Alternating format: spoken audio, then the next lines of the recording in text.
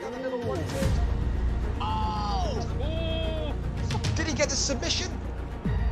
Or is it a Oh! Fucking hell! big clinch? Stun. And Martin could be out.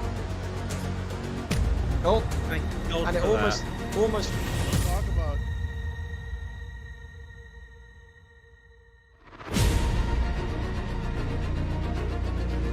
This could be good. Oh! And it rocks the truck champion does.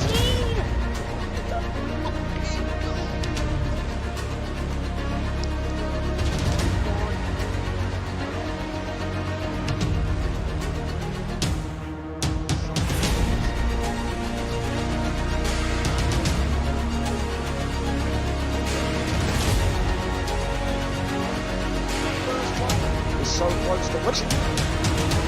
Oh, that's it! I've swayed into the head kick. That's it. Oh my goodness me! Looks him back with a strike to the face, and he's dropped it again. Oh, speed.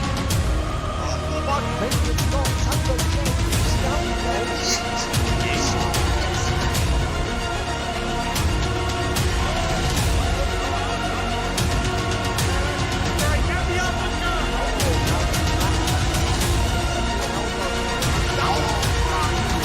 Strikes though, big ones in the ground and pound, and he's done some damage in that 90 down.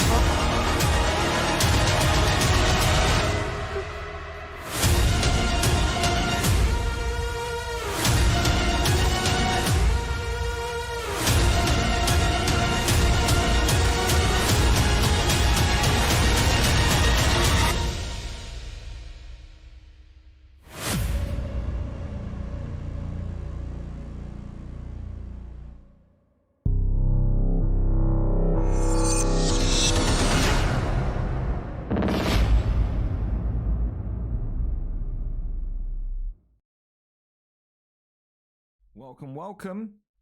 We are days away from Christmas. Wow. And today, we have a Christmas cracker for you. Indeed we do. Fellas, welcome aboard VFL 115. We are getting closer and closer to our next mega card. Of course, that'll probably be it will be in the first month of 2024. It will be January 2024. So much stuff this week. VFL 115 today. It's going to be a long night, not just because of the card, but because as soon as the card ends, I'm going to be back on 5 minutes after the card ends to do matchmaking for tomorrow's UFN. So there is a UFN tomorrow, and then of course there is a BMF next Wednesday. So so much stuff that's going on, so much craziness that's going on. It's a good time to be involved, I will say that very much so. Well, listen, today the main event, a fan favorite, and Tomaselli takes on one of the most dominant champions of recent memory, recent Hall of Famer, EASYWORKGG, a two-time double champion. He reigns both divisions once again, the bantamweight and flyweight champ after defeating Rep in that best of three. In controversial fashion, some will argue, last week because of that doctor's stoppage. Tonight, though, the show goes on. The contendership continues to cycle on through, and Tomaselli is next in line for a shot at that elite gold. A man that's never captured the elite gold. Will his brave and sometimes stupid fight style today be enough to get him past a very, very dangerous kickboxer in EASYWORKGG? Only time will tell. Kickoff for that one closer to around about midnight or 7 p.m. Eastern for our American pals out here early. Other title fights include Maikinho versus Lee 66-2. Maikinho with a chance to gain vengeance over the man that beat him over 8 or 9 months ago. So much has changed since then. Mike's wrestling has developed. He's got the strap now, but Lee has become more dangerous and more unpredictable in his own sense. Who wins today? Does Lee manage to make it 2-0 over Maikinho and bring home that featherweight strap to the Highlands of Wales? Who knows? Viper takes on Loscott Jugo. It's a wasteland of contendership in the lightweight division, whether it's Christmas retreats or Christmas holidays or just work or whatnot. The natural contendership has been disrupted. Jayco 5 is supposed to be next. Jayco 5 is effectively out of action until January due to work commitments and whatnot. He'll be keeping a keen eye on this, though. He says he watches all of Viper's fights and will be studying to see where the gaps are. Will that be for nothing? Will Jugo today come into this division after going 2-0 in very, very dominant fashion, to be fair, and claim the belt? It'll be a stand-up affair. That's what both of these two will like to hear. Both of these two prefer their kickboxing as their main method to victory. Suave will take on Adversary. Suave describes himself as a self-proclaimed featherweight in spars, but when he goes into competitive fights, for some reason, it just all melts a little bit more. Maybe that nervousness, maybe that chaos around live fights comes out to haunt him today. Will he keep the belt going into Christmas? Or will Adversary live up to his name and prove to be a worthy adversary and make it 4 wins in a row in that welterweight division? Pook takes on TTV Riot Young, of course, 3 of our champions tonight coming in, American compared to 2 Brits, EASYWORK and Suave representing the UK.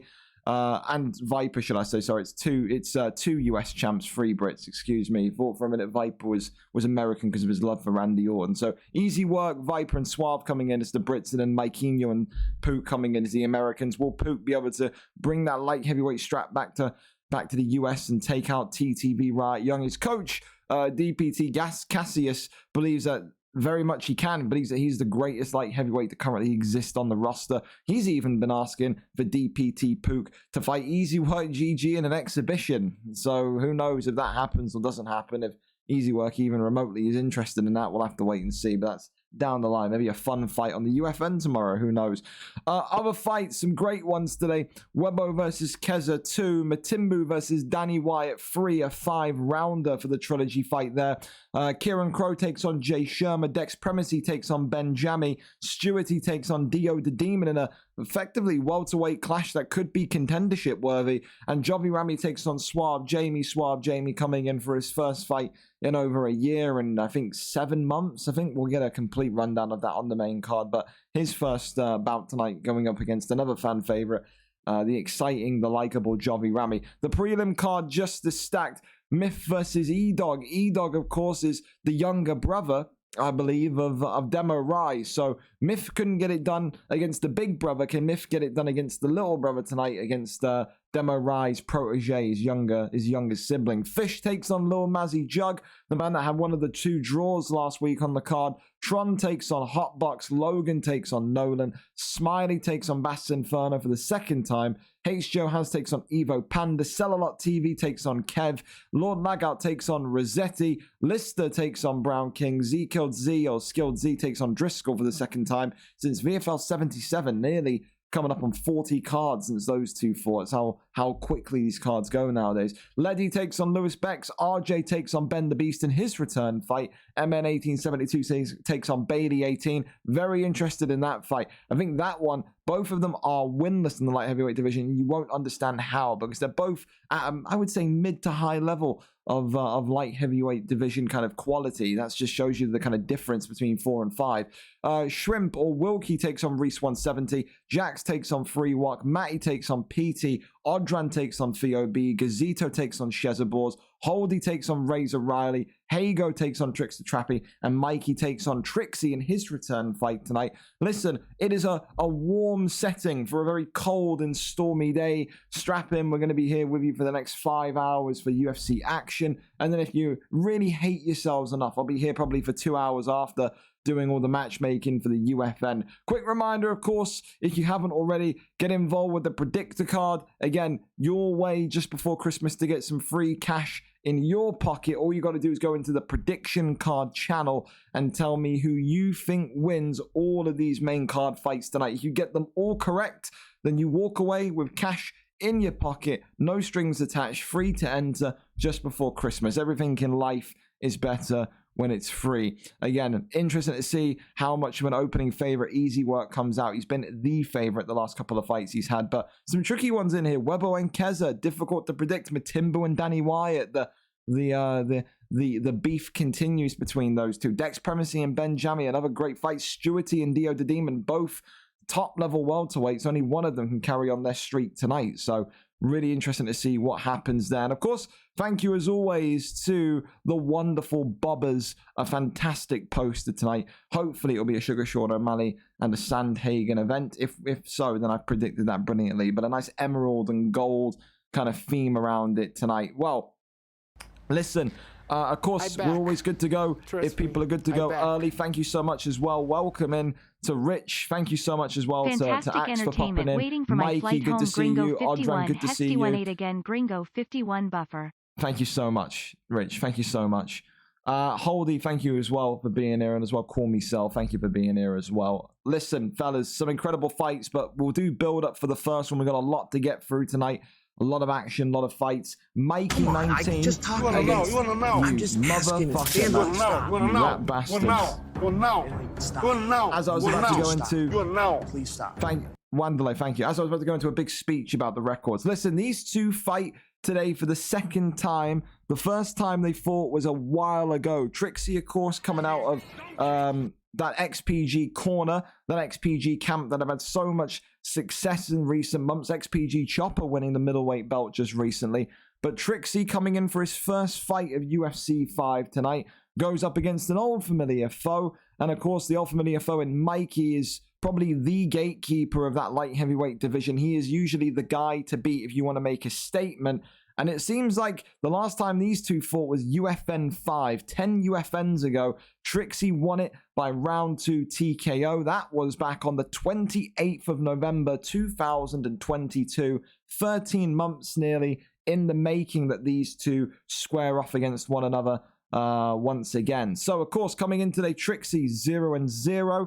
And for his opponent, Mikey comes in with a 2-3 record. Trixie won't be intimidated coming in against the guy that's already had 5 fights. He is reveled in effectively taking these difficult fights and taking these harder opponents. That's what he's always done. Even on UFC 4, he never strayed away from a challenge. Of course, what Trixie will be reassured by is Mikey's 2-fight losing streak. Mikey tonight will be aiming for submissions. He'll be aiming to ground Trixie. He'll be licking his lips, hoping, praying that maybe Trixie isn't too familiar with the ground game yet. That's where Mikey's key to victory lies. Trixie always been a more devastating kickboxer, reached the high heights of middleweight, of course, in UFC 4. Never really got to have so many fights in there. That was cut short with the release of UFC 5. Today, though, a month or two after the release of the game, he's back. He's with us just before Christmas. It's a Christmas present that we all like to see. Trixie 0-0, number 19 ranked in the light heavyweight division. Mikey 19, number 12 ranked.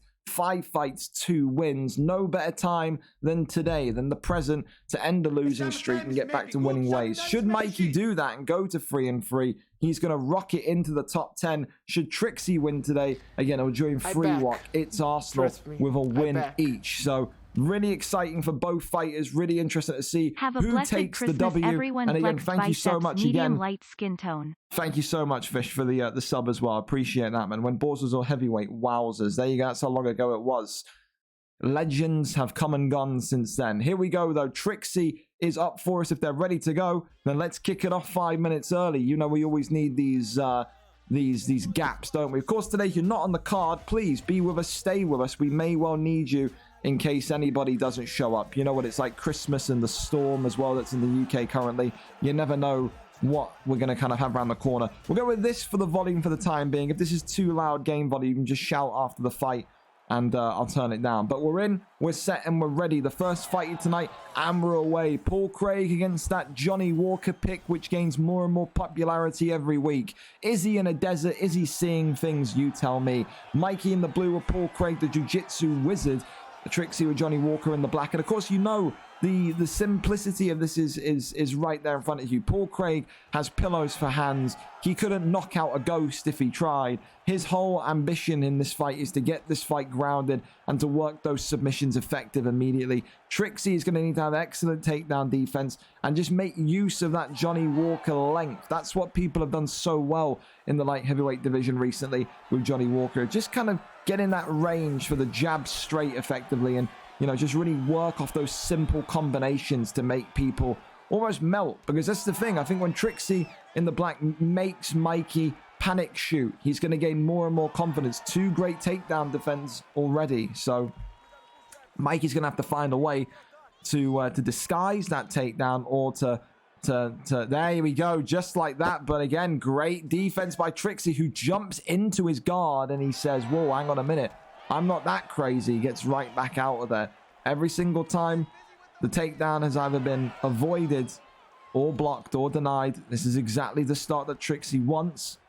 Mikey getting some good damage off of his hands, though. He's going to need to make use of every single connected strike. He's going to want to make sure he connects even just on that block. Work that block down of Trixie and see what he can do. This is the frustrating thing about fighting a Johnny Walker, though, is he's so long he can just back away and it feels like he can just hit you from one side of the octagon to the other. An absolute flying knee there coming out of nowhere. And it'll be interesting to think as well, just quickly how Mikey's approaching this one, because like I said, 2-fight losing streak. And, you know, when you're in that losing streak, your confidence goes, and every single takedown that's blocked, you'll start to really, really get demotivated on. He's going to have to find a way tonight to just land one. He lands one, he could be in business. Blocks that flying knee again.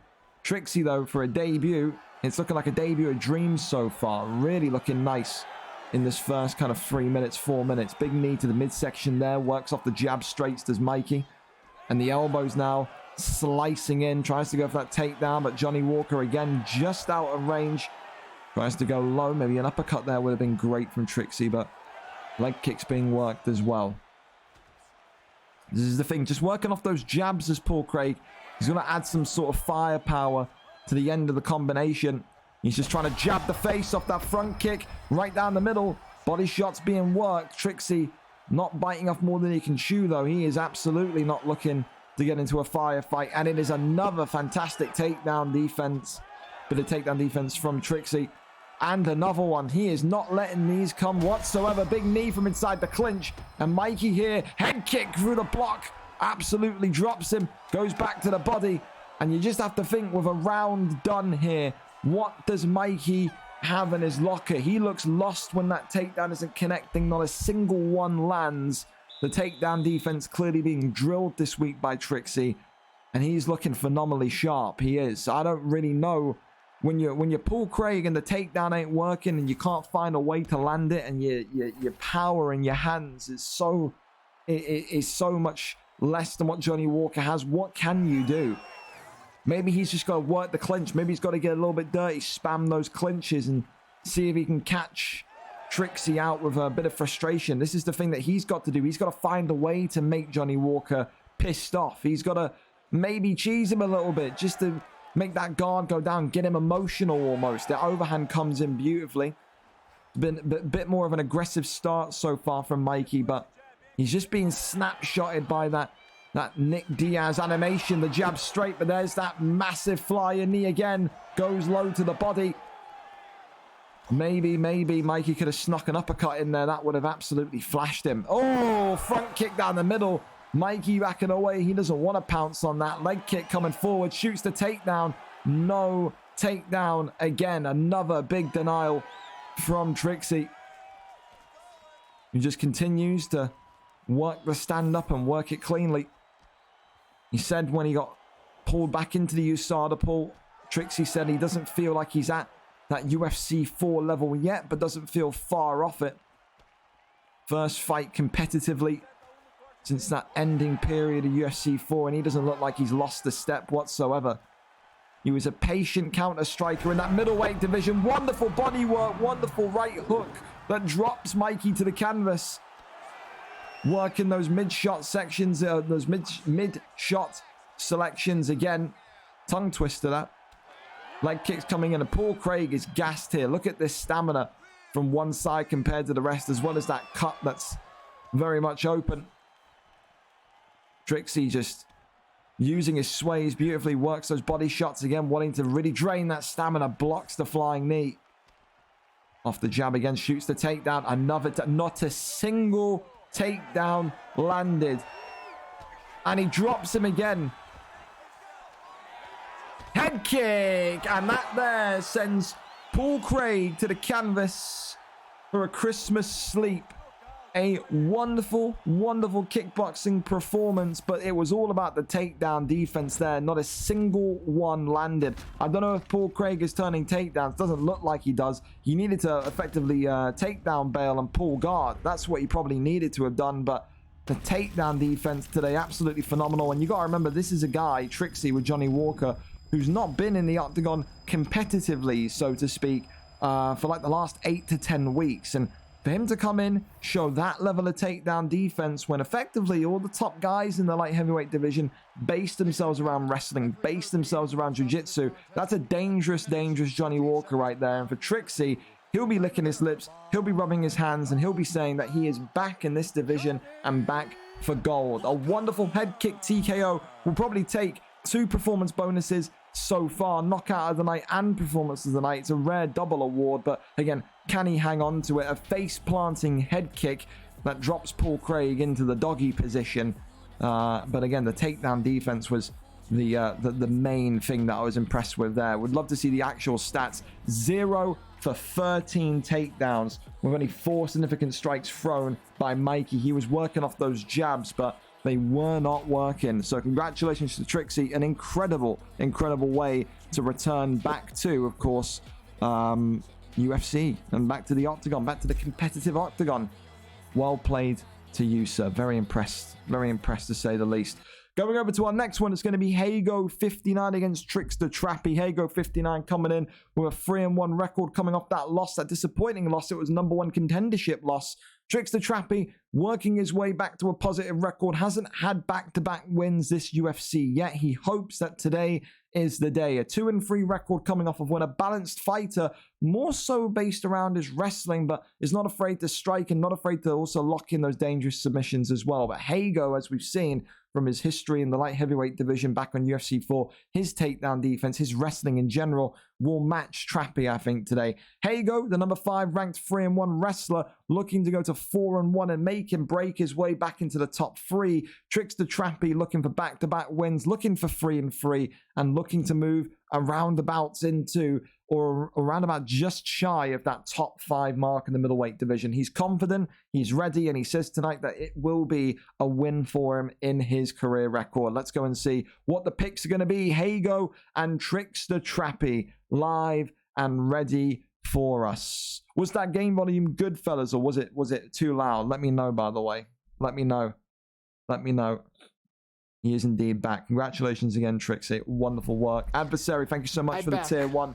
Thank you, fellas. Fellas, I'll even say this because I love you and I care about you, okay? Save your money. Go. December 27th to January 2nd, subs, I think, get another price reduction. So if you don't have Amazon Prime and you are buying them outright, then, like I said, sit tight because... yeah, probably. Oh, we got Trappy Comms. All right, sit tight because it will get cheaper going into the new year. So, Chris Weidman today coming up against Ruthless Robbie Lawler. Interesting as ever from Hago. He likes these kind of unique, these diverse picks, and I think people will be kind of up in arms and saying we'd love to see a Chris Weidman win here. Chris Weidman, though, will not want to take too many shots from Ruthless Robbie Lawler. Hands made out of bricks, nuclear bombs on the end of those wrists, and I'll tell you this much, he's a dangerous man. But, of course, in that same token of fact as well, Weidman, a decent wrestler. If Hago can secure a takedown and get Robbie Lawler on his back, that's where Trappy is not going to be in his best position. As you can see there, the pressure was coming forward, and that really, really made Hago almost panic shoot for that takedown. This is what we mean by Trappy. Such a balanced fighter. He can switch it up. He's had dominant wrestling performances, but he can also stick to you like glue. He is a nightmare to shake off at times. He really is. The block being worked, and there it is, that head kick through the block, the uppercut absolutely dropping him, and now diving into his guard, and Robbie Lawler could have it done here. Oh, it's a great flip, though, and top mount gain. This is the worst possible scenario for Trickster Trappy. Now you have to use all of that wrestling acumen to get Robbie Lawler out of there, because it is difficult to do, especially with his bottom game being so low. Going over to half guard, well, denies the top mount there. Trappy using his time to build the GA, goes over, but rolls through with that brilliant pre-deny and gets half guard position. Trappy now with the posture up, looking like he's going to want to rain down some strikes. If I was him, I'd do exactly this. Get right back up and carry on with that kind of striking clinic that he showcased in the first couple of minutes of the fight. You can see he's going for those kind of block-breaking combinations, trying to work that head kick in just as the block goes low to try and get that drop. Hago, great overhand uppercut combination there. The overhand doesn't connect, but the uppercut almost clips Trappy and cuts him open. Brilliant hooks there from Hago, though. And said, great kind of last-ditch reaction from Hago to save himself from that ground and pound there. Thing that Hago's got to be wary of, though, is that Weidman block is not going to last. There's that trip, though. Wonderful takedown. Wonderful land. And here we go again. He's going to need to use fakes. He's going to need to use all his knowledge of the GA as Hago to kind of survive this and just keep Trappy in a compromised position. Wondering if he's going to maybe look for potentially that armbar if Chris Weidman has an armbar, because, you know, you work the armbar, it also takes down the block, and that's going to be a big help. Maybe that's exactly what Trappy will want to look for as well. Doubt Robbie Lawler has an armbar. Doubt Robbie Lawler's got any sort of submission acumen. Big uppercut stuns him though. Oh, drops him. He's gone low into the uppercut and Trickster Trappy. This could be a comeback victory for the ages. Oh, he was one punch away. Both of them getting so close to knocking the other out. One knockdown each, 2 stuns to 1, significant strikes in Hago's favor. That knockdown at the end may well have just won him the round. Very close for Trickster Trappy, I'll say the least, to say the least. Glove touch, and we're off. So far, a great contest, working down the 1-2 head kicks again. That head health is going to be the thing that makes Trappy lick his lips as the big straight drops him, sticking to him like glue again. Overhands coming in. And it's that big straight again. Another massive straight hand from Robbie Lawler. And then he goes down into side control position. Gets up into sprawl though. Does well. Works the body shots. And disengages from him. Leg kick there, flies in. Head kick there, avoided. Great combinations attempted there, but again, it's just that head health and block that's starting to go as Hago sways into the hook. He's got to find a way to get this fight to the ground. He is not going to last too much longer. It's just every single time that straight comes out from Robbie Lawler in the white. Oh my goodness, drops him in midair. It's the hook that stuns him, and you see those Cartoon Network stars swirling around his head, and as he drops down, it's another single tap to the temple that effectively turns the lights off. It is the first time that Trickster Trappy has gone back-to-back wins, and it's the first time, I think in UFC 5 as well, that Hago has gone back-to-back losses. We don't say that this middleweight division isn't a fun division for no reason. Anyone can beat anyone, and it is the last division you can think about at this skill level, at this kind of up-and-coming level, where you can just expect to come on and win. Today, a very competitive round 1. Probably the fight of the night so far, because of how crazy round 1 was. If Hago got one more shot in that ground and pound in the final 5 seconds, he would have won the fight. He was one punch away. Good evasive maneuvers as well from Hago at the beginning of round 1 to avoid the ground and pound, but equally great evasive methods at the end of round 1 by Trappy to save the day and keep in this fight. So a round 2 victory, a Robbie Lawler classic, and no doubts about it so far. The fight of the night as the blue corner starting off strong. Again, say what you want. Are you a superstitionist or are you not? Because if the blue corners keep on winning, then maybe people are going to have something to say. But there you have it. Up next, we're going to go to Holdy and Razor Riley. Of course, another rematch. This one, Holdy and Razor Riley. I think they were one of each other's first fights, at least for Holdy, maybe. There you go. It's 4th fight, I believe. So VFL 86, a decision victory for Holdy on that fateful evening. Of course, VFL 86 was all the way back on the 18th of July. So over 5 months ago. So much has changed between now and then. Holdy has become significantly better in his composure. Of course, maybe that's not the case in his last fight for the title, where maybe the nerves got the better of him. But when he's in that calm kind of environment, when he's got that kind of that ability to just focus, and when he's got that ability to really get his wrestling going, he can be up there, one of the very best in that light heavyweight division. Both of them have graduated from that heavyweight division since July. They both now find each other for the rematch in light heavyweight, and for Razor Riley, the American, a great opportunity to get revenge and to earn this win back. Have no doubts about it. Holdy is live for us. We'll pop on over there and get ready to go for this one. Holdy and Razor Riley lobbied up for us. As always, two excellent fighters that have never been late. So that's kind of like our USADA jacket. We should give out jackets for being on time. Multiple fights on time, you get like a free VFL hoodie. That should be one of those. That should be one of those. Okay, here we go. Gustafsson and Chris Weidman. Another Chris Weidman pick. People loving that Weidman pick today, it seems. Of course, Holdy is going to want to be hoping with his Gustafsson pick in black that his takedown defense can be just as good. Of course, for Razor Riley as well, not really known as a wrestler, more known as a kickboxer. So it's interesting to go with that Weidman pick. For that reason, you know, you think you'd be going with someone a bit more kind of punch heavy, but you can see Holdy right off the rip, aggressive, walking towards him, shooting the takedown. Great pull uppercut there. Reactions from Holdy as he wants to get back to the summit of the light heavyweight division, have another crack for that gold. He believes that he didn't show his best version of himself in that light heavyweight title fight. He's going to need to show again today, show everyone, show this light heavyweight division exactly why he's one of the danger men in this division. Razor Riley, of course, the guy that always starts round one slowly. This guy never, ever usually has a dominant round one. He's usually the one that absorbs all the punishment, and that's been a key downfall to his fights. Not even if he usually survives round one, he just absorbs so much damage. That block absorbs so much that you end up in a dangerous position, pulling guards. So, again, maybe some work that Razor Riley has been doing with his camp over the past week. Maybe that's the reason for the Chris Weidman pick.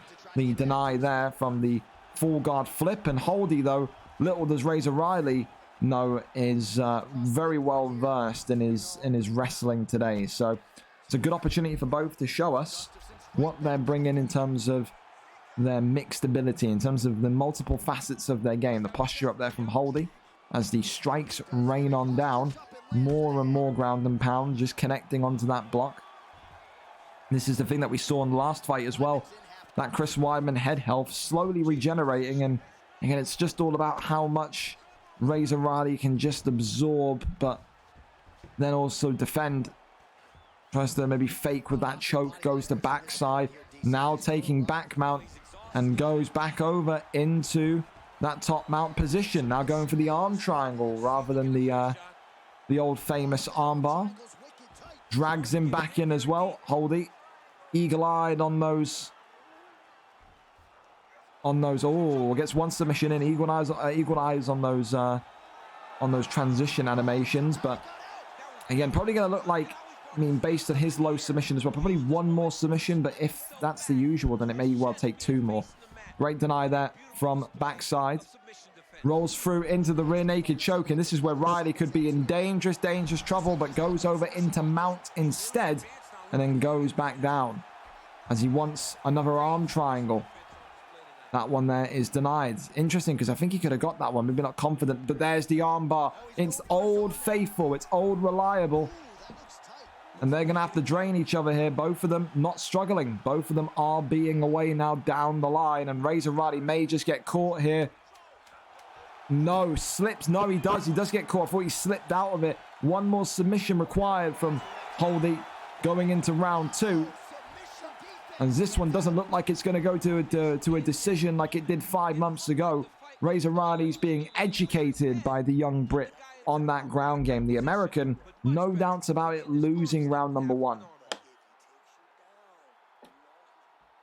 I think if you're Razor Riley, it's the, I don't want to say it's solely the pick, because again, he's got to have confidence. If Razor Riley came into this and picked Weidman, he's got to be confident that his wrestling was going to be enough. I just think that tonight he's maybe been surprised, and he's been maybe caught out by how much Holdy has been motivated by that light heavyweight title loss, and his ground game is looking phenomenal today. It is. as the head health taking big damage here. Knees against the midsection for both now. Uppercut there, shudders. Holdy backwards, pull uppercut again. Is just sitting there, preparing itself, and there's the pulling of the guard from Holdy. Now, bottom position. He will love it down here because he's threatening with that armbar. Goes for the guillotine instead and goes right into top mount. Position over submission. And now finds himself in that dominant position once again. Denies right and now gets the armbar. And that armbar is absolutely locked in. Is this going to be the end for Razor Riley? And it does seem like it won't be. Wow, transitions out. I thought he was certainly caught there. I thought that was going to be game, set, and match. Riley getting a second chance of life hit. Postures up. Tries to rain down the strikes. Good defense from Holdy. Pulls him back in. The armbar there denied. Great to see those denies coming along as well from Riley. A guy that's only started wrestling as of recently. But that triangle choke will secure it. The first submission of the evening. And Holdy wanted to show everyone that his ground game was better than what was put on show in that light heavyweight title fight. It's not going to lead to an instant light heavyweight title fight. He's going to need to earn his way back up there, but it was a confident showing tonight. And for Razor Riley, some good denies in there at times, but you can see clearly tonight Holdy just that little bit more sharper, just that little bit more better in terms of that ground game. Unfortunate for Riley. It was a unique pick, a bold and brazen pick with Chris Weidman. But again, on the stand-up, you always have to fear about Chris Weidman's block, his head health. He's chinny in real life, isn't he? So it was only really going to maybe go one way on the feet. And I think there, as soon as the first submission got in, especially that arm triangle, I think that panicked, that spooked Razor Riley's quite a bit. And I think from there, maybe the composure flew a little bit. But listen, it's good because this is the same kind of pathway that Bailey 18 took back in UFC 4. He was a predominant stand-up kickboxer. He was kind of winning every other fight by kickboxing, and then he took 5 losses in a row because he wanted to wrestle in a competitive setting. And those losses sucked at the time, but then in the long run, it made Bailey a more competent heavyweight fighter and allowed him to move up weight classes. Maybe that's what Razor Riley is doing now, wanting to really push himself for wrestling. So if he is doing that, then fair play. We support that because you have to become a bit more multifaceted as you move up those weight classes. You see the middleweight division, what we just saw with Hago and Trappy. People down there in that division, that's when you start to see the combination of everything. You start to see wrestling and kickboxing rather than one kind of dedicated craft. And that's one thing Holdy's going to need to maybe kind of look at as well. Good groundsman right now in light heavyweight, but still the jury is out for his technical ability on the feet. But nothing will say confidence more than a Holdy victory tonight. We'll say that for absolutely sure. Congratulations to you, Holdy. And we'll see if you can get back up. Thank you as well to Vape for the bits as well. Up next, though, we're going to go to Gazito and Shezabors. Gazito and Shezabors, 1-1 for Gazito, coming off of that win last time out of Jiu-Jitsu background. And Shezabors, his reintroduction into the league. Of course, Shezabors, last time competing on the VFL card, back on UFC 4 at VFL 106. It was 2 cards before the end of UFC 4. That one was on the 5th of October. So over 2.5 months ago. Would be great to see him in tonight. Was predominantly known in that kind of lightweight division for being a guy that was always so close, but never close enough to consistent victories. Had some good victories, had some great knockout potential as well. A very, very decent fighter on his day. And no doubt about it, he's going to be given a good go here by Gazito tonight. Gazito, who people were almost disrespecting when he was in that light heavyweight division, or heavyweight division, excuse me. People were saying, well, he can only do the ground game. He can only do the kind of wrestling. And then he kind of went in there against Lucky in the middleweight division at the start of UFC 5 and put on a boxing clinic. So he's got a bit of everything, even though he's a jiu-jitsu specialist. Interested to maybe see, though, what Sheza has been working on and what we have in the locker from him. He's live for us, Sheza. Good to see you back. Let's see what these picks are going to be. Looking like Darren Till, the Sheza, Kevin Holland for Gazito. There you have it. There you have it. Here we are. Make sure the volume's good again. Just adjusting at each fight because you know what it's like. Especially if they've got commentary. And here, John Anik and Joe Rogan, or not Joe Rogan, John Anik and DC, you know, to turn it down a little bit more. We're here, and we're up. So, Shezabors, the former lightweight, I don't want to say contender, but lightweight middle of the pack fighter, had some victories in UFC 4 down there in the red with Darren Till. Darren Till, a bit more of a bulkier option. He feels bulkier. He feels kind of more thicker. And, of course, Gazito going with that kind of trademark pick of Kevin Holland. Of course, Kevin Holland was the most used 4-star middleweight back in UFC 4. He's definitely got his fans in welterweight as well, just because of his nimbleness. And that's going to be the thing to kind of nail down today is Kevin Holland's movement, his ability to almost float around the octagon. It can be annoying. It certainly can. You can see immediately though, Sheza getting those kind of leg kicks off, and saying to Gazito, listen, if it's going to be about jiu-jitsu and takedowns today, going to damage those legs so they become even more difficult to land. So maybe that's something that Gazito's not really too prepared for. He's not really had to deal with that before in the the heavyweight division or the middleweight division either. Good hooks coming in. Great aggressive uppercuts, though, from Gazito. It's those double uppercuts that are certainly providing some life support for him so far. There's the pulling of the guards, and there's the flip through. But again, great defense from Sheza again, or should we say Taylor? The man coming in with his actual name today. Wonderful to see. Hook into that body kick there. Goes for that uppercut combination himself. There's Darren Till, and you can see Gazito just patient, but both of them swinging for the fences with those uppercuts. Spinning elbows coming in now. Gazito getting a little bit getting a little bit Bailey. It's what he likes to do. And it's what he's learned and what's got him here. So it's the third takedown bail that finally gets him into a good position. And this is now where he's going to be hopeful that he can prosper. Little taps here coming in from Taylor, going over into that armbar. And this is one of the most dangerous positions you want to be in, because Gazito knows those animations at the back of his hand. And Taylor there shouldn't have even transitioned, because he was in a really great position there to deny the armbar. And Taylor is going a little bit he's going a little bit transition crazy. You just need to hold right bumper. I don't think Taylor knows that if Gazito's stamina bar hits 0, it's a free transition. He was panicking there. And he's almost maybe put himself in a compromised position now, because that is exactly the level of fear that Gazito wanted to see. Side control there, just shimmied out of. Posture up is denied. Gonna maybe flip over, but goes over into side control again. Now, shimmying over into half guards. And round 1 is in the books. Well, clearly, you got to give that kind of round to Gazito. Not only the significant strike benefactor, but also that submission locked in. Counts almost like a stun these days, doesn't it? It's just going to be about that kind of that understanding, that knowledge, and that patience from Sheza on the ground. Said he did those 2 transitions in that armbar. He didn't need to. He just needed to hold RB, drain Gazito's stamina down, and he would have got out of there scot-free. His kickboxing is his main discipline, though. And you can just see Gazito just working off those jabs to get that block down.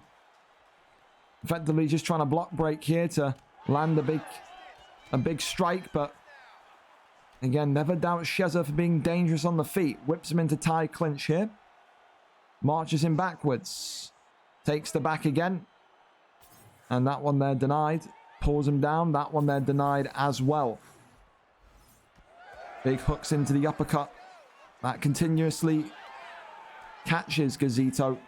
But it's how confident is Shezabors to continue throwing that in when his head health is starting to decline here. The cut on Gazito, though, is there. And he's dropped him. Wonderful combination from Taylor. And this is where the bails are going to start. More and more bails are going to come, and he gets him down. It's that panic shot of the bail. Bail after bail. Only 2 have landed so far, though, but this is now exactly where Gazito wants to be. Tries to take the back and flattens him out. And this is a very dangerous situation, because top mount probably right into the armbar, I'd imagine. Gets half guard, gets out of there though. Goes over into side control. Can't keep him locked in. Reactions not sharp enough. Posture up. Good defense from Gazito, who rolls and gets rolled. And look at this now. Gazito getting a little bit panicky. A great deny there from Sheza with Darren Till. Trying to get that flip over. Into Sproul. Gets there. Gazito's stamina taking a big hit here. But then flips him back over into that side control position. And now gets him into side saddle. Keeps him locked in. Goes over into backside. 1:29 left. Takes the back mounts. And then takes top mounts. And going for a triangle choke. And is he going to be in a difficult position here? Flips over into top mount position. Shimmies out the way and avoids that one. Gazito's stamina there was just gone. Should have probably immediately postured down and just been patient. Working the G8. Goes for that arm triangle. That one there, of course, denied. The posture up is denied. Now back into full guards. This is a great defense position for Taylor. 1000%, who looks now to lock in his own triangle choke potentially. And won't get that one. If he got that one, there's a very good chance he could have certainly won the round. I think he still won the round though because of the knockdown. I think this is 1-1 going into the thirds. But this is the thing that I think Taylor's got to be ready for. When he gets Gazito panicked on the feet, the bail's coming. If he can just prepare himself, defend that bail, then he could be in a great position here. So then it's clear on the stand-up. He's clipping him, but... Oh, it was all about that armbar in round one as well, because that armbar will take down that block on Darren Till. Whipping him into tie clinch, pushes him away. Let's go for that sweet chin music, I like to call it.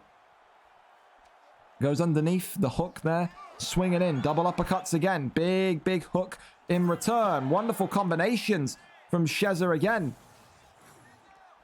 But it's that just that block rating that you get.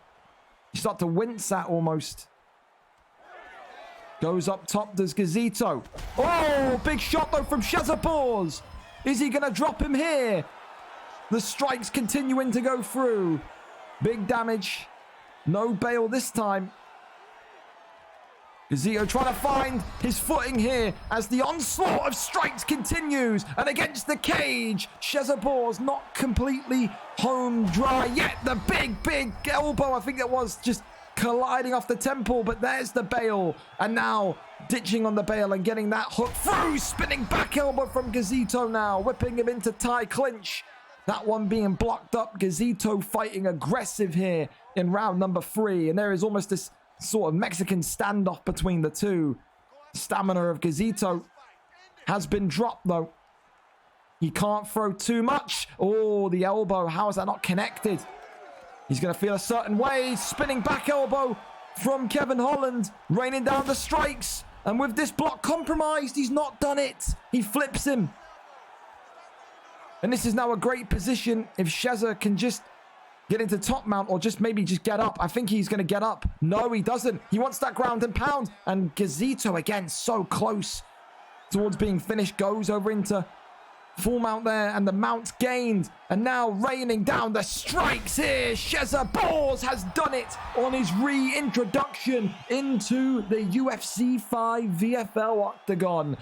He looked like he was in a bit of despair when those bails started and when those arm bars came out. But in the end, his striking, his fluidity on the feet with that combination that always resulted in the uppercut just made Gazito, I think, almost panic a little bit. That made Gazito kind of flutter. And I think that, you know, I think he knew. I think Gazito understood that when he got stunned, he couldn't go for the bail because surely Sheza would have been, he would have been predicting it. He would have been expecting it. But that probably is going to take the fight of the night from the previous fight. I can't even lie. A very, very, very good fight And for Shezabors, that's one of the best victories you can have. You're losing the fight in the first round, and you come out and you put on an absolute heroic performance. No doubt about it. And I think tonight, he's announced himself as one of the guys to watch in that welterweight division. A really, really, really solid show. I'm going to change his name to Tay LR space V. Tay LR space V. Let me change that. Tay Sheza / Tay AYLR V, like that. Yeah, TAYLR V. Yeah, TAYLR V. And that's going to be a round 2. The round 3 TKO. And that is going to take fight of the night. Yeah, I do think so as well, especially because of the Darren Till pick as well. Really back and forth. Great viewing for so early on the card as well. Congratulations and welcome back to you, Sheza. A big, big performance and a big win tonight. Up next then, Odran and Theo B keeps the train moving. Odran, once upon a time, so close towards a title shot. Nowadays, he's looking just to end the losing streak. 2 losses in a row, only 2 wins in his last 5. Theo B comes in tonight, 1-1, a loss in his last time out as well. A previous boxer, now of course a kind of mixed martial artist, can wrestle. His wrestling performances have looked stellar. Fair play to his coaches and to him as well for really kind of adding that element to his game. Odran, of course, though, known as one of the most bullish, one of the most kind of aggressive strikers in that featherweight division at 145. Theo, though, an expert in boxing, will be able to weather that storm, and it'll be interesting to see how quickly he shoots for that takedown on the Irishman today. Odran, number 16, 2-4, kickboxer, taking on number 22, Theo B, 17, a 1-on-1 boxer turned wrestler. Maybe a balanced fighter, you could even say. We're going up and over to that one. Odran is live for us. Here we are. Clay Guida from Theo B. So he is sticking to this wonderful meme indeed. Thoughts on Trappy finally going a pair and not sniffing balls for once? I mean, you can do whatever. It's I don't think you fought in a terrible way at all. I thought you fought well. I'm Scottish when I get knocked out. There you go. We'd love to see that from you, Sheza. A great way to mark your reintroduction, man. Solid performance tonight. Welcome back. Excited to see you fight, man.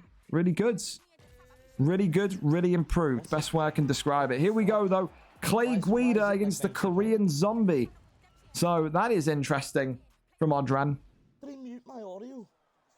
You got Odran comms as well. So he's in a jubilant way. Of course, Theo B opting with Clay Guida in the blue. And Odran opting with the Korean Zombie in the whites. So, Korean Zombie, of course, known for his submissions. We saw Maikinho win by submission in featherweight in his last fight, won the belt because of that. So maybe people taking some inspiration from that. Of course, Clay Guida, one of the old heads in UFC, great wrestler in his day, but again, one of those where maybe you're not going to be expecting too much in terms of his speed, in terms of his kind of nimbleness. I think you can have the kind of footwork edge with Korean Zombie. And I think they've resigned themselves to a bit of a striking fight here today. But again, that all changes when the damage comes out. First person that gets damaged, you know, Odran's got submissions in the locker with Korean Zombie. Theo's got top control and just control time in general with Clay Guida. It's interesting to see maybe who shoots first. The pulls, wonderful. Goes for the body shots as well. Does Theo B. Just out of reach for that slip straight. Off the jabs. Trying to go down the middle, but big one there. Tries to go for the overhand. Still nothing, though. Goes for the hook. Dodges underneath that one. Brilliant work from Theo, but it's a jab counter strike. Gets that kind of flash animation. Interesting.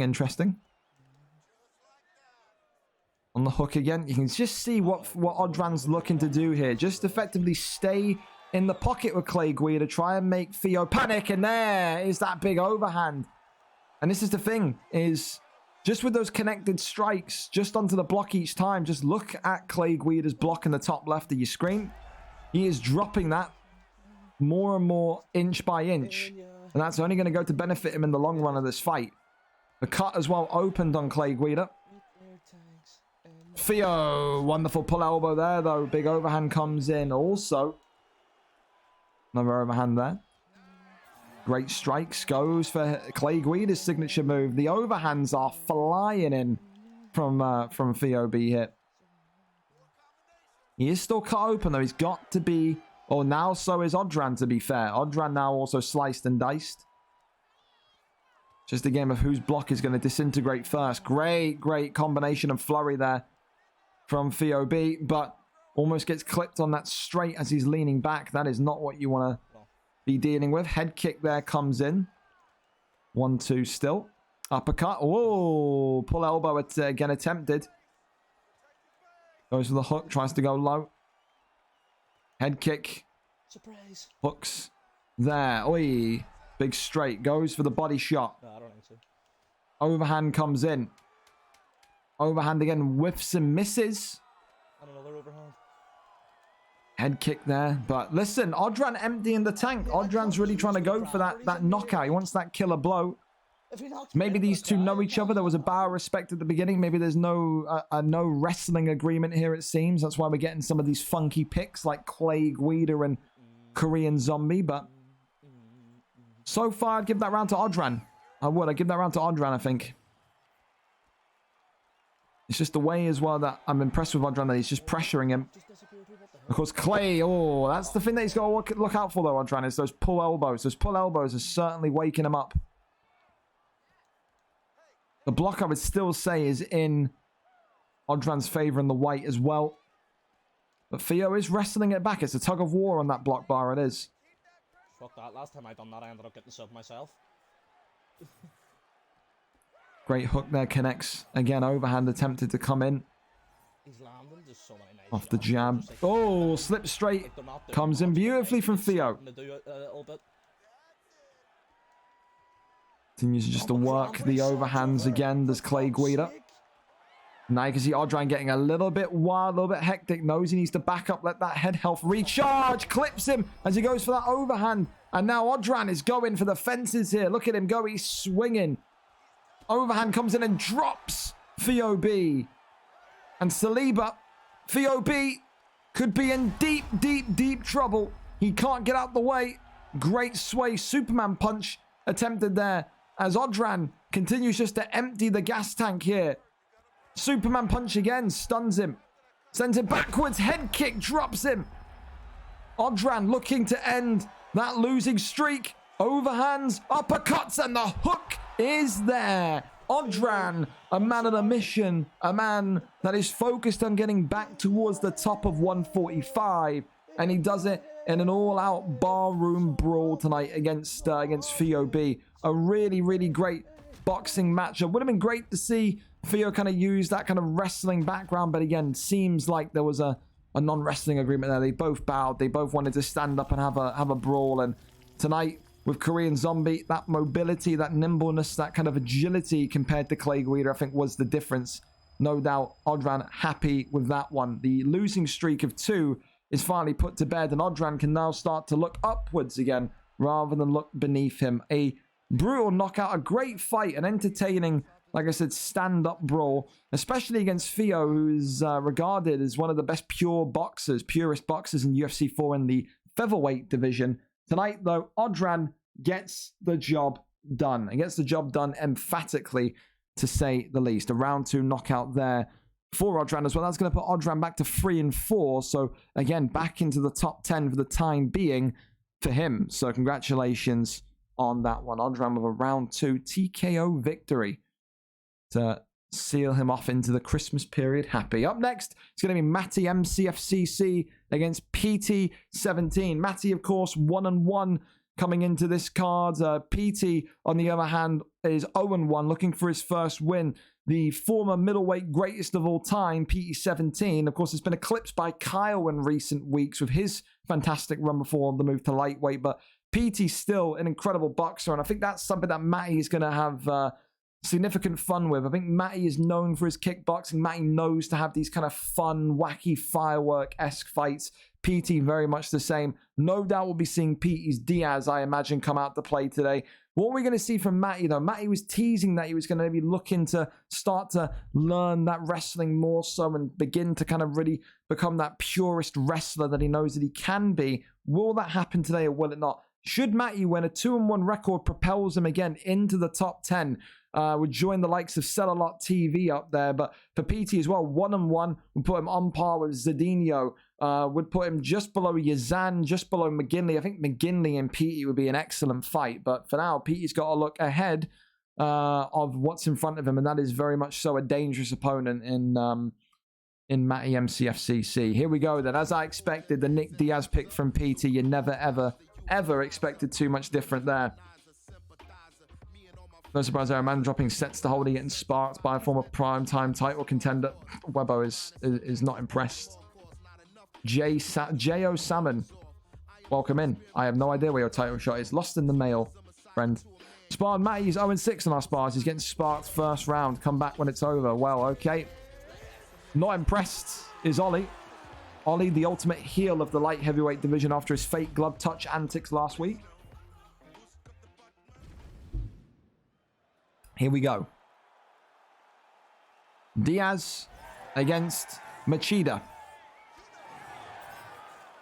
Diaz, of course, for PT in the white. Machida for Matty in the black. And you can see those same as what we saw maybe in that last fight from Gazito. Those uppercut combinations leading the way here for Matty. And as you can see, Matty starting with this aggressive style, and that's not what you want to do against PT. PT, when he won the middleweight title back in UFC 4, was a master of absorbing damage, but also just creating pockets of space where he can just about get out the way and then launch a brutal counter-attack. So that is something that Matty needs to be careful of, because he is being pieced up right now by Nick Diaz. PT17, a man on a mission to get that O removed from his record. I think if you're Matty here, you've got to just calm it down, slow it down. You've got to shift that momentum in the fight, because right now PE is reveling in this being fast-paced and being just an aggressive brawl. So Machida gotten so many high-profile wins in that middleweight division. I think if you think about what Machida can do, he's got those kind of jumping crane kicks. He's got those kind of leg kicks and those body shots, those teeps, I think could be worked into the equation as well. But PT just working everything beautifully here. The level change is phenomenal as the big elbows come in, and he's clipped by big elbow there, PT. PT getting a little bit too greedy. And then nearly getting elbowed off, but there's that big uppercut though. And PT, is he going to get his first victory at UFC 5? Yes, he does. Matty gets caught by a ginormous thundering uppercut and gets dropped and stopped by the former middleweight champion of the world. PT finally off the mark, his second fight, and this is going to feel like a stepping stone into something great for him. One-on-one in this division now, and the only way is up for the former champion. For Matty, we didn't see that wrestling that maybe he was looking into today. He was dropped. I think he was feeling hopeful when, of course, that elbow came in, but PT again just got out the way quick enough to where Matty couldn't really take advantage of it. And today, PT walks out victorious. A round one stop, and that trademark Nick Diaz pick has never looked so good. That McGinley match is looking very, very promising now. I would love to run that match. I think those two on a stream card would be phenomenal. But PT today gets the job done. Congratulations to him. Commiserations to Matty, of course. Bigger and better fights to come, and no doubt about it, probably next for him going to be SC17. That's SC17 or Shark. Both are good fights for Matty. Both are good fights. So again, this division chopping and changing constantly. It's a constant cauldron pot of fun matchups to make on matchmaking. It is. Up next, we're going to go over to Jax and Freewalk. Of course, we are 15 minutes early, so if they need time, that's perfectly fine. But hey, better to be early than to be late. Jax coming over 2-3 record himself, similar to his counterpart Mikey 19, who fought earlier on. He doesn't want to have the same fate as Mikey. He wants to end this losing streak rather than extend it today. A 2-fight losing streak for the former heavyweight gatekeeper. Freewalk, of course, had a fight last week, had to withdraw, but is back in this week. He believes that he's got the kickboxing skills in this light heavyweight division to go all the way. Should he go and win today, Freewalk will be up into 7th in these rankings and would surely be up there for maybe a talk of a contendership fight. It would be potentially 3 wins on the bounce if he won that. He'll be eyeing up all the elites of that division, certainly. But he has to think about today first. Jax, very talented kickboxer, great counter shotter. Don't think we're going to see too much ground game whatsoever in this one tonight. It's all going to be about that stand-up brawl, I think, and it's going to be number 13 versus number 14. Jackson Freewalk kickboxer v kickboxer. I'm on the toilet, so might delay for 5 minutes. Also, my opponent won't reply. Well, we'll go and collect Jax. Jax should know he's got a fight. We'll check DMs quickly as well. We are 15 minutes early, so there you go. That was from before. That's fine. Holdy, that's all right. That's from before. Reminded everyone you can see. No bother. Who? Kilby. Nope. I'm not unbanning Wiz. He refused to play for midweek. He sits out. He sits out in Capolez. I'm not interested. Kilby, surprise, surprise, Kilby associating with people that I've got bans, and he has to ask me to unban them. Incredible. We'll check if Jax is here. We pray that Jax is here, but load up and see if his stream is live. His stream's not live yet. So, again, did ping Jax a message today to remind him about the fight, and he did respond. So, he is here. You ready? Again, maybe he doesn't know that we're 15 minutes ahead. It does happen at times. No problem. Damn right, it's no problem. Kilby. Fuck Wiz. Wiz is a weirdo. Weirdo Wiz. Imagine being 31 and refusing to play FIFA because your team's shit. Couldn't be me. Yikes. Yikes. Well, listen, the cards rolls on. Of course, a little bit of break in play because we're so far ahead of schedule by 12 minutes. So wait for Jax to kind of get back to us and see what's happening there. Maybe the storm has delayed him getting home. Maybe it hasn't. I don't know. Your guess is as good as mine. But hopefully we get to see it because it's a great fight. I mean, you talk about Jax and his kind of resume in this kind of league in general. I think when he was in that heavyweight division, people looked at him as, you know, the guy that was really, really down there to get his confidence back, to prove himself. And he did just that. To get back into the light heavyweight division, I think was something which he wanted to do, and to be in there now and potentially tonight, if he is here, fight against someone like Freewalk, who's so dangerous, but also maybe a little bit rusty, because you got to factor that in as well. Freewalk has not been the most active. He had one fight at VFL 46 and then basically retired. Came back in UFC 5, lost to Alfie on decision at 111, then won against Lucky at 112, then of course lost to Trappy. Won against Lucky in the UFN, then lost to Trappy at 112. So hasn't fought then fought at 113, then beat Bailey at 113. So hasn't fought for 2 weeks. And I think for anyone that kind of plays will know, like, that 2 week kind of layoff can hamper you. It can had to celebrate that Holdy W with this gem. Wow, unbelievable. There you go, Beach. I think you've got a message here from the featherweight champion. I think he's not too impressed with you for some reason. But yeah, a great fight if it happens. If not, of course, we'll go to our substitute bowl or substitute board, but we'll give it the correct time. Of course, if Shrimp and Reese want to go early, we can, so we don't have to kind of delay the delays. But again, some great fights tonight. The return of Suave Jamie, Jay Sherman getting that kind of long-awaited main card spot, Dio the Demon and Stewarty. This fight I was so happy to book.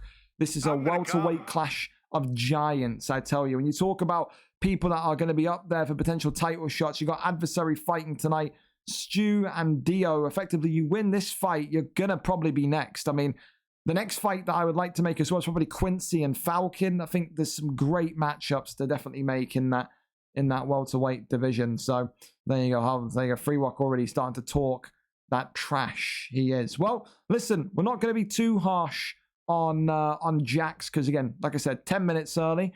But if Wilkie and Reese would like to go early, then we can, and we can just flip that fight by 10 minutes. So we'll tag them and see what they want to do. Yeah, see if that works. You want to go early? If so, we can go now, and then we'll rotate the fights by 10 minutes. Kev G versus Cellular is a good fight, absolutely. Bro, redeemed that of all things. Hey, he did. He loves it. He loves it. Freewalk not doing nothing to no one, let's be honest. Wow. Michael, absolutely not impressed by what he's seeing. All right, so Reese is happy to go early. If Wilkie's there, Wilkie wants to go early, then we can go early as well. And then we'll just rotate that through. Thank you to everyone as well for being here. Again, we got the end of year awards coming up as well. The 2023 UFC awards, the fighter of the year, the kind of most improved of the year, the knockout of the year, the submission of the year, the fight of the year. So many great awards to give out. Still time to lodge yourself in. There's what, number, I think 2 free cards if you're including the UFN between now and the turn of 2024. So one of those as well.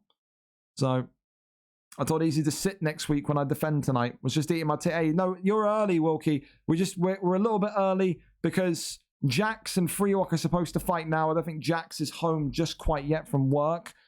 He knows that it's 7:30. He got the ping. So just looking if we can flip one fight so then we don't lose our kind of slot of time. So if you are down to go early, then we can go early. If not, then that's absolutely fine. Reese 902, 901. I don't know what he's linking me here. 901. There we go. Thank you very much, Reese. All right. I'm back. Okay. Trust We're me, here then. I'm For back. Reese and Wilkie, a pretty standard one. Wilkie, now known as C the Shrimp, Bailey to 2 and get 3 tapped out in Jiu-Jitsu R1. Wizard.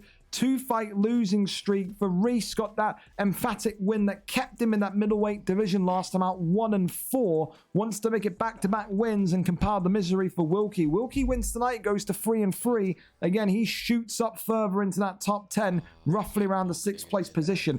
Shrimp or Wilkie's ground game will be the big question mark here because Reese is a knockout expert. He's going to need to have that takedown defense that we saw so often in that light heavyweight division tonight should he want to win. Bailey, thank you, Lopez, thank you so much for the prime and the message to Bailey. Here we go. Sadiq. Well, no, it's not. It's time for it. Sadiq Youssef. Uriah Hall, excuse me. I'm not racist. Listen, allow it.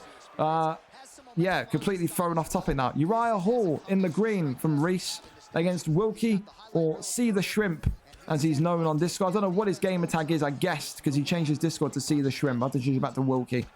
See the Shrimp is just the most stupid name I've ever seen. Wilkie in... Oh, already cracked the leg. Wilkie, of course, in the black with Paul Craig. Again, we saw Paul Craig once today. Jiu-Jitsu is the name of the game. On the feet, Wilkie's not going to have too much whatsoever. Uriah Hall, a kickboxer. So, again, he wants this fight to remain up here for as long as possible. Wilkie maybe going to be thinking about pulling guard. Wilkie going to be thinking about shooting the takedown and really testing Reese's takedown defense. It's always a tricky and sticky game when you pick Paul Craig, though, because like we saw in the early fights tonight, if you pick Paul Craig and you fail to get that takedown, it goes terribly because he has got nothing on the feet. But the pulling of the guard, just like real life from Paul Craig, has indeed worked here. Now we get to see Wilkie work and maybe lock up Uriah Hall here as the armbar has gone in. And is this armbar going to be stopped? Oh, no, it's not. And I think this armbar, is he going to get locked in or has he gotten out of it? Oh, no, look at that. One more submission. He is absolutely twisted that arm into pieces as Wilkie now raining down ground and pound. And now going for a... Oh, no, I thought he was going to go for a Kimura there, but just gets out of it. And Reese has escaped with his life back to the feet, and that stamina is butchered. Recovered well, though. Wilkie going to be confident now. He's got that armbar. That block is also gone as well. Jumping knee there. Cuts open Wilkie. Tries to go that slip straight, but that hook gets that counter shot as well. The jumping knee, that flying knee. Needs to be careful, Reese. I've seen people get clay pigeon shot out the sky. An overhand, the hook. He could be in deep trouble if that connects when he jumps up there. Wilkie pressuring onwards, though. Just defending up, letting that stamina recharge. That elbow slides in, though. And Reese may have gotten a little bit too excited. Gosh, this guy jumped on me, man. And this is the middleweight division. He's not happy with the wrestling. This ain't light heavyweight anymore. You're going to have people wrestle. It only gets worse the lighter you go, Reese. Trust me on that one.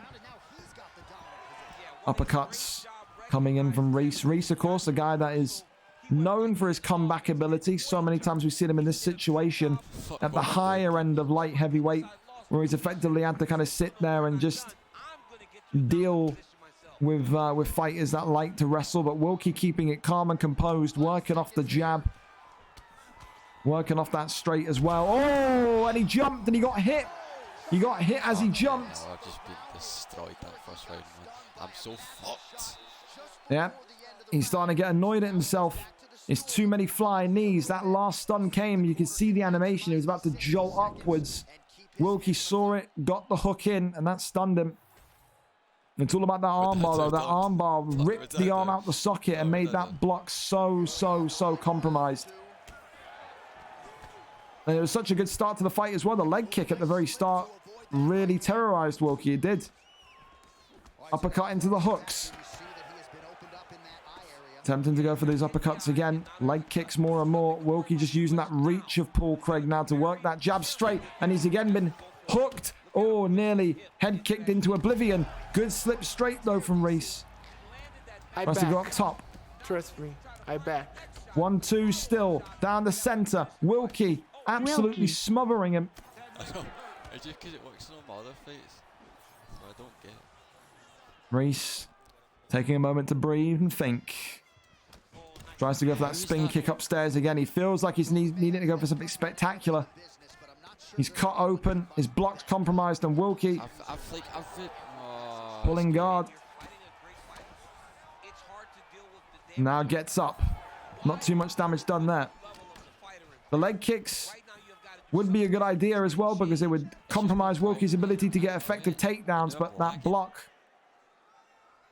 is absolutely what the fuck has happened? Smidged. This guy's internet is bogus. This would be interesting. Oh my god, Wilkie's internet is having a shitter. It ain't Reese's because his stream isn't buffering, so this is absolutely Wilkie's net. Mate, I can't do anything. What wow. I'll tell you what. Reese may... Oh, and we're back. Okay. Oh, no. Look, he's kicked Yeah, us out, mate. Wilkie has fucked it, man. Wilkie's internet has fucked it. They'll go again because we got time, thankfully. But if Wilkie disconnects again, it ain't Reese's. You would know if it's Reese's because the stream would buffer. It is Wilkie's connection. If Wilkie disconnects again, it will go to a no contest, and this will be moved backwards. So there you go. Oh, I'm not going. Wilkie, you're an idiot. You've played UFC now for over a year, mate. That's not how it works. Oh, okay. It's host the UFC. Wilkie, you have been playing this game for a year and 6 months, mate. You should know by now. It's mirrored connection, pal. It has nothing to do with hosts. You aren't playing FIFA. That is your connection. He had no lag on his stream. That is your connection. That is your connection. If it does it again, it will be a no contest. Reese getting a chance again. Getting a chance of life once more. Thank you, Murdoch, as well for the sub. Please do it again. Please do it again. Wilkie is going to be running through his house demanding for the Google Chrome to be shut off. He's demanding for the mobile phones to be switched off flight mode. That's what he's yelling in his house. Right, if this is any sign from God, mate. He's saying he thinks it's a holy intervention. I mean, this is a great position for Reese to be in. He's got his block back. He's not compromised anymore. He's in a very, very good position. Wilkie may even be a little bit rattled because of his connection. When you know it's you and you've got everyone pointing at you going, it's you, it can make you pissed off. Maybe Wilkie's going to fight a little bit more angry. Maybe that's going to force mistakes in his game.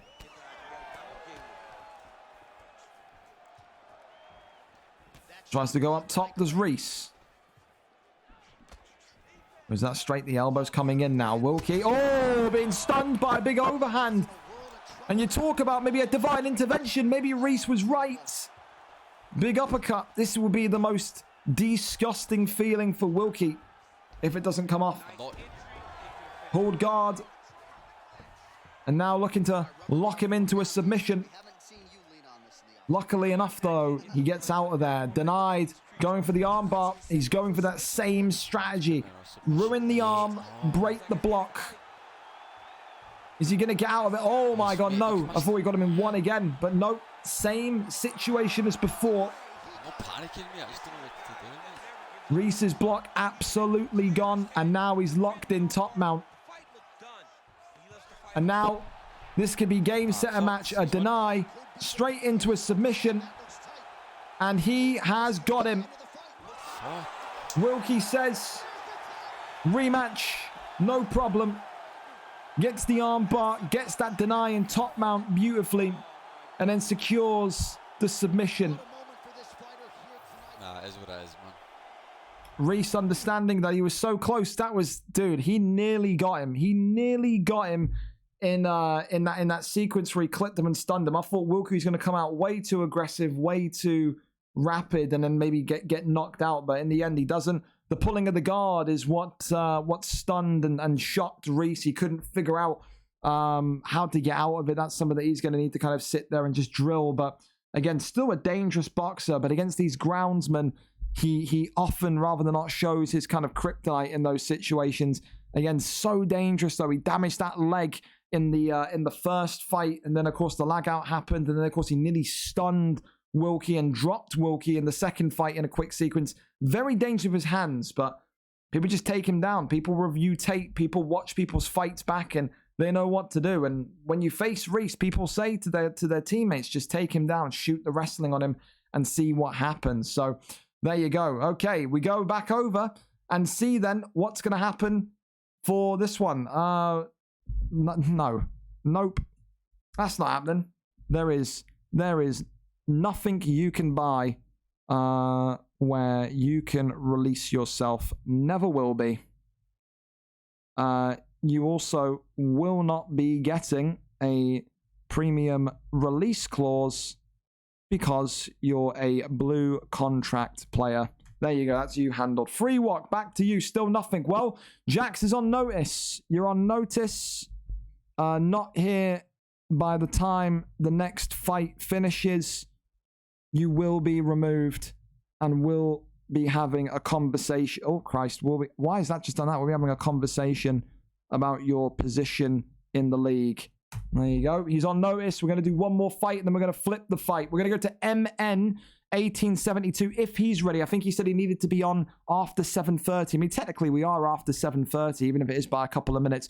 I feel like if that does happen, I feel like we've got a ready-made replacement in Michael. I think I would like to do that fight in Free Walk and Michael. So if Michael's in here, got a lisp, then Michael, get the gloves on. You may well be required and called into action. That could be a great fight to have stylistically as well. Listen, do Bronx. If need be, I can turn up. There you go. We got people lining up. Let's go over to one more. And then after that one, we'll have the replacement ready and set. MN 1872 and Bailey 18. If both, of course, are here and ready versus Bailey. Ready if you two are. Again, maybe it's because of the storm. Said Jax reacted to this. He reacted, so he saw it at 4:35. I don't know what's happened. I don't know where he is. But you saw last week with Kiko. I speak to Kiko, and I still cut him from the league. I got no loyalty to anyone. You know what time it is. You have to show up, or you get cuts, bro. Because there are people that want to be on these cards. You take the piss if you're not on time. That's just how it is. So we wait. We see if Bailey and MN want to go. And then we will rally on forward. But some great fights so far. Buggy Man as well. I forgot to say thank you for the follow when you followed about 40 minutes ago. No, if you're still here, but thank you for following, pal. Hope you're enjoying the fights. Bailey, I saw you in the chat earlier on. Will it be you streaming or will it be MN 1872 streaming? It's you. Wonderful, Bailey. Okay, so next fight then, Bailey and MN 1872. Someone's O has to go, but it's not in the way that you think. Both of these two winless in their opening two fights. A balanced fighter is MN 1872. Elite level handwork, but struggles when it comes to that ground game. Bailey, a jiu-jitsu artist, again, vice versa, struggles on the stand-up, but I think we'll have MN 1872's number if he gets this fight to the ground. Someone will get their first win tonight. Someone is going to rise up those rankings and get towards about the top 16 of this division, and someone will extend their losing streak to 3. Who wins? What will happen? Will it be a fight of the night worthy performance? It is number 21 in the light heavyweight rankings against number 22 in those light heavyweight rankings. Let's go up and over to it and see what the picks are going to be. Stocky. That's Stocky. You are wonderful, and I shall do. If we need you, we will shout. We will shout. We'll see if, let me just ping Michael a message as well. If Michael wants that fight, then we're going to run that fight. If you want to fight, shout.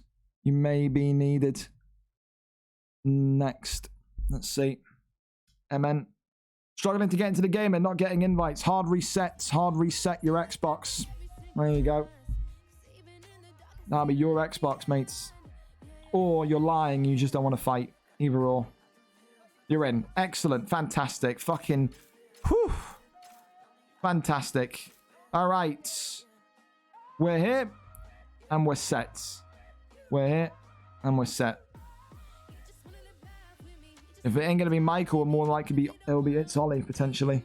Ollie, I'd say to you to get ready as well. Then if Michael don't reply, then we're going to give you the fight, I think. Both kind of make sense. I'm happy with either. And we're still going to be on time as well, which is absolutely lovely. Thank you to, of course, to all the subs, of course, for being here and ready to go as well. What are the picks going to be? Another Chris Weidman pick. Chris Weidman getting a lot of love on the card tonight, man. 3 Chris Weidman picks. Wow. Okay. Chris Weidman's season. Rolling the clock back to before he had those injuries, those leg breaks. When he broke Anderson Silva's leg, he was one of the greatest in the world, wasn't he? So, Bailey in the blue with Weidman. MN 1872 in the black with Rakic. Immediate takedown from Bailey 18. And this is exactly where he's going to want the fight to remain. If you're MN 1872, you've got to withstand this storm, this flurry. Get back to the feet and just keep Bailey standing. Bailey here moving like a purebred wrestler. Trying to get him with that, maybe that flip. No, the posture up though is too quick. More and more ground and pound here from MN 1872, or onto MN 1872, should I say, and gets back onto his feet. Bailey, don't be surprised if he just keeps on shooting. The takedown defense is going to need to be sky high, and there it is. That's exactly what he wants. Of course, with Rakic, you've got so much length as well on the black. You can just kind of bop him with that jab straight from distance. Really work off those jabs and make yourself known. Bailey, of course, not his strong suit to stand and kickbox. As you can maybe say, a little bit lethargic when it comes to the striking. You can see that so far. You can see the pitfalls of each already. Great takedown defense again. Leg kick there coming in. Hooks onto Bailey's block, trying to get that big front kick down the middle. The thing as well that Chris Weidman has is he's got a little bit more spice in his striking than you'll find with someone like a Paul Craig. So Bailey maybe acknowledging what you've seen with those Paul Craig picks tonight and saying, you know, I'm going to see if I can get a knockout blow if it comes. But he's not wanting to throw strikes at all. Bailey has thrown rarely anything up top on the feet. He just wants to get that takedown, immediately kind of gain dominant position and then go from there. But he's got to get these denies. He is not. Bailey is doing that UFC 4 Bailey 18 routine where he's getting the takedown, he's getting some shots off, and then he's letting his guy get right back to the feet and then immediately having to get him back down. He's not going to win the fight doing this. He has to get those denies going. Because you can see his stamina is starting to drop because of those takedown attempts. Knee to the body. Bailey backing away, circling away. Clinches and gets the knees off again. Bailey 18 is just not, he's not confident in his striking. You can tell, you can see it. He doesn't want to go too far in with MN 1872. The lifelong Rangers fan trying his hardest to fight out of those clinches and predict when those takedowns are going to happen. Thing as well is that Bailey's now cut, but he also cracked his leg just a little time before. Round 1 in the books. And I think realistically you have to give that round to MN. I think you do. I think the fact that he cracked his leg will count as a health event. So you have that. He's done more damage on Bailey. The cut is a deeper shade of orange compared to MN's yellow cut. So I think he's won it on damage. Bailey knows what the mission is. It's secure the takedown, but he's got to get these denies. If Bailey gets 1 or 2 denies, he will wrap this fight up. He will. He will. Big hook comes in to open up the cut once more. Head kick there from Weidman. But that's blocked as well. You can see the hooks into the midsection strikes as well. Very good. But now the takedown defense very much there.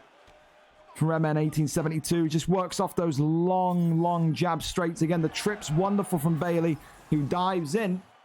And now working more and more shots to the body. Pulls him back in. Tries to get up. That one there is denied. That one there is also denied. This is exactly what Bailey wants to see. Postures up. Not wanting to use one of those power transitions to get out of full guard. Bailey almost maybe a little bit frozen. He doesn't want to... Yeah, he's got to get out of full guard. He is getting in full guard and posturing up. He has forgotten maybe some of those basics that he taught himself in UFC 4. Full guard is the worst position you want to be in. It's great if you're the guy on the bottom. Bailey has got to try and find a transition to half guard. Try and find a transition to side control, top mount, anything that isn't full guard. Full guard is the easiest one to get out of. And so far, MN 1872 having more and more joy with these simple strikes from Rakic. Jab straight coming through, the hook onto the block again. 1-2s. Bailey almost trying to dick punch him there, trying to go for that Ric Flair low blow. Knee to the body has stunned Bailey. And now it's dropped Bailey, those hooks. Kicks him away. Leg kick comes on in. Elbow flying forward. Uppercut being attempted by Bailey. Pull elbow, or pull uppercut, shall I say. Connects, but that one there. He walks into a devastating Rakic hook. And Bailey is out of there. A round 2 TKO. Bailey tonight was trying to do too much in full guard. He didn't want to advance position. All he wanted to do was posture up and rain down those strikes. Should have maybe used that power transition to half guard. But again, still relatively raw to the game. Had it for only about a month. He's still learning. He's still trying to get back to that kind of level, to that position he was in 4. But he's got to go back to the drawing board and kind of remember those basics. You cannot sit in full guard for a fight. It's only going to be beneficial to the guy underneath you. Tonight, MN 1872 gets his first win of UFC 5 and hopefully the start of many to come. Good boxing today, calm and patient. That was definitely the instructions from any camp that he possibly had. Very, very fluid and very, very patient performance, to say the least. All right, Michael is going to go in. So Jax is out and Michael is in. Confirmed and set. So Scary Times or Got a Lisp coming in to take on Freewalk 2-3. So the same record as what Freewalk was going to fight. The only difference is Got a Lisp, Michael, has only lost 1 fight in his last 2 compared to 2 fights in his last 2. So there you go. There will be a conversation had with Jax about his position in the league. Unless it's something to do with the storm that's going on here in the UK. We'll have to wait and see. But yeah, Michael, he's going to need you to stream, by the way, if you could. But there you go. Confirm replacement. Got a Lisp steps in, takes on Freewalk. So 2-3, the mission doesn't change for Got a Lisp. For Freewalk, of course, 1-0, wants to make it 2-0, and it will be a high-profile victory tonight if Freewalk can manage to beat the former #1 contender for the heavyweight strap. Of course, different weight classes, but again, you have that experience, that higher-up experience from someone like a Scary Time. So it's one of those. It's going to be interesting to see what the picks are going to be. And again, we're still, even with that, going to be right on time. That RJ Ben the Beast fight slated for 8 p.m. And we're looking like we're still motoring towards that at 8 p.m. So there we go. He's asked you to stream, by the way. If neither of these two can stream, then there you go. That's fine. Okay, Michael's streaming as well. Fantastic. Lovely, lovely, lovely. As we're there and we're ready. Thank you to Michael again for being prepared. And maybe, just maybe, you'll see Jax disappear off those light heavyweight rankings after tonight. We'll have to wait and see. Don't sit there and react to my reminder at 4:35 and then 3 hours later not be here. Completely disrespectful. but I have a goddamn great excuse. If it's a, oh, I just forgot, then you're an idiot. But we'll give it benefit of the doubt. Everyone's due their fair process. Jax has been actively competing. Unlike Kiko last week, who was on a 5-week break of not fighting because he lost. So maybe there's a reason to it, but we'll have to wait and see. Wonder if we're going to see another Weidman pick, eh? I mean, we have seen a lot tonight, Mike. If we see one more Weidman, it's 4 Weidmans tonight. 3 Weidmans is already a record. We've never seen that many Chris Weidmans in our lives. Shogun Hua for free walk. And looking like it's going to be Alexander Rakic for Michael as I spray water all over my desk. Wow. Wonderful. Here we go, though. The mission's still the same. For young Freewalk in the yellow. Fighting upwards, wanting to prove himself as the next up-and-coming main eventer in that light heavyweight division. He said when he came down into light heavyweight from middleweight, he didn't feel like he was done in middleweight, but he would accept the move to light heavyweight because he felt like it was a chance to go and craft his skills, craft his precision boxing a little bit more. And of course, this is what he does. He works those pull elbows, uppercuts, swinging in. And Shogun Hua getting big knees off here. And against the cage here, Freewalk is going crazy already. Of course, the big thing that Freewalk has trouble with is that wrestling. We know that when he lost to Trickster Trappy in the middleweight division, Freewalk almost lost it in terms of his anger. When he said, imagine just shooting takedowns the entire fight. That's how Freewalk lost in that division. We know that he can box. Whoa, good head kick though from Michael. We saw his boxing acumen, Freewalk, when he knocked out Lucky in dominant fashion. But so far, both men getting a stun on one another. The pull elbow and that wonderful head kick. As Freewalk continues to just be a little bit more patient, a little bit more conservative in terms of his strike attempts. Big overhand coming in from both. Another one coming in from Michael. Freewalk trying to find his feet and trying to find his pacing again. Goes with his own body shot overhand combination. Michael being a little bit more conservative now. And there's that takedown from Freewalk. Interesting. He wants to be the wrestler today. Goes over into backside. Posture up is there. Michael defending himself. And he's, oh my God, he just let go of block where block was broken. Overhand attempted to come in there again. Oh, elbow just gliding in. Dodges out the way. Does Michael. Shoots the takedown. Gets the takedown. Freewalk maybe wanted to show people that he's not afraid of the ground game. Like maybe the story is. And Michael gets that flip and rotation. Could be a great submission attempt here. No, Michael not wanting to go for anything with Rakic there. And now ground and pound coming in from the Rakic pick up top. Michael laying down big strikes here. Freewalk split open even more. Shimmies that one away. Michael can't get the deny. And back to the feet he goes. Oh, overhand from Rakic. Freewalk walked right into that one. And Freewalk now is staying far away. Off the jab.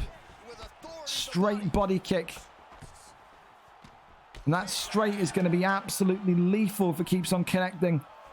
On Shogun Hua, head kick combination there. Uppercut as well. Freewalk fading at the end of that first round. A great start, but fizzled out. He did. Both men stunned. Both men near the end at some points. That knockdown will probably still secure Freewalk the round compared to the 2 stuns for Michael. But it is an even playing field. That cut on both men, I probably want to say, is equal shades of orange. So the damage is pretty equal. And we're going to need to see now if Shogun Hua, or if he can come back into this one, because Freewalk will, no doubts about it, be motivated and charged up for this. Michael came in last minute, rolled off the sofa, rolled out of bed. He said, I'll take the fight, Dana. Let's go. Here we go. Round number 2. Free walk. Having a slow end of round 1. Needs to have a strong start to round 2. Again, those double uppercut combinations impacted Michael tenfold in round 1. He's got to be careful of them. He's not predicting that third uppercut almost. He just needs to pull back out of it. If Michael sees those uppercuts starting, just get a pullback going and see what you can do. He's not confident with his head movement, and it's an absolute front kick down the middle that dislocates Michael's jaw from his face. Knockout of the night is home to Shogun Hua so far. The timing on that one, wonderful from Free Walk as he just front kicks the lights off of Scary Times. A miscalculation, a mismovement, and for Free Walk, 2-0. Still coming out there as one of the most aggressive and dangerous strikers that no doubt you will find in the light heavyweight division. Always props to Michael for a wonderful, wonderful attempt. A good end of round 1, but he just wasn't really... There's triple uppercuts. I think when Michael... You needed to adapt. When he saw that second uppercut coming, you just got to get one pullback. One pullback, one elbow, one pullback, one uppercut yourself, one pullback, one hook. And that fight could have been completely different. But what we can tell you, though, is the knockout of the night is very much secure for now. Free Walk with a round 2 TKO. Shogun Hua. Should I just put show? I'll just put show. Yeah, show will be fine. I'll figure that out. Shogun. I'll just put Shog. There you go. That'll be fine for graphics. If he can keep it, of course. But Free Walk 2-0. And he will be wanting even harder opponents next. And again, with that division lining up the way it is, there's some great opportunities in there. I think him and Jason would be a fantastic fight. I think him and even maybe Ollie would be a great fight. How would he go up against the dirtiest player in the game? How will he feel about that one? But that's for a future card. Up next, though, we'll go over to RJ against Ben the Beast. The return of RJ5R, of course, hasn't competed in the UFC League with us since VFL 104. So just before the turn of UFC 5, lost to Demonic by round 2 submission. That, of course, was back on the 28th of September. RJ, notorious for kind of ghosting in and out of the league, in and out of the division.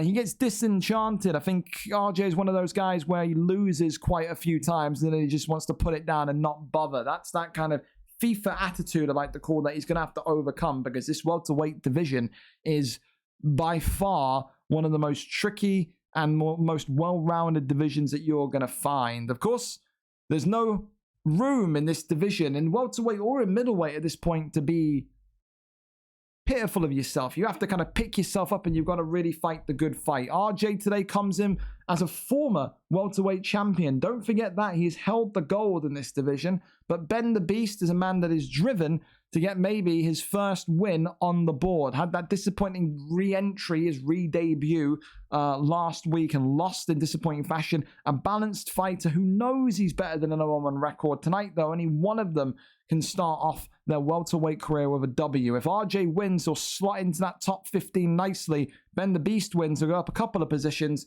just above Gazito, who of course lost tonight. So good chance to start your building block kind of movement in this stack division. Who gets the W? RJ, of course, more known for his kickboxing. I think you're going to see a McGregor from RJ. For Ben the Beast, I don't know who you're going to see. You really don't know with Ben. You really don't know. As we get another one of these weird alerts. That's because the activity of the Discord is so damn high. Now Jax is back. I didn't get notifications. Fuck, I apologize. You reacted to the post. You knew you were fighting at 7:30. It's not an excuse. We'll have a convo about punishments later. Don't give me that. Oh, the notification didn't work. You know that you're fighting at 7:30. It's not a good enough excuse. Oh, my notifications weren't working. It's a you problem. That's a you problem. Give me this free what guy show Lisp how to wit. Wow. Still calling out Lisp. Unbelievable. Well, RJ and Ben the Beast up next. RJ versus Ben the Beast. You're up. Link, please. Let's go, let's go, let's go. I was continuing to... I was expecting him to walk forward. Well, there you go. There you go. There you go. Blood's mad over a game.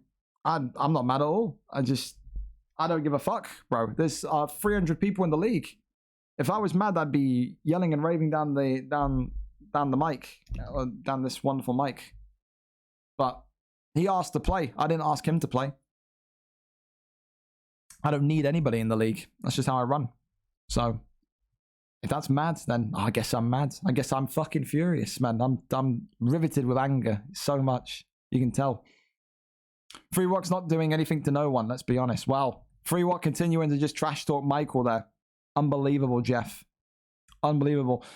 Side note as well, VFL Americas. There'll be an announcement coming soon for that. The late night league for us Europeans, but also the American time league is going well. Very happy with that. Very happy with that. A lot of great stuff planned for 2024. Like a lot. An absolute load. An absolute load. FreeWalk, stop with your ego. Holdy telling someone to stop with their ego. What parallel dimension have I fucking walked into here, man? What absolute land of nonsense have I walked into here where Holdy is talking to someone about their ego? There you go. There you go. You've been dodging the spars for wow. There's beef between Holdy and FreeWalk. Unbelievable, Jeff. Unbelievable, Jeff. Well, we wait for RJ and Ben the Beast, and then we'll go from there. I don't know if Ben sent me a stream link, but let's see. So there was a concern about Ben maybe not going to be here, was asking to move his fight back earlier on. Of course, you know me, when anyone asks to move their fight back on the day, I tell them, you can do it. You can sort that. I make you lot, basically, you need a time change on the last day. You have to go and sort that yourself. I don't do that for you, especially when I'm being pinged about it an hour or 2 hours before I start streaming. You know, make sure again, get involved in the predictor card. You predict all of these winners correctly tonight. It is free cash in your pocket. This is live from 10 p.m. The main card. Some big fights tonight. Get some cash in your pocket before Christmas hits. Go, go, go. Free to enter. Free to play. All you got to do is list who you think wins. Maybe Santa will come early. Santa being me. Wow. Wow. I can smell it cooking, the beef. FreeWalk, we both know you shouldn't be in light heavyweight. Stop egoing. He's a light. I don't know. I disagree. I would say FreeWalk's a light heavyweight. I don't know. Wait. I mean, I would say he was moved there for a reason. Let's not pretend like he's some sort of. No offense, FreeWalk. Let's not pretend like FreeWalk is some sort of super player, Morgs. I don't think that's a valid opinion. He's 1 and he's 2. He's 2-0 now in light heavyweight. Before his light heavyweight move, he was 0-1, 1-1, 1-2, 1-3. He was 1-3 in middleweight. So I would disagree with that. I think there's legs to him being in the light heavyweight division. Okay, so I would disagree. Ben's talking in another chat, so he should be here. What chat is he talking in? Another Twitch chat or a Discord chat? Doesn't matter. We've got a link from RJ. Wonderful. You need to know if I have to hurry him up or not. We're there. Thank you so much. Look at that. Bang on time. 8 p.m. That there is on time. Perfect timing. Lovely. So, former welterweight champion of the world, RJ5R. And he tonight comes in against Ben the Beast, the guy that, of course, had so much momentum in UFC 4.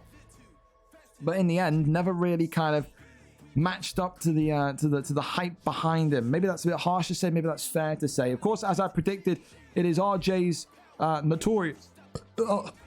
A burped and hiccup there. Whoa. Oh, that was something. RJ's notorious Conor McGregor taking on Nate Diaz from Ben the Beast. That was weird. I've never had that sensation before. Jesus Christ. So, with Nate Diaz, the thing that RJ's going to need to be a little bit careful of is that animation for the jab straight.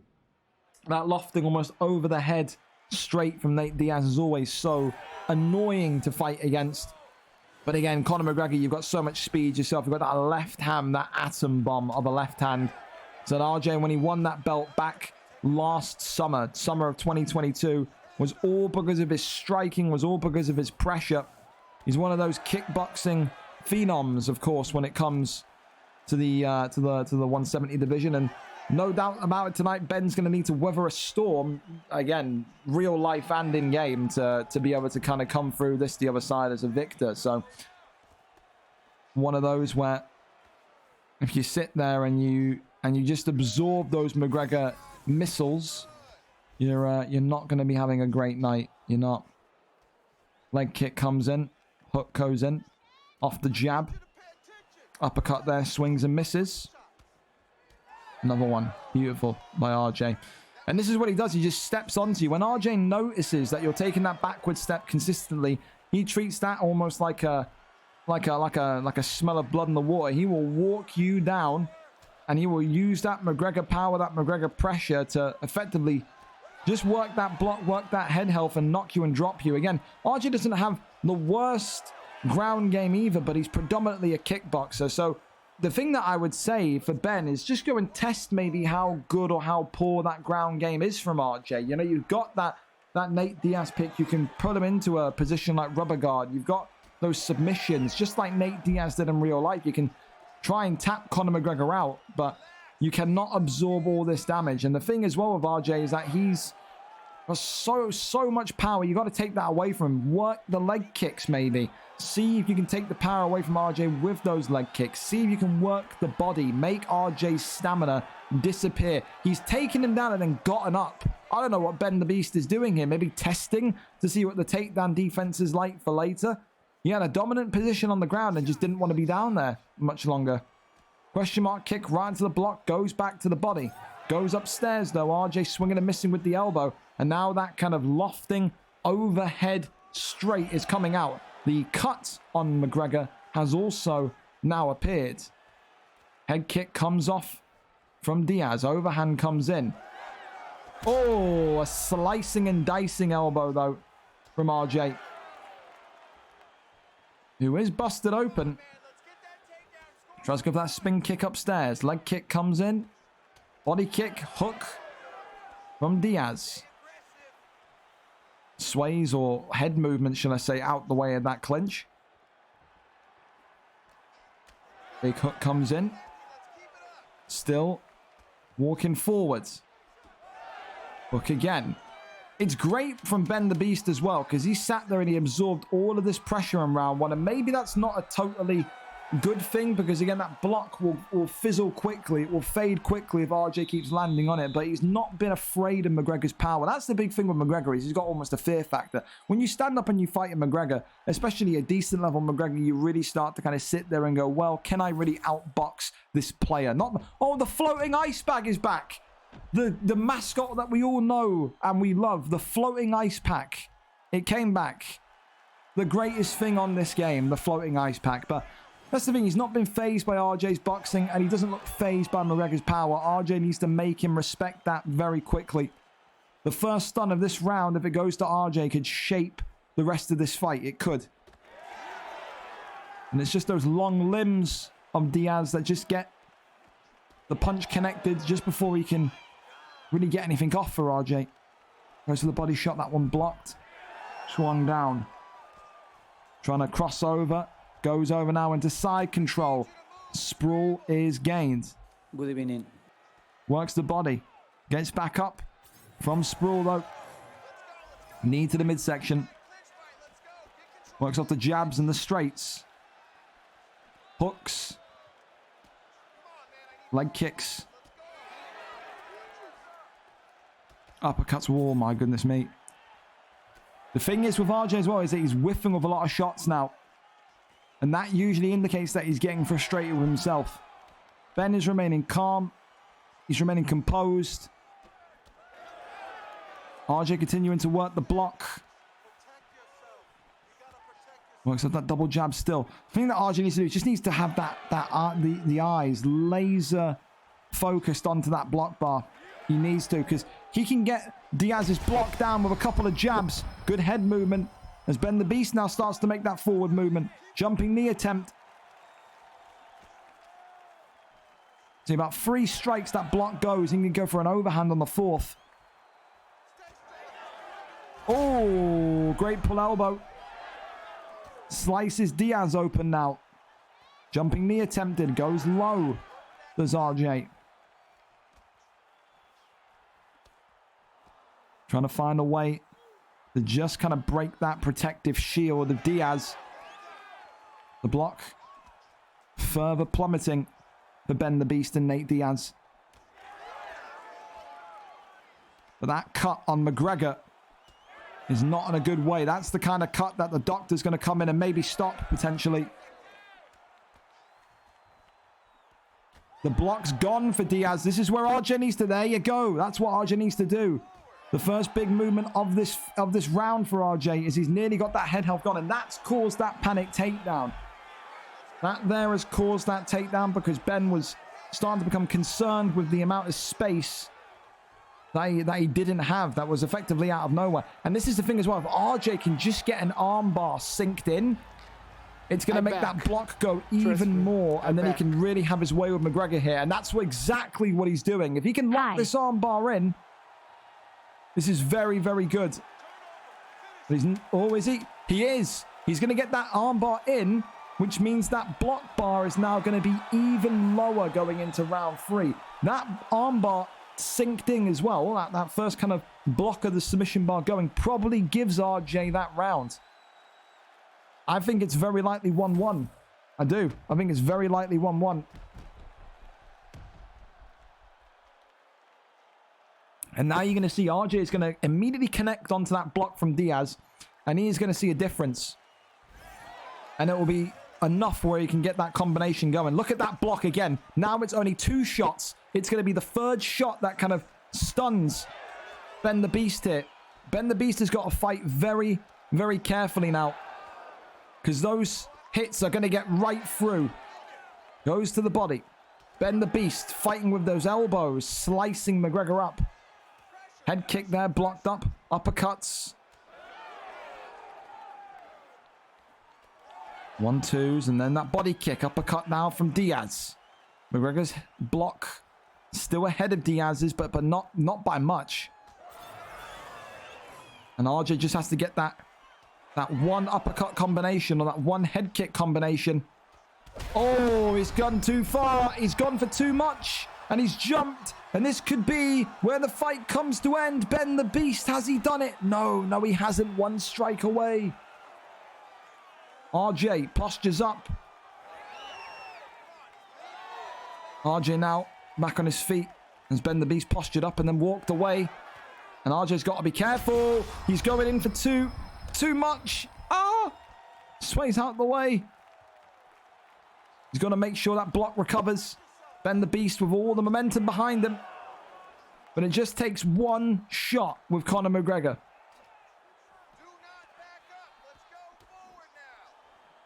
Question mark kick onto the block. There's that head kick. Wonderful work from RJ. Uppercut comes through again.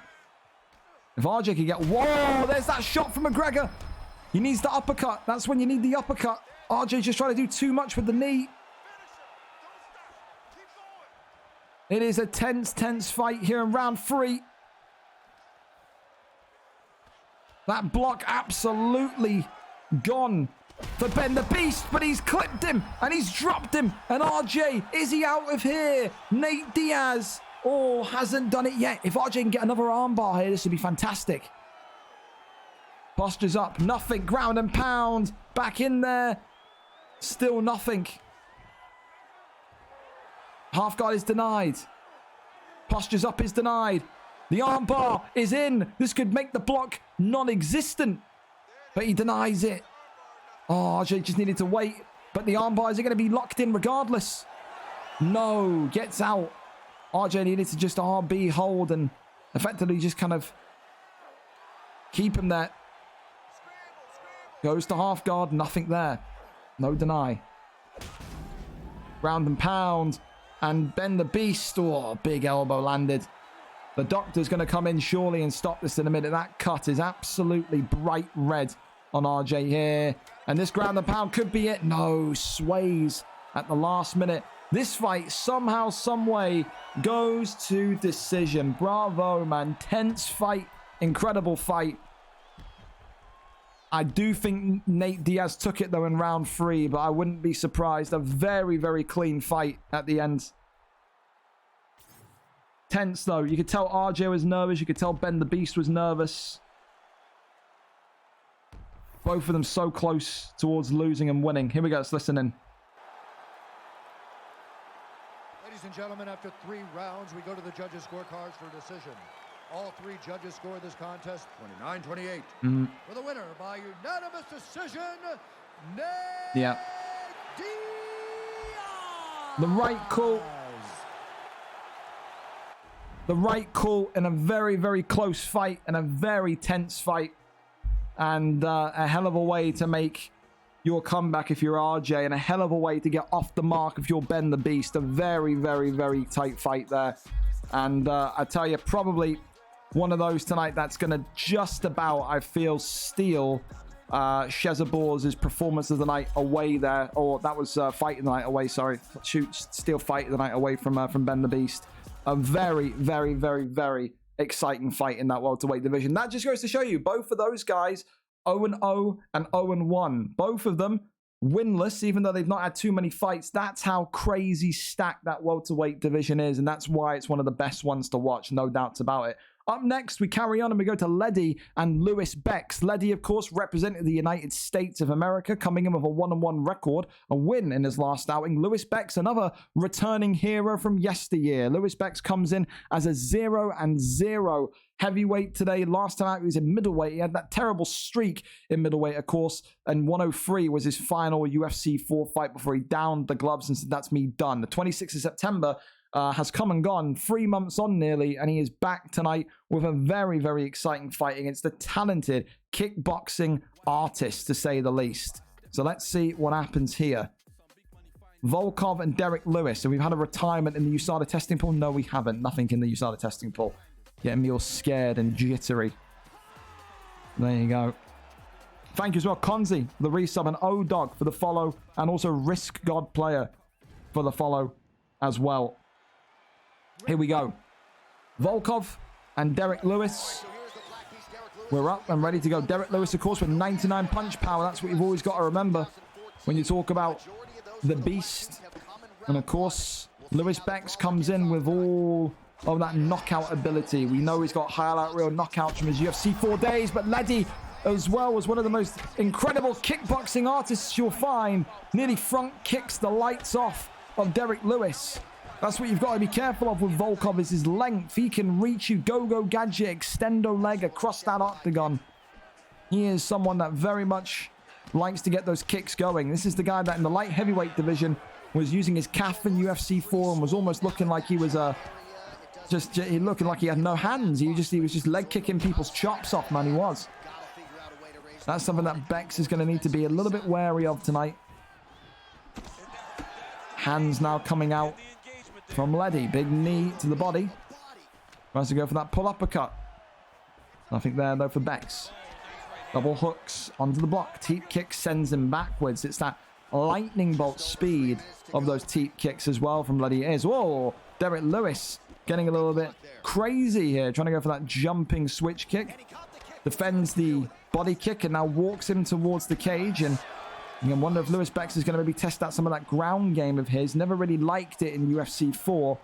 That way, I mean, you're going to see an equal fight here, because I think Leddy is not too big of a... Oh! Big drop. Not too big of a fan of ground game, but close proximity.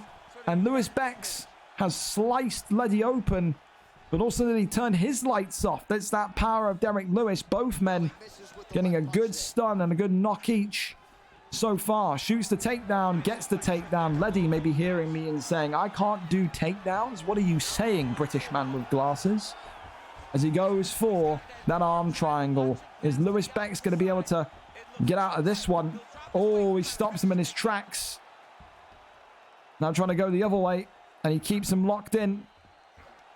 And this one has the first submission locked in. Of course, Leddy knows he can't go for an immediate submission again. He's going to need to wait for that to recharge. Takes back mount here. Going for back fly. This could be the rear naked choke coming in here. No, ground and pound. Rolled him through, and big strikes coming in. Now goes into top mounts. and going for a triangle choke. He has certainly heard me and wants to make a point here. Bex is locked in, and Bex, in his reintroduction, has been tapped out by a very, very impressive Leddy Shoots today. Leddy adding submissions and ground game to an already stellar kickboxing base. That there was quite something. Leddy showing that he is still growing and still adding skills to his kind of preset that will make him a future heavyweight champion. And I think that was probably his most impressive performance to date. Not just this UFC, but to date. So good knowledge of the subs, good knowledge of the animations for the transitions. I think Lewis, of course, only getting the game a couple of weeks ago, so he's still learning at that kind of beginner level about submissions. But wow, so they had a good stand-up fight too. Both of them nearly getting knocked out on the feet. Leddy took advantage of his knowledge though on the ground, tapped them out. Lewis Bex will feel disappointed, but he shouldn't feel too disappointed because he's probably given Leddy his hardest fight out of all of the fights that he's had so far. Even when Leddy lost that fight of his, of course, back a couple of weeks ago in UFC 5, it wasn't anywhere near as convincing as what you think it would be. It was a very back and forth fight. So props to Lewis Bex. Said still getting that ring rust off, still wiping the dirt off of his shirt, and I think he's going to have an excellent career in this heavyweight division, but just needs to kind of knuckle down and get back to the basics, I think, because as soon as Lewis Bex knows about those submissions, he's going to be dangerous. Not even just how to do them, but just how to defend them. I think that's the big thing in that heavyweight division. You have to know, don't you? You have to know right off the rip. But a great way for Leddy to end his 2023, unless he fights on the UFN tomorrow. Maybe he fights next week as well. But a great way to go into Christmas, at least, with a Christmas victory over Lewis Bex. And no doubt, one of his best. To be completely honest, I feel bad for Leddy, because if this performance of the night from Trixie wasn't so good with all of the takedown defense, that'd probably be performance of the night. I'm not even joking, but I still think Trixie is clear with that accolade. I really do. Going up next, then, we're going to go over to Skilled Z and Driscoll. Skilled Z, of course, coming in with a 1-2 record. 2 fights, 2 losses in a row. Driscoll 0-1 since coming back into the division. He won gold in, losing his reintroduction fight, though. It's showing Driscoll, the Irishman, that this division is still as dangerous and as tough as ever. Driscoll is on a streak of losses too. You talk about people that are maybe lacking confidence. You got your lucky 13s in that light heavyweight division, but Driscoll's up there as well. 1, 2, 3, 4, 5 fights in a row that Driscoll's lost. His last competitive win came against Dex Primacy at 107, the last card of UFC 4 on the 12th of October. It's been over 2 months since Driscoll has tasted that sweet nectar of victory. Is it going to take a little bit longer than this week? It may well do if you like your history. Skilled Z and Driscoll fought in Skilled Z's third ever fight. That first fight happening nearly 40 cards ago. Skilled Z won that one in round number 1 at VFL 77 on the 15th of June, over 6 months ago. With that, we go up and over and find out who is going to be live for us. It's going to be Skilled Z. We're there, we're set, and we are ready. We are ready. Who got sub of the night? Did I not get it so far?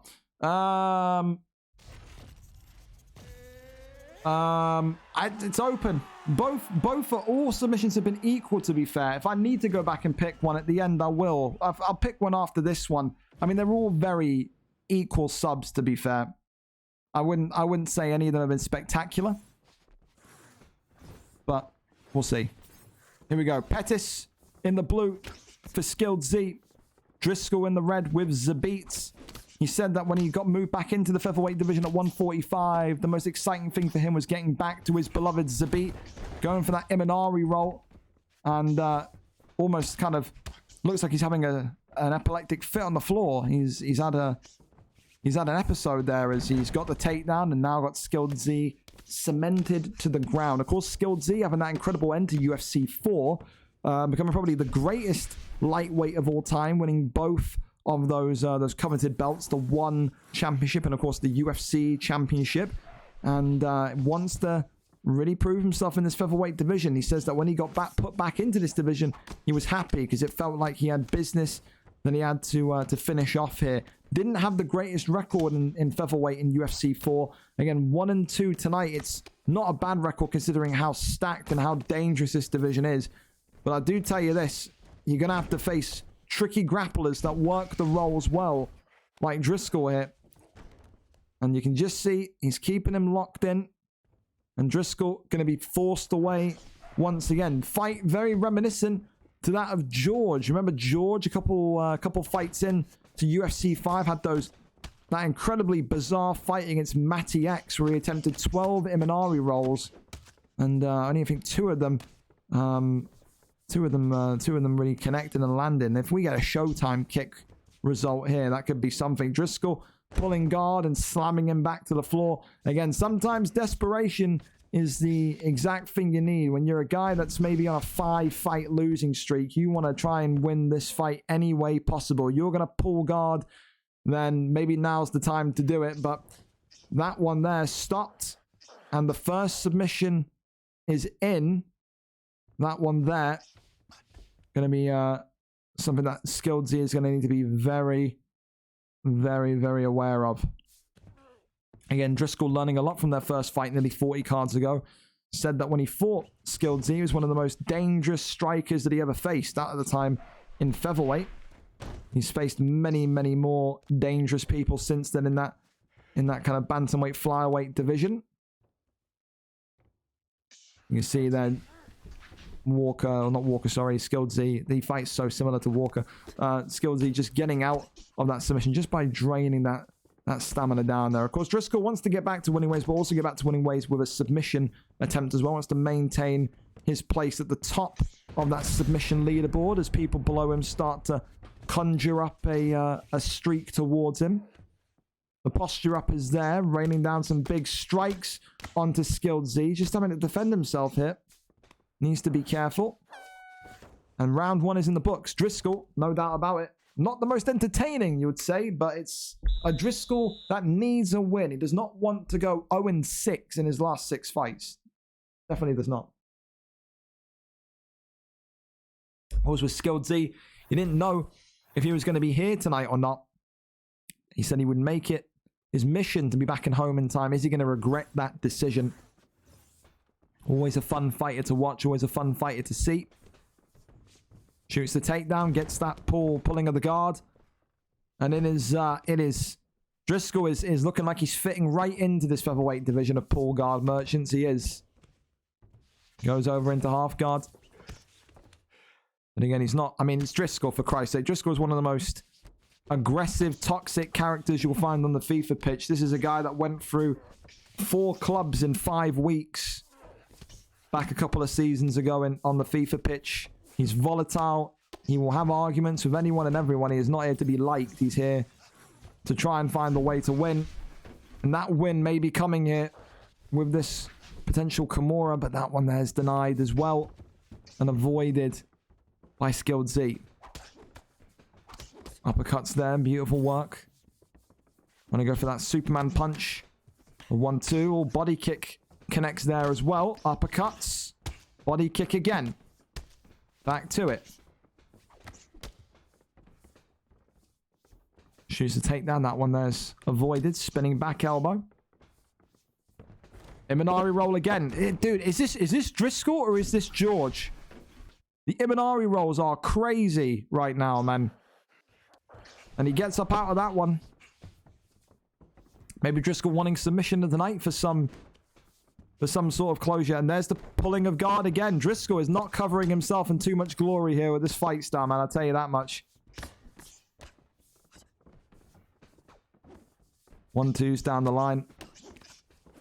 With this kind of... I like this camera angle, by the way. Some people hate this. I very much like this. This is very nice. I call this action cam. Or stationary cam, whatever you prefer. Some people get thrown off by it. I love it when it breaks like this in fights. Oh, pull elbows flying, though, from Driscoll. And it's going to be another takedown, but this time denied. And pushed against the cage now. Strikes coming off. As the camera back to being in action cam mode. 1-2s flying forward. Skilled Z, of course, cut open as well. Want to go for that front kick. Superman punch, elbow. And then he got elbowed out of midair by Driscoll there. Shoots the takedown attempt. It's dangerous as well. You go for a takedown in this camera angle because you just don't know if that elbow, if that uppercut's going to come or not. Another takedown lands. Driscoll probably noticing that drop in stamina from his side. Doesn't want to be in a position where he loses too much for those submission battles later on. Driscoll is denied again. Skilled is now also denied. An intense battle between the former lightweight champion of the world and the former featherweight champion of the world. Round 2 reaches its conclusion. Thing for Driscoll that is dangerous is his stamina, bro. He is not managing his stamina too well here at all. That's the big concern. If he continues to shoot, if he continues to pull guard and try and go with all this ground game stuff, he could be left with about a quarter bar of stamina in the deep end of this round. That recovery is good from Zabit, but that's going to go as soon as this fight gets into rhythm again. You're going to see it just drop. Imanari roll attempted. Maybe Driscoll thinking, because the stamina is recovered, this is the perfect time to try and get that submission. Flying triangle attempted, but that one there stopped. And now, another takedown, another deny. Body kick as the stamina starts to go. Pull elbow there from Skilled Z. Shoves him backwards. Oh my goodness me, it was a Showtime kick at the same time as an Imanari roll. There's that Showtime kick again. Imanari roll again. They're both going for their high-profile moves. Body shot, uppercut as well. Oh! Driscoll pulling backwards. And another guard pull and another trip. Driscoll so far losing this round because of the stunt. Tries to go up to find the full guard flip, and he does. Beautiful work, but needs to be wary of maybe that arm bar potentially. And that was the bottom side Kimura he attempted there. And I think the sooner Skilled can get this fight to the feet, the better. And he could be in deep, deep trouble here. The bottom side Kimura. Is it going to go in? No, it's not. Backside gained. Wow. Skilled Z escapes with his life. As Driscoll continues to Imanari roll like a prime Booker T in the octagon. Skilled Z stamina now feeling it, but so is Driscoll's. These two are gassed. Gonna go with those fakes. Every pull, every body movement, every bit of head movement is taking its toll on Skilled. Combination punches are not going to be able to do too much more. Overhand comes in. Driscoll hooked and jabbed here. Oh, clips him with head movement there. Works the body. Skilled hoping that Driscoll wouldn't defend himself. Another takedown denied. Driscoll looking a little bit desperate here in round 3. There's the turning takedown. There's the deny there, but there's the slam. And this now... oh, is going to be bad. This is going to be very bad. But he knows he can't really do too much of a submission either because his stamina is rocketing down. Driscoll has got to be confident here that he's won this on decision. And I think he may be right. I think he may have done enough, but he may not even need it. He may do. Gets out again. Brilliant. From Skilled Z. Is there one more stun in this? No, there is not. Not a classy performance from Driscoll. The takedown bails were there consistently. But again, this is a guy that's on a 5-fight losing streak. And Zabit has won it. The decision skipped. Wonder what the scorecards were. I did probably have Driscoll winning 2-1, but that is not a fight that's going to win Driscoll a lot of the plaudits. Great kickboxing from Skilled Z. The takedown bails were rife. They were. Round 1, round 2, you have to give to Zabit. Round 3, whoa, that's a little bit maybe of a robbery. But then again, the submissions all count as well. The submissions all count as well. 29-28. Unanimous to Zabit. Rounds 1 and 2 going to be on all of the scorecards. The only round that judges gave Pettis, round number 3. But yeah, not one of those fights you're going to look back and say, wow, that was a featherweight classic. But Driscoll finally ends the losing streak. And again, whether it's shade thrown to the featherweight division or not, Driscoll showing that he very much is at home in that division, a division where the takedown bailing and that kind of cautious way of fighting is effectively the way. It's a grappler's paradise is 145. I'd be interested to see how many takedowns he attempted, but I don't think we're gonna get to see it. Regardless, Driscoll wins on decision, and that one there now 1-1 between the two of them. Maybe a trilogy will come on its way down the line, but I don't think Skilled Z has anything to really feel too disappointed about. A very valiant effort. I think looking at the stats again, it goes back to that submission. You know, in round 1, did Driscoll win the round purely because he got that submission locked in? It's looking like it. It's looking like it. That submission doesn't get put in. I think that goes 29-28 the other way to Pettis. Personally, I think it does. So, a shame, but it is what it is. That's UFC 5 for you. Up next, we're going to go to Lister and Brown King. The first PlayStation fight of the night. Lister 2-1 record. Brown King 2-2 record. Both fighters coming off of wins. Lister number 4, Brown King number 5. 2 wins in a row for Brown King. 1 for Lister. Win tonight. 3-1 will put you inside number 2. The number 2 spot if you're Lister. 3-2 will put you again inside the number 3 spot if you are Brown King. Coxie, of course, coming off of a loss. Brown King as well. Wins tonight. Could be next in line for a title shot. 3 wins in a row could very much spell that. And he could get the next chance to maybe take on Demo Rai. So, with that, we go up and over to it. Lister is ready for us. A YouTube link, as always, from our PlayStation friends. And we are here, set, and ready to go. There we go. There we go. Any sub of the nights. Remind me again after this one. It's because we're so on time, I don't want to lose the pace of this fight. Donald Cerrone and Diaz. There you go. Donald Cerrone and Diaz. As it stands. Thank you as well. Babyface J 1988. Merry Christmas to you, friend. And yeah, thank you so much for the follow. Oh, we're here. And the champ's in the audience watching, ready to take some notes. Again, Lister, of course, the longtime friend of Myth. These two have grown up on the FIFA pitch together. Brothers in the football arena. No doubt if Lister wins tonight, he'll be calling for a title shot and he'll have Myth in his corner. But Brown King, an incredible and impressive 2-fight win streak against some top guys in here.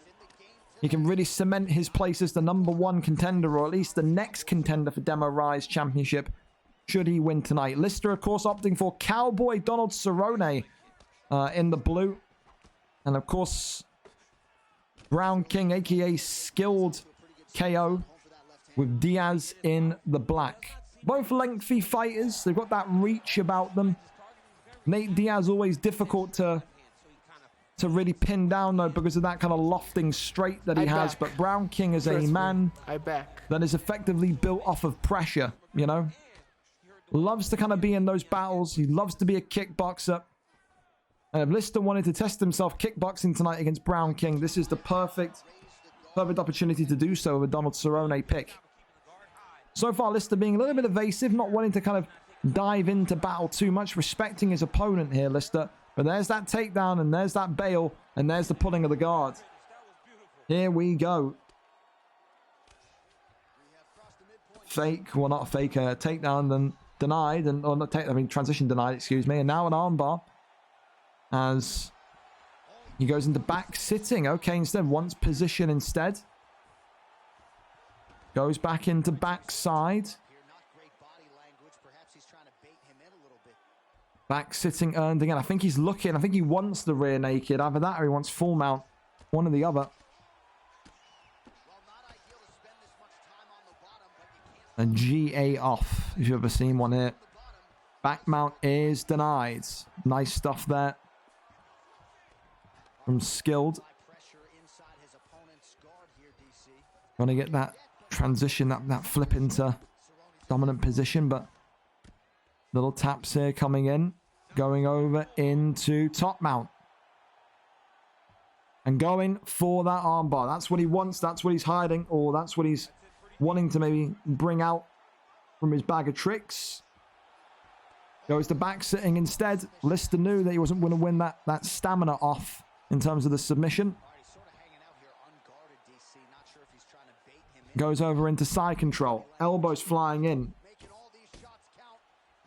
This is what Brown King needed, though. Brown King needed an opponent like this because Brown King has not really been faced too much yet by grapplers in this division, in this PlayStation division, that are going to really make his life a nightmare.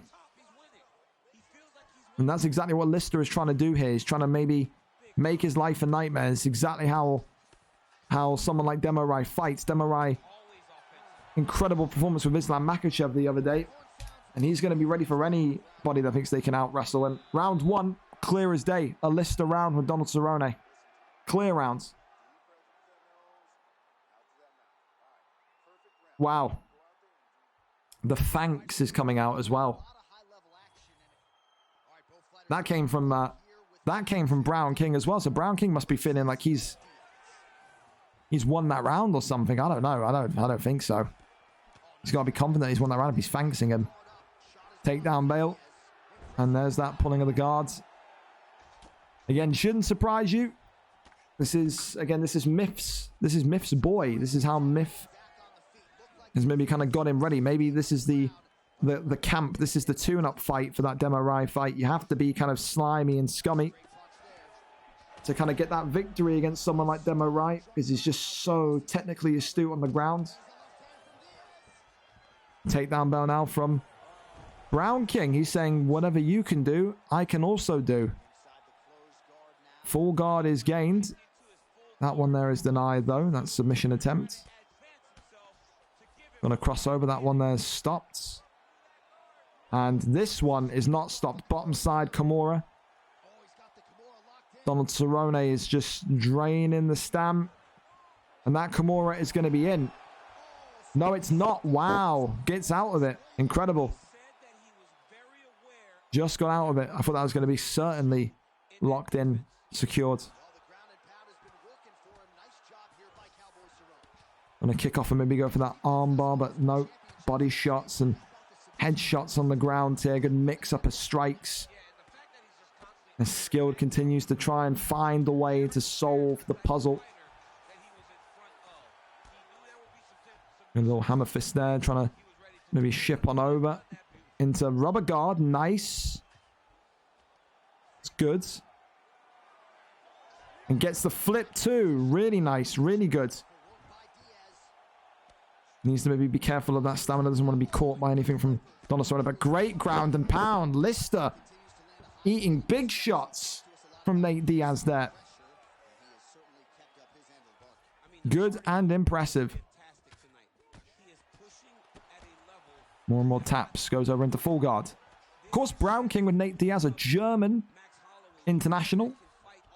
Wants to become maybe the first ever German champion across the league. Didn't even have one in UFC 4. We would love to make that history for sure. Pull uppercut there. Done excellently by Brown King. You just see there Cerrone just starting to want to get that pressure on Diaz a little bit more. Shoots the takedown. Gets his takedown bail, but Lister saying no bail for you. And now the camera gone into action cam mode.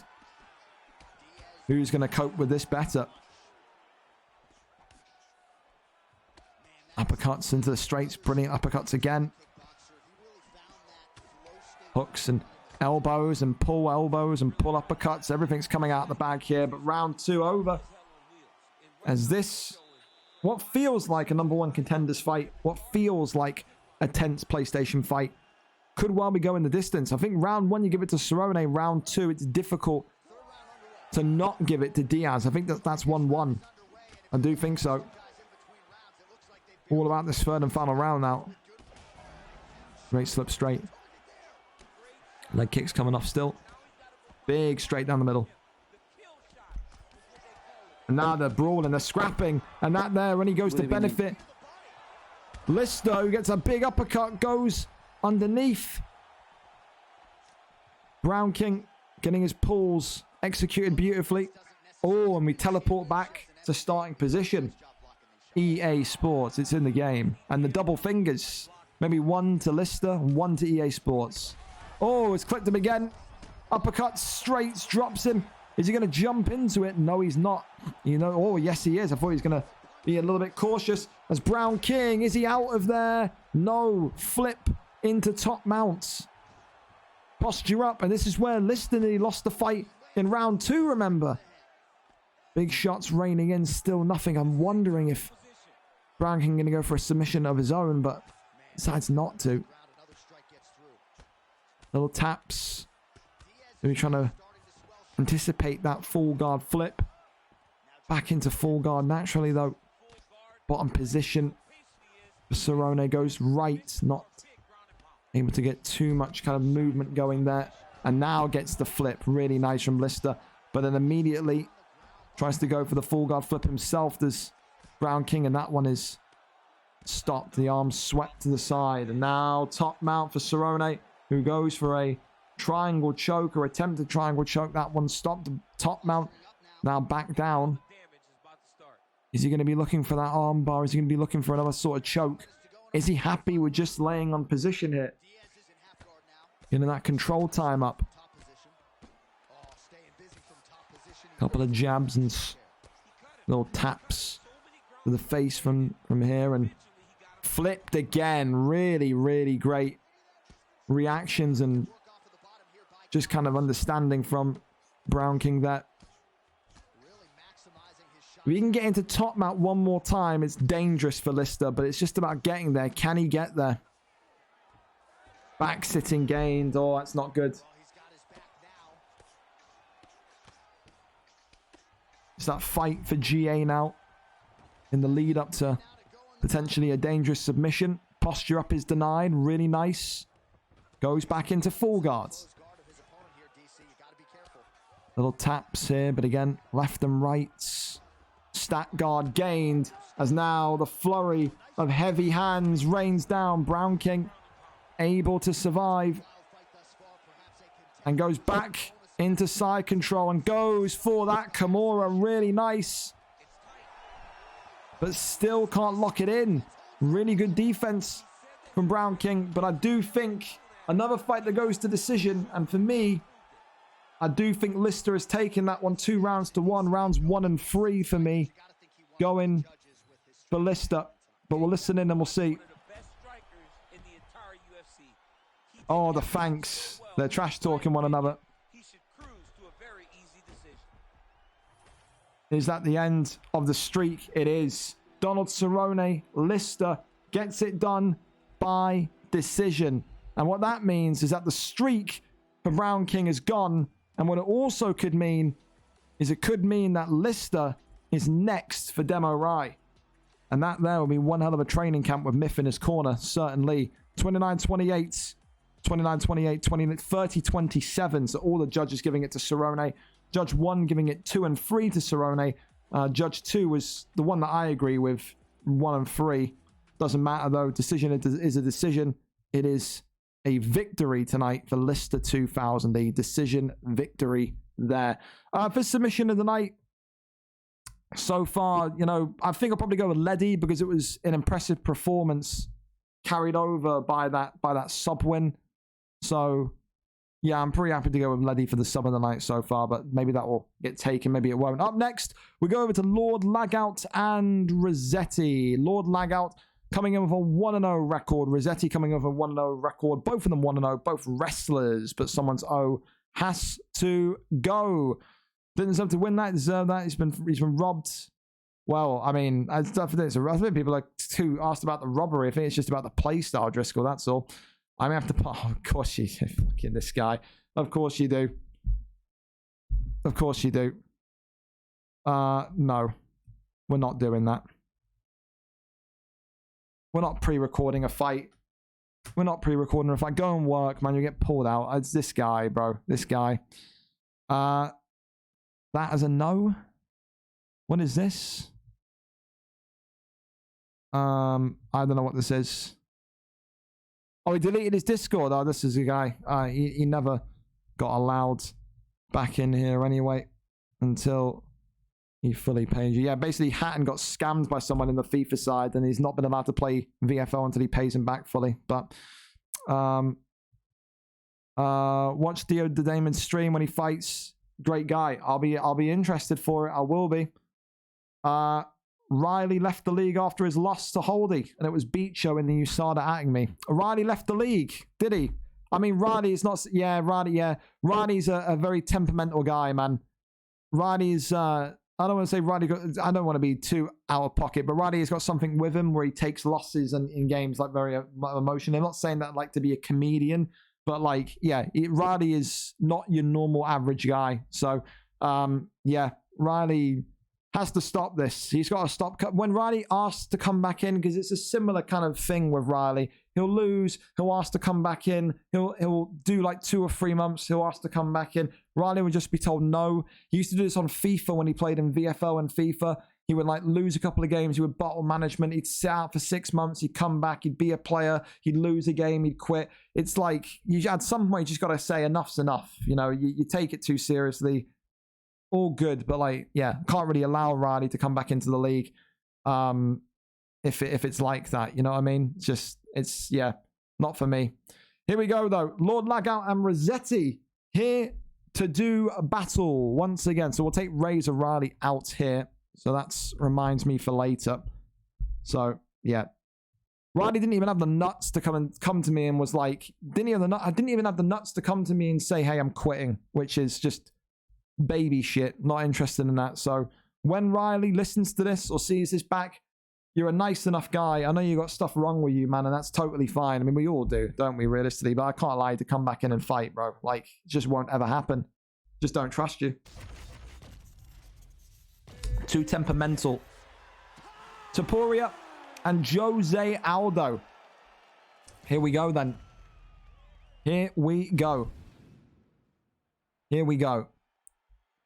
Of course, Lagout, former lightweight champion, known for his wrestling dominance. Of course, had that championship run with with Islam Makhachev, and he could be out here already. Is he? Yes, he is. Toasty Toes Rossetti with an absolute starcher on Lord Lagout. Jose Aldo, head kick, boom, headshot, dead, slaps the ground. Toasty Toes Rossetti, the Falkirk maestro, the Falkirk wrestler, has turned into a kickboxing phenom tonight and has shut out the lights of Lord Lagout in record fashion. Rossetti's fastest knockout to date in this league. That there is something. That there, you can make an argument right there. That could be KO of the night just because of the dominance of it, man. That is wild. I have never seen Toasty Toes do that in my life. What was the confirmed time? 25 seconds in game. That's like 8 seconds real life. I want to get the confirmed timing. If that was under 30 seconds, I kind of have to get that knockout of the night. I'm not even going to joke with you. The front kick or that, I don't even know. Wow. What, did anyone get a time on that? Or do I need to watch it back? Can I watch it back? I don't know if I should or not. That was fucking wild. I don't even know how many seconds that was. 25 seconds in-game time. He's got to take it.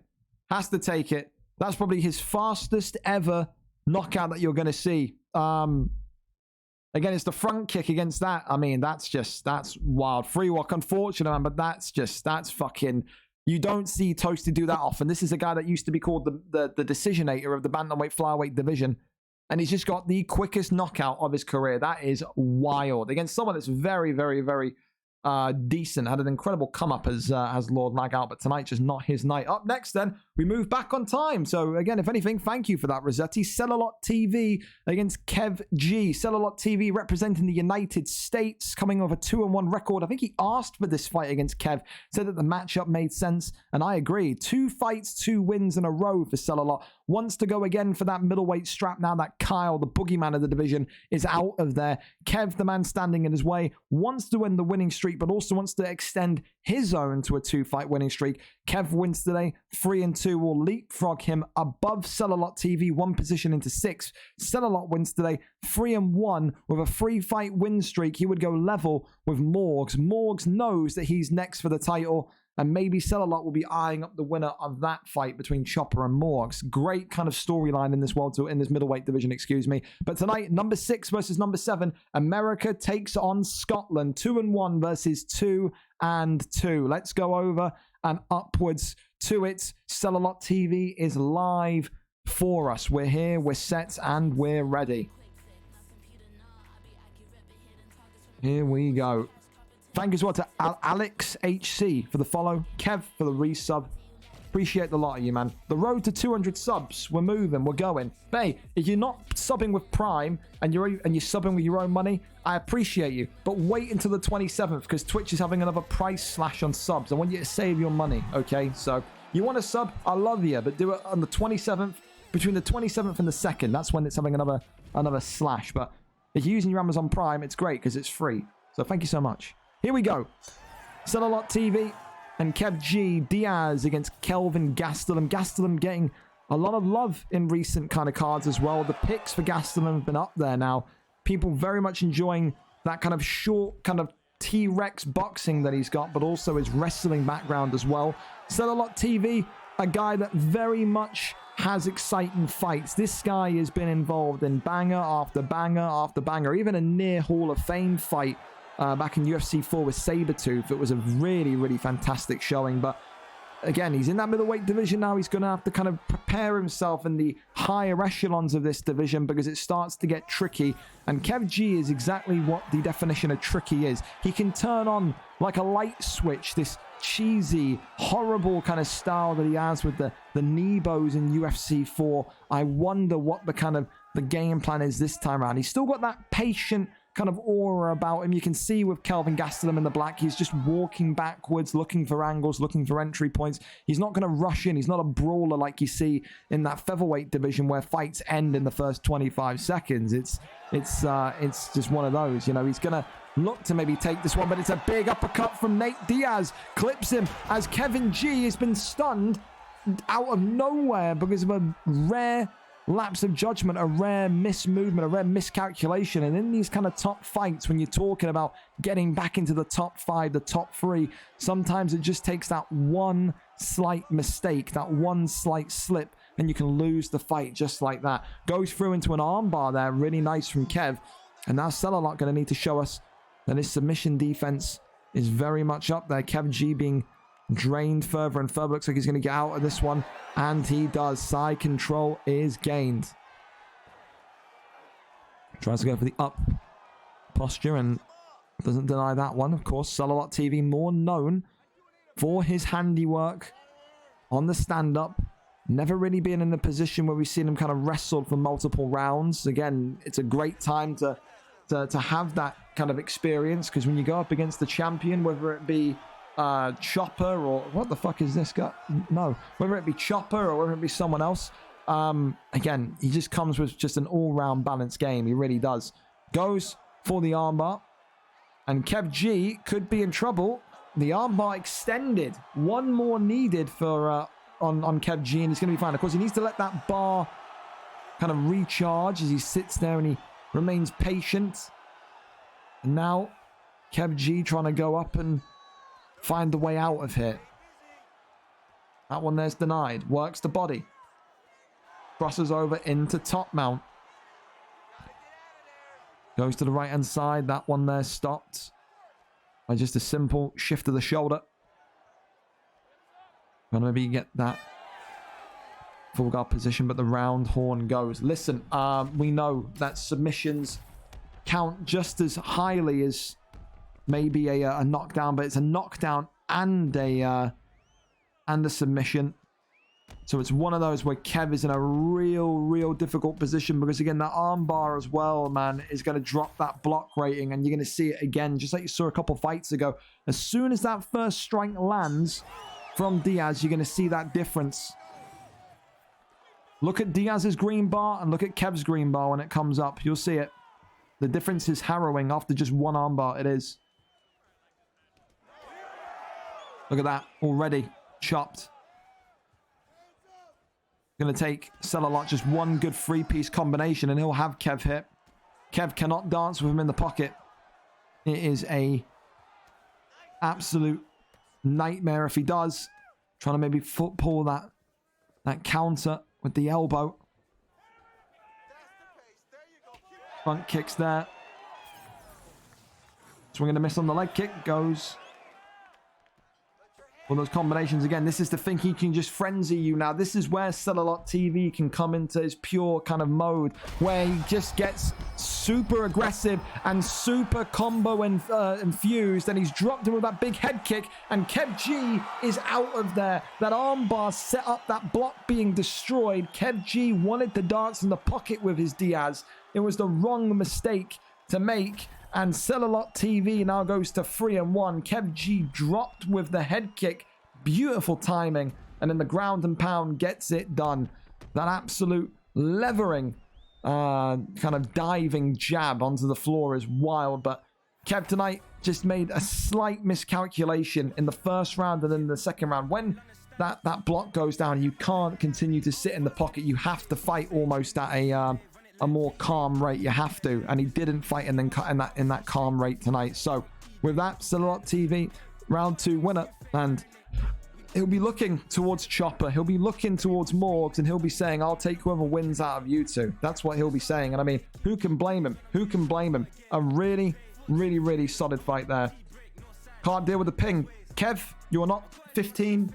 I know you're angry, but it's mirrored, mate. You played the game for about a year as well. So again, the mirroring of the connection would make it equal, Kev. You can't blame connection. Sorry, man. Whatever you felt, he felt. It's not an excuse. Going up next, HGO has an Evo Panda. HGO has, of course, coming out of a 2-2 record, a Sambo-style wrestler, transformed into this by his trainer, his coach, Deco Hebden.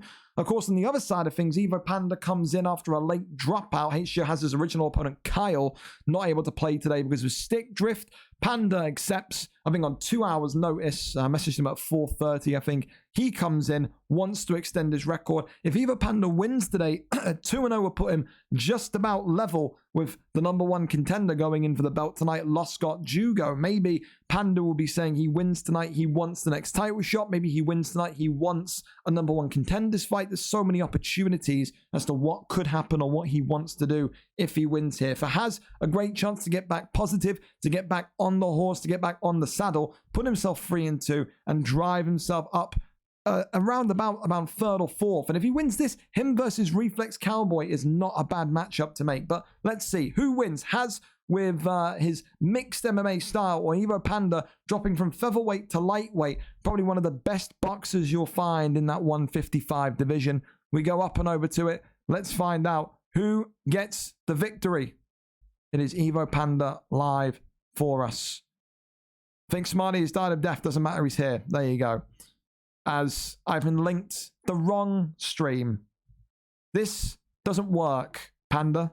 I have no idea what your stream is. There it is. Found it. We're good. We're there. McGregor and Masvidal, a classic. Thank you. We got it. We got it. Thank you very much. Celalot TV after the fight saying, I want winner of Morgs and Chopper. That was expected. Yeah, I get it. Well, listen, the reality is, Hatton, if you're ever listening to this, that's why you never lend money to just random people that you don't know for years on FIFA. This just, yeah, who goes and says, you know what, I'm that much of a nice guy, I'm gonna lend money to someone on the internet that I've known for like a year and a half? You're crazy. Never.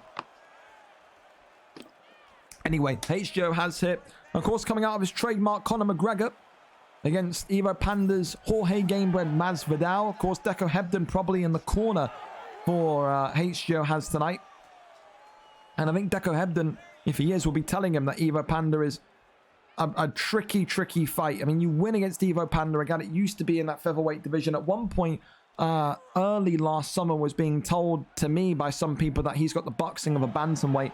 Again, of course, the league's improved, the league's expanded, the league's gotten bigger and better. You know, people obviously start to dilate in terms of their quality level, but Evo Panda still, I think, had the ability to compete in that featherweight division.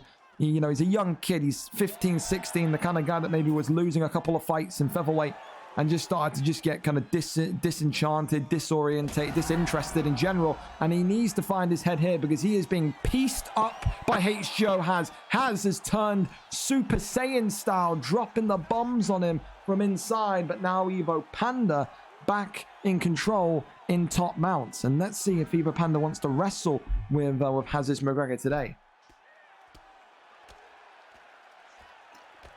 Raining down the strikes here. Haz, of course, like I said, through Deco Hebden's camp, has become a Sambo style wrestler. So this kind of ground game level that he used to struggle with in his title fights now should effectively start to make more sense. Should be less of a compromising factor in these fights. As a great pre-deny comes in there, gives him top position, trying to go for that flip. Sprawl is gained and pushes off of him and gets back onto his feet. Haz, though, is always one blitz away with Connor. It truly is just that special, that left hand. The jab straights, trying to find the way to almost kind of compromise and go through. Hooks and whatnot, but he's clipped him again. You can just see Panda trying to go for those counter shots, but also trying to just work that block down to a nub by Gamebred. And they're dancing right now. They're in that pocket and neither are wanting to leave. It's a great slip straight. Ducks the head kick and drops H.Joe Haz. It's an absolute nightmare from Haz. And Evo Panda has done it in round number 1. We said in the last fight, in these high-level fights in any division, it takes one single mistake, one lapse of judgment, one error. And that error came in the form of a head kick attempt by Conor McGregor. Evo Panda ducks it and gets that trademark hook finish. Drops McGregor, drops Haz, and then gets that ground and pound victory. Evo Panda now 2-0 in this lightweight division, and he'll be saying, forget Viper RKO TTV, I'm the best kickboxer in this division. Maybe those two will meet sooner than later, but for Haz, disappointing because he was on the cusp of winning that fight, really had that control for a large period, but it's just that small error, that small miscalculation. He moves to 2-3. Lucky enough, he won't drop too many places either. He's still going to be level with guys like Konzi and Arrow, which are both fantastic fights for his next fight. But for Evo Panda, he rockets up from 13th in the leaderboards now to 5th, 6th place, depending on the result tonight in that title fight. He is a top 5 contender. Early days in this lightweight division, but he's loving what he's seeing in there. Great boxing, great counters, and a phenomenal end to that fight for Evo Panda. Up next, we can go to Smiley and Bass Inferno 2. Smiley, AUFC, of course, a Scotsman that has met Bass Inferno in the octagon before. Their first meeting happening. It was earlier than this. It was all the way back. All the way back here. Boom, there it was. VFL 74. So 41 events ago. Bass Inferno won it on that fateful evening in round number 2 on 1. That was VFL 74 on the 6th of June. So we're talking 6.5 months ago. They meet again tonight. Smiley AUFC with a chance to right the wrongs from that summer card. Smiley, of course, a 2-1 competitor coming off of a loss. Bass Inferno, a 2-2 competitor coming off of a win. It is number 11 v number 12, a straightforward matchup. Smiley wins tonight. He joins this elite list of 3-1 fighters. All of these guys will be feeling, maybe apart from Jack Hanna because he lost the title fight last week. So all of these guys, though, will be feeling in some way, shape, or form they're due a title fight or a contenders fight next. Smiley could be in that same conversation. Bass Inferno wins tonight, 3-2. He'll be just above Chaz in 6th place as well. He will start to believe that maybe he could be the next guy to go for gold or go for a contendership shot. Who wins this rematch? Both Scots, both fighting again for the second time in 6 months. Number 11 v number 12, Smiley v Bass Inferno. Here we go. We're up, we're set, and we're ready to go.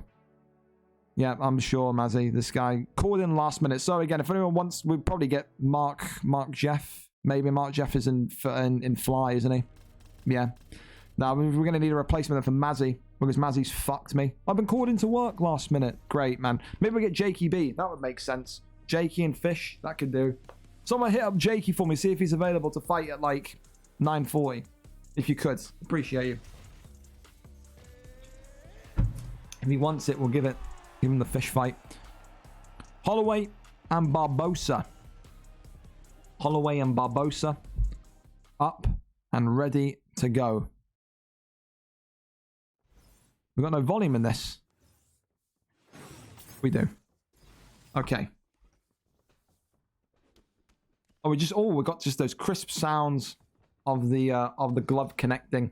So, of course, Bass Inferno known for his incredible ability to just start fights so viciously and violently. But of course, tonight he doesn't have Max Holloway. Smiley has stolen that Max Holloway pick away from him in the white. And of course, Bass Inferno opting for Edson Barbosa, a first-time pick, if I'm not mistaken, for Bass Inferno on the stream cards. Again, a fan favorite, someone that just brings violence to the octagon. But Edson Barbosa, as a fighter, such incredible leg kicks, and that there, you're already seeing it from Bass Inferno. He's trying to get that going immediately. Flying knee out of nowhere, though, from Smiley. Clips him, and then that's that cartwheel kick as well. The left leg showing damage already, but that cut and that nose damage on Bass Inferno not looking great, especially when you consider it's only 2 minutes into this round. And Smiley going to need to just vary up this block. You can see he's a little bit nervous now. You don't really know what Bass Inferno is going to throw. He's kind of umming and ahhing between blocking low and blocking high because he knows as well if Edson Barbosa catches you with one of his kind of head kicks, you could be in deep trouble too. The block there, that head kick into that lead straight. Bass Inferno just keeping himself calm. The left leg continues to be peppered, paying homage to Skelly, the Anthony Pettis leg kick king that he was in that lightweight division. Had a brief spell in featherweight as well. Maybe we'll see him back in the new year. Leg kick. Oh, checked, but there was that head kick, potentially the knockout, that was concerning me. Of course, for Smiley, he's another guy that just likes to absorb damage. We've seen it in his last couple of fights. A guy that very much will kind of strike and pounce when he feels that the time is right. He won't rush anything. The one thing he has to just be wary of is just how quickly Barbosa can... Oh my goodness me, has that not stunned him? How quickly Barbosa can gas when he's maybe throwing some of these kind of combinations as well. I think Smiley will need to be a little bit more braver. I think going into round 2, you want to definitely see that, especially now since off that lead leg, off that left leg, his power was compromised because the leg's flashing. Bass Inferno's got to find a way to disguise that leg kick as well. If he can find a way to kind of make him forget about that, make Smiley forget about that, he could break the leg kick, join that elite club of people that have won via leg TKO victory. So great combination there again. The counter shot from Bass Inferno to stun Smiley AUFC. And of course, remember the first time these two fought, Bass Inferno won in round 2. So maybe a bit of history repeating itself here because that's where we're going into. Round 1, I think you have to give it to Bass Inferno. I think the leg damage, I think the consistent pressure, I think it just feels, if I was watching that fight in real life, it just feels like a Barbosa or a Bass Inferno round to me. So maybe I'm wrong. Maybe that's the tinted glasses of friendship there guiding a place. But again, I don't think Smiley's completely getting outclassed. I think Smiley just needs to be a little bit more believing in himself. I would like to see Smiley pressure right from the off. I would. Love touching her away. 1-2 combination leading into a leg kick. Bass Inferno there. Now you can see Smiley just trying to find his bearings, getting that little pullback, but then we're trying to go low. Knee there. Oh, great kind of slip out the way from Bass Inferno. Telegraphed that front kick and got that counter shot again. Sways round, tries to get that flying knee, the Smiley. Overhand coming in. Leg kicks from Smiley now, but Body shots also coupling in as well. This is the thing. Bass Inferno could now just spend like a couple of minutes just effectively going for headshots. It's a pull elbow as he landed from that flying knee. Wonderful timing on the pull elbow. As Bass Inferno now absolutely laying on the pressure. The legs cracked now. And Smiley is in absolute no man's land. He's switched stance. He's moved on to that right leg. And Bass Inferno now needs to maybe start to chopping down that piece of wood. Or just hope that Smiley is not as competent as what he may be in the opposite stance. Takedown, attempt, takedown, deny. Bass Inferno walking him towards the cage, avoiding those takedowns and those clinches. But he doesn't want to go too aggressive. Bass Inferno just looking for that hook shot, starting the combination off of a hook there. Wanted to get that immediate stun. Smiley going for that cartwheel kick again. The extravagance, and it's that straight from Barbosa. And the hooks against the cage. Smiley, AUFC, not out yet. But how much more can he take? The legs battered and bruised. The head split in two. And it's another big straight down the center. And could this be the moment against the cage again? Smiley, AUFC top mount is out of there. Bass Inferno goes to 3-2. He is now number 6 in this stacked 145 division. And he will be looking for a top contender next. What a fight. What a performance. Smiley AUFC still 6 months later could not get the better of this man. Bass Inferno's opponent list this UFC this year has only just gotten gradually harder and harder and harder, and now we've reached the summit. He will fight one of the elite 5 next. What a performance, what a victory, and of course with a unique pick of Edson Barbosa, you always have to give props to that. He gets it done just like he did 6 months ago in round number 2, courtesy of that Barbosa pick. Congratulations to him. For Smiley, not too much to be down and out about. Again, an extravagant attempt to try and get the victory with those kind of cartwheel kicks. Won't drop too much either. 2-2 resume. Maybe him and Pepe could be next. Both on 2 fight losing streaks. Could be an entertaining fight. Absolutely. Do not doubt on that. Up next, then, we're going to go to Logan and Nolan. Of course, Logan coming with a 1-1 record. A jiu-jitsu background. Great wrestling. Great improvement since the kind of midpoint of UFC form we saw him. Of course, for Nolan on the other side of things, always dangerous, 1-1 as well. Decent kickboxer and a great fighter on his day. Again, of course, a former lightweight contender, a former incredible fighter at featherweight, at lightweight, at welterweight. He's been all over the place. And again, this lightweight division feels like it's the correct place for him at the minute. But of course, today, only one can win, only one can go to 2-1. And as we said earlier on, you go 2-1 in this division, you shoot into that top 10. So will it be Nolan's kickboxing that got him so close to the belt before? Or will it be Logan's improved wrestling, jiu-jitsu that has basically carried him for the last kind of 3 months, you could say, in that regard? Jakey, need me? Yeah, if you want to fight, Mazzy pulled out because got a late text about work, so would be at like 9:40. There you go. Logan, Nolan still not replied. Never mind. There you go. What we like to see. You ready, Deco?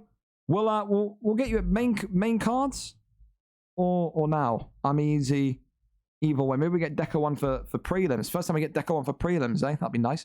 We go up and over to it then. We go to not Hotbox, but right. We're waiting for the link from Logan and Nolan. Only 4 fights left on the prelims, fellas. So get your predictor cards in. Get them in. Ready now. Excellent. Right. Okay. Let's go and say hello to Deco then. Fucking, this is great.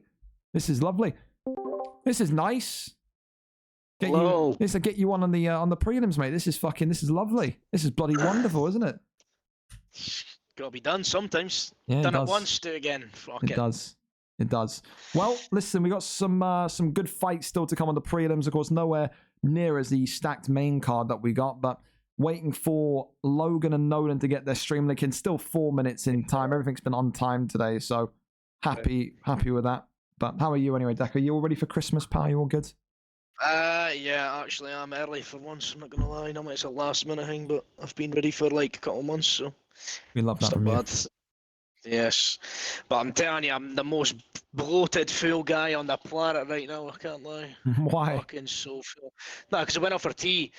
Had 3-course meal, but the main course was a half a chicken, a pork loin steak, a jerk sausage, and a rump steak. So, That is a lot mate, of meat. That is a lot of meat. yeah, mate, my belly's feeling it. I can't lie. Came home right away and dropped it right in the pan as well. So, Unbelievable. Grim so from you, full, but we love it as well. Well, listen, we've got an age-old fight to start you off with, Deco. It's a grappler against a kickboxer. Nolan, so dangerous when he used to be in this lightweight division in UFC 4. His physio pick was stuff of dreams, but Logan, he feels like he can do it all. He feels like, you know, this time round, there's a fire there for him to kind of start off brightly and to really kind of get things. I think they're both wanting Masvidal. I think they're wanting clarification as to who's got priority pick. Priority pick, they're both on the same record. They're both on the same form. Nolan has 2 wins on UFC 5, whereas Logan has 11. So Logan does get priority pick here. Logan will get to use Masvidal if he wants to use Masvidal. Logan has priority. Nolan will have to respond, but I think he's just hurt. So Nolan will have to move it on over.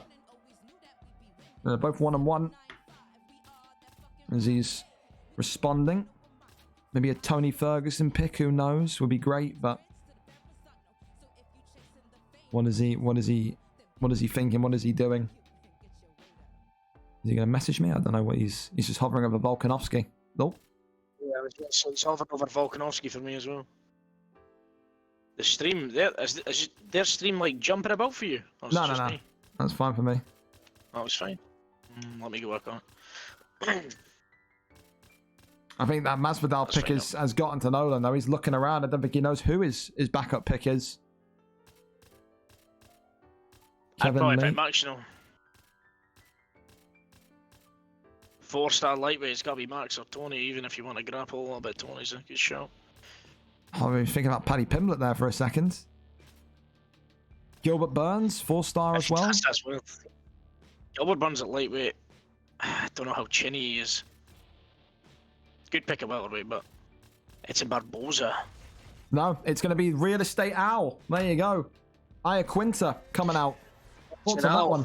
That is a rare one. We have not seen an Iaquinta this year. Mate. Yeah, mate.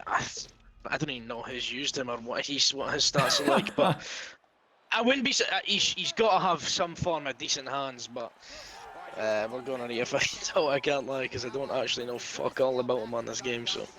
Well, there you go. Purebred boxer. Of course, I mean, Logan in the red with Masvidal has the ability to shoot that turning takedown and get the fight to the floor if he needs it.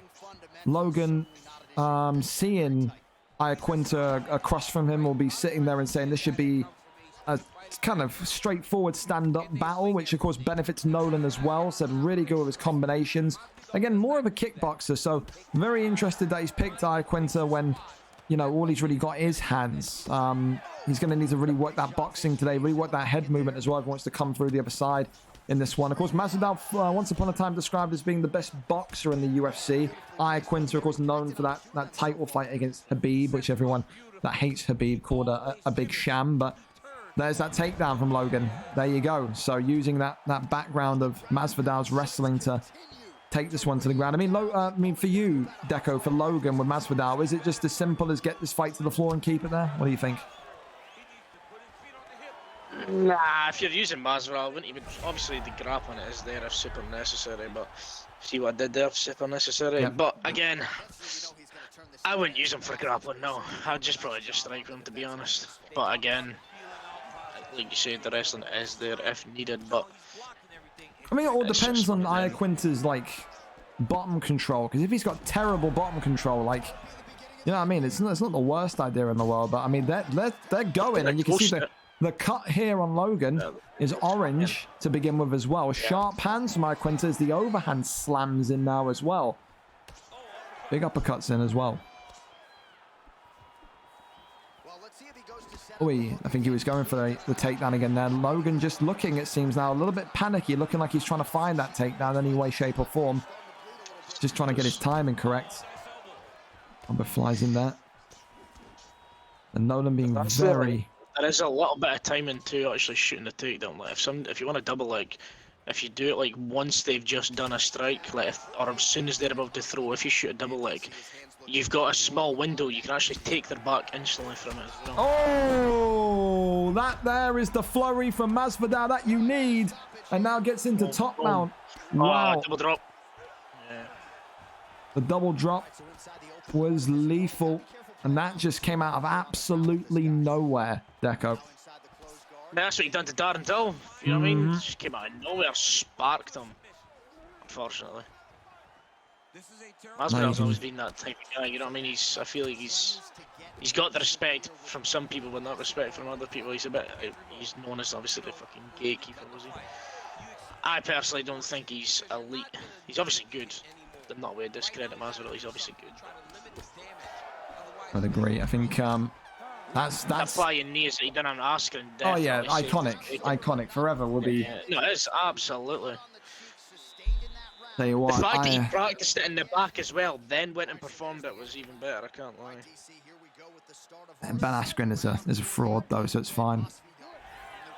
Round one, I think because of that double drop, you have to kind of give that one to Logan. I think Nolan recovered from it well, didn't, you know, look too out of sorts. Looked like he was happy to kind of keep going and fighting inside the pocket when he got back up. And that's the big thing, Deco, is we know all about cuts now. We've seen in these cards the last couple of weeks when we've done comms together, it's all about the damage and the danger of that cut straight away, because all Logan's got to do is just avoid the jab. If Logan can avoid the jab, then that cut doesn't get worse. You can keep him on the ground here if he needs to and just effectively play safe. Nolan has got to either flip position, he's got to work that cut. He could very much so fight for a doctor's stoppage here, because regardless of the double drop on the knockdown, the cut is equal. I think even maybe you could argue that it's just a slight tinge darker. Oh, it doesn't matter though. A pullback uppercut from Logan. And Logan is trying to go through the block here as Nolan is dropped. Trying to jump on him, Logan. Trying to go for that flying knee, but again, Nolan surviving. Oh my goodness me. Oh, Masvidal is... Oh, he can't get the finish, Deco. He's just lacking that final cherry on the cake, isn't he? He just can't get the finish. No one's looking like them big fucking car dealership flume fucking things, man. He's flying his hands up, man. He's trying to dodge all the strikes here. Can't lie, but... yeah, I'm not gonna lie. I think this is Logan's hands from here. I think Quint is too hard. Again, UFC 5, anything can happen, but I feel like he is hard. Going for a sub here with Masvidal. And then gives up that one against back mount instead. Really nice. Really nice. Yeah, I like that. I like that. Position over submission sometimes. I like that. Now the rear naked choke. Majority of the time. I wouldn't have went for that rear naked choke though, because due to your stamina being lower. If my stamina's lower, I ain't going for a sub unless it's flipped round at the top mount. Good defense from Nolan though, protecting himself. Yeah. I like the IQ from Logan here though. He's using the grappling well. He's being smart. He's ain't giving up no position. Double elbows coming out there from Nolan. Just feels like he needs some sort of miracle shot. Stood up for a mount. I can't believe what I've seen. I just gave him compliments and he's done that. And the doctor coming in. There is no stop because the clock not disappearing, but Logan, not the man that's being checked. Nolan, after all those elbows and shots on the ground being inspected. Looks like he's just had a fucking battle with Freddy Krueger, but he is going to be allowed to continue. And that there is alarm bells now for Nolan, because now he is the one that's got to avoid just being hit. He has to avoid that close pocket battle. Well, they've attempted the glove touch, but they're both scared equally of each other. That does happen. Gonna go for hooks each, but both of them being so careful now. Elbow comes in. Oh, but it's the pull elbow from Logan that clips and drops him, and the uppercuts there and through the absolute haze of strikes. Logan faking a head kick. Is he gonna maybe try and go for that signature Masvidal flying knee? How was he not dead? I would have jumped on him personally. If he is playing with his food, Deco, if he loses this fight, he's going to hate himself, isn't he? Yeah. Oh, absolutely, absolutely. You can't do that. Again, if it's on ranked, quick fight, whatever, you know what I mean? Does it really mean much? Probably not. But if it's a league fight, you know what I mean? You're looking towards getting a title shot, looking towards going up a division, weight class even. You know, you want to finish. Well, somehow, some way, Nolan must have fucking Robbie Lawler's DNA because he is surviving knockdown after knockdown, cut after cut, and he's slicing Masvidal open as well. So, again, Logan isn't completely out of the woods either, but, I mean, you know, the block is going to be gone for Nolan. You know, the submission threat is there as well, as Logan has maybe teased before. But like you said, I think earlier on in early stages of round number 2, this looks like a Logan victory, but he has to get it over the line here. We've seen stranger things happen. Very sorry. Oban comes in immediately, and there's that big hook, goes underneath, tries to maybe think about the uppercut, faking that. Oh, the elbow from Nolan now. 1-2s. But anyone watching, right? This is why you shouldn't just throw your eggs in one basket when you're trying to knock somebody out when they're rocked. Because it just leaves you. Just if they're bobbling like that, just stop throwing. Just let them recover, then throw again. Or go to the body, or attack the legs. They can't do it all. You can't defend everything. You're just going to waste your stamina. You look like a goose when you're missing all these strikes. And position there again. Back mounts there. Yep. Yeah, just posture up and rain strikes for sure. Another top mount gains. I don't know why he's not posturing up. I have no idea either. I don't know what the plan is here from Logan, but now's the ground and pound, and there you go. Nolan avoids it. Again, back to his feet. Oh, he's clipped again though. Slips out the way of that uppercut, going for that jumping knee, and it's an elbow from Nolan. Stunned, but not out of the fight yet. Nolan is, eating a big straight. Oh my God, another elbow from Nolan. Get Doctor stopped as well. He could get Doctor stopped again. Oh my God, the elbows from Nolan, that's what he's working on. Either of these fighters, you need to stay in literally the phone booth. You can't back away or it's going to be Doctor stopped for sure. Oh, it's tense. Blocked up well. I still don't know how Quinn has survived. I don't know either. Shoots the takedown, gets the turn, and gets the land. The elbow there from side control. The head health is blinking, and it's a roll through and an avoided situation from Nolan. Denies well there. Faking the top mount, now gains it. And can't get the deny to the right there. And gets the roll through and the reversal there. There's Logan back and forth in this third round. Rains down the strikes more and more, and if Nolan can even not have stamina, though, is a dodgy one. If Nolan could even just get this to a decision, that would be something. Oh, he's flipped him again. Jesus Christ, man. Oh, he's got him in side saddle. Oh, that's not good. That is not good. Oh, he can't get the deny in though. And gets back up. 20 seconds left. Are we going to see a knockout? Oh, it's another stun. Another uppercut. And there it is with 12 seconds on the clock. Logan is rewarded. He chops and chops and chops. And finally, the tree deco falls down. Logan winning what is an incredible, incredible fight between himself and Nolan there. I can't lie, I don't know if any sort of bonuses have been given out, but from what I've seen, that's fight of the night. I don't want to take anybody's credit. Obviously I've not seen all of them, so I don't want to take anybody's bonus, but from what I've seen, that's fight of the night. Nah, 100,000%. It was on Ben the Beast and RJ earlier on, but that is absolutely stolen in there. Logan and Nolan getting the fight of the night bonus. 6 drops. Now, hang on, that's wild, man. That is a wild. I don't know how. Quinta must have some sort of incredible durability to survive all that, man. But that's ridiculous. Have a high recovery. Ridiculous. Thank you as well, Limil Q. Thank you for the follow. I don't know if I butchered your name, but thank you so much. Up next, though, the third to last fight of the prelim card, and we're going to the light heavyweight division.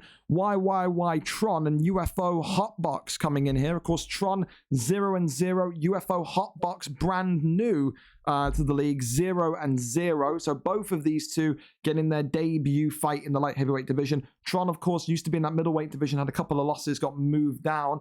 UFO Hotbox completely new. Friends with guys like DPT Cassius, DPT Pook. Tonight he comes in and wants to show what he's all about. No idea what his fight style is. No idea what he's good at, what he's bad at. That's always one of the most dangerous fights you can get if you're Tron.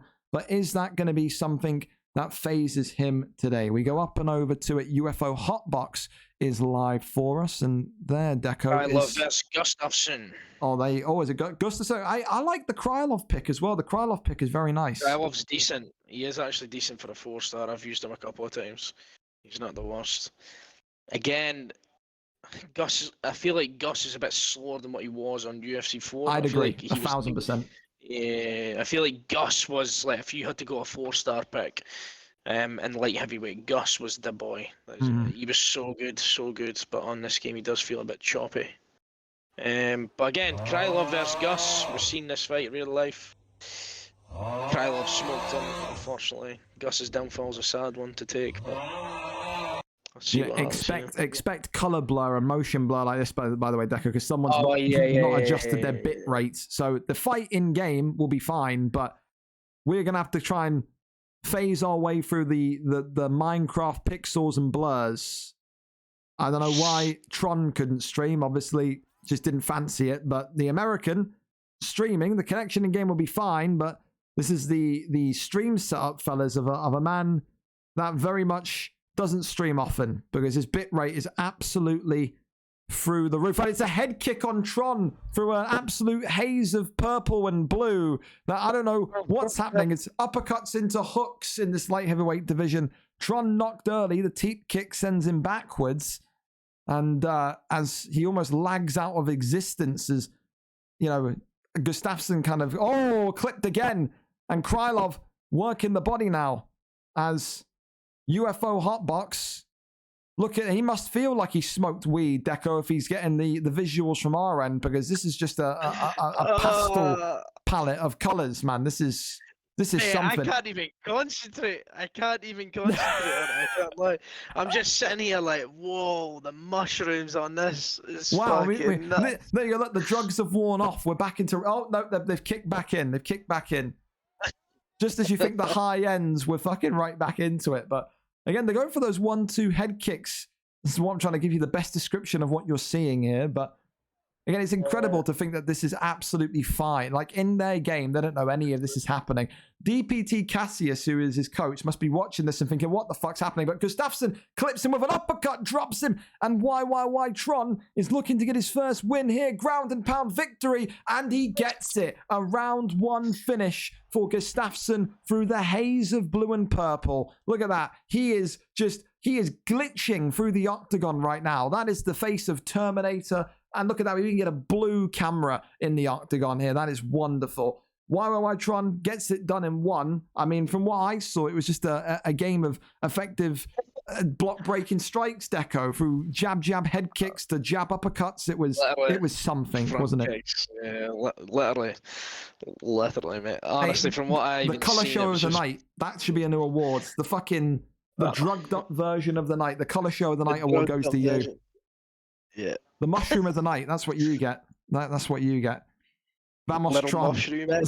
Yeah, Beecher was probably trying to corner through that, thinking, what the actual fuck am I seeing? But I mean, hey, at least he got it done. Anyway, up next, we're going over to a late replacement. Of course, it's going to be Jakey B coming in against Fish 14 after Lil Mazzy Jug, the man that drew last week, has been called into work late. Jakey B chasing still his first win of UFC 5 in the VFL Octagon. 0-2 for Jakey B, the Hall of Famer, former double champion. Fish 14 1-4 on a 2-fight losing streak.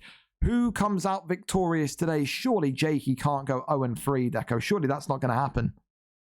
Nah, I don't see it. Obviously, 0-2 to start off with. Not the best, but Jakey B's a vet in the game, and he's a very hard guy to finish away, so I can't. I don't know much about this Fish guy, so no disrespect. But Really, one of the probably one of the biggest up and comers that have come through VFL. Yeah. I think he was like, he went on like an 8-fight undefeated streak in heavyweight. Heavyweight, featherweight in UFC 4. But I mean, Jakey, when you talk about his losses this UFC as well, I mean, they've come against two absolute fucking killers, Deco. They've come against, that no contest against Theo, but he lost against Frosty and he lost against Ginger Ninja. So not exactly terrible losses to have, are they? True. Nah, that's definitely not. Frosty, obviously, very, very top player. Ginger's a very good player as well, but ain't bad losses. So it's like losing to Khabib then Islam back to back, you know. Yeah, exactly. I don't really mind. Just see, and there you go. Jakey's live for us as well, Deco. I've got it. Jakey's going Cody Garbrandt, and Fish is going Pedro Munoz, but it's a 4.5-star pick. I don't know if that's allowed. No, absolutely. Bantamweight, flyweight, all fighters are allowed at any level. Yeah. Okay. It's Munoz against Garbrandt. That is interesting, isn't it? I mean, it's great. Again, I'm taking the Garbrandt pick though. Oh, dude, 100%. Garbrandt boxing is so crisp. It's just, it worries me about his chin. That's all. And the thing is, as well, Fish is not renowned for his stand-up, Deco. He is a submission guy. When he had that featherweight run where he won like 8 straight, and he won the featherweight bout out of nowhere. And UFC 4, he was just a submission wizard, not known for knockout power. Jakey, on the other hand, very much is. Jakey B, of course, in the blue for Cody Garbrandt. And Fish is already feeling the power of the finger wag as well, Deco. Jakey turning the style on today.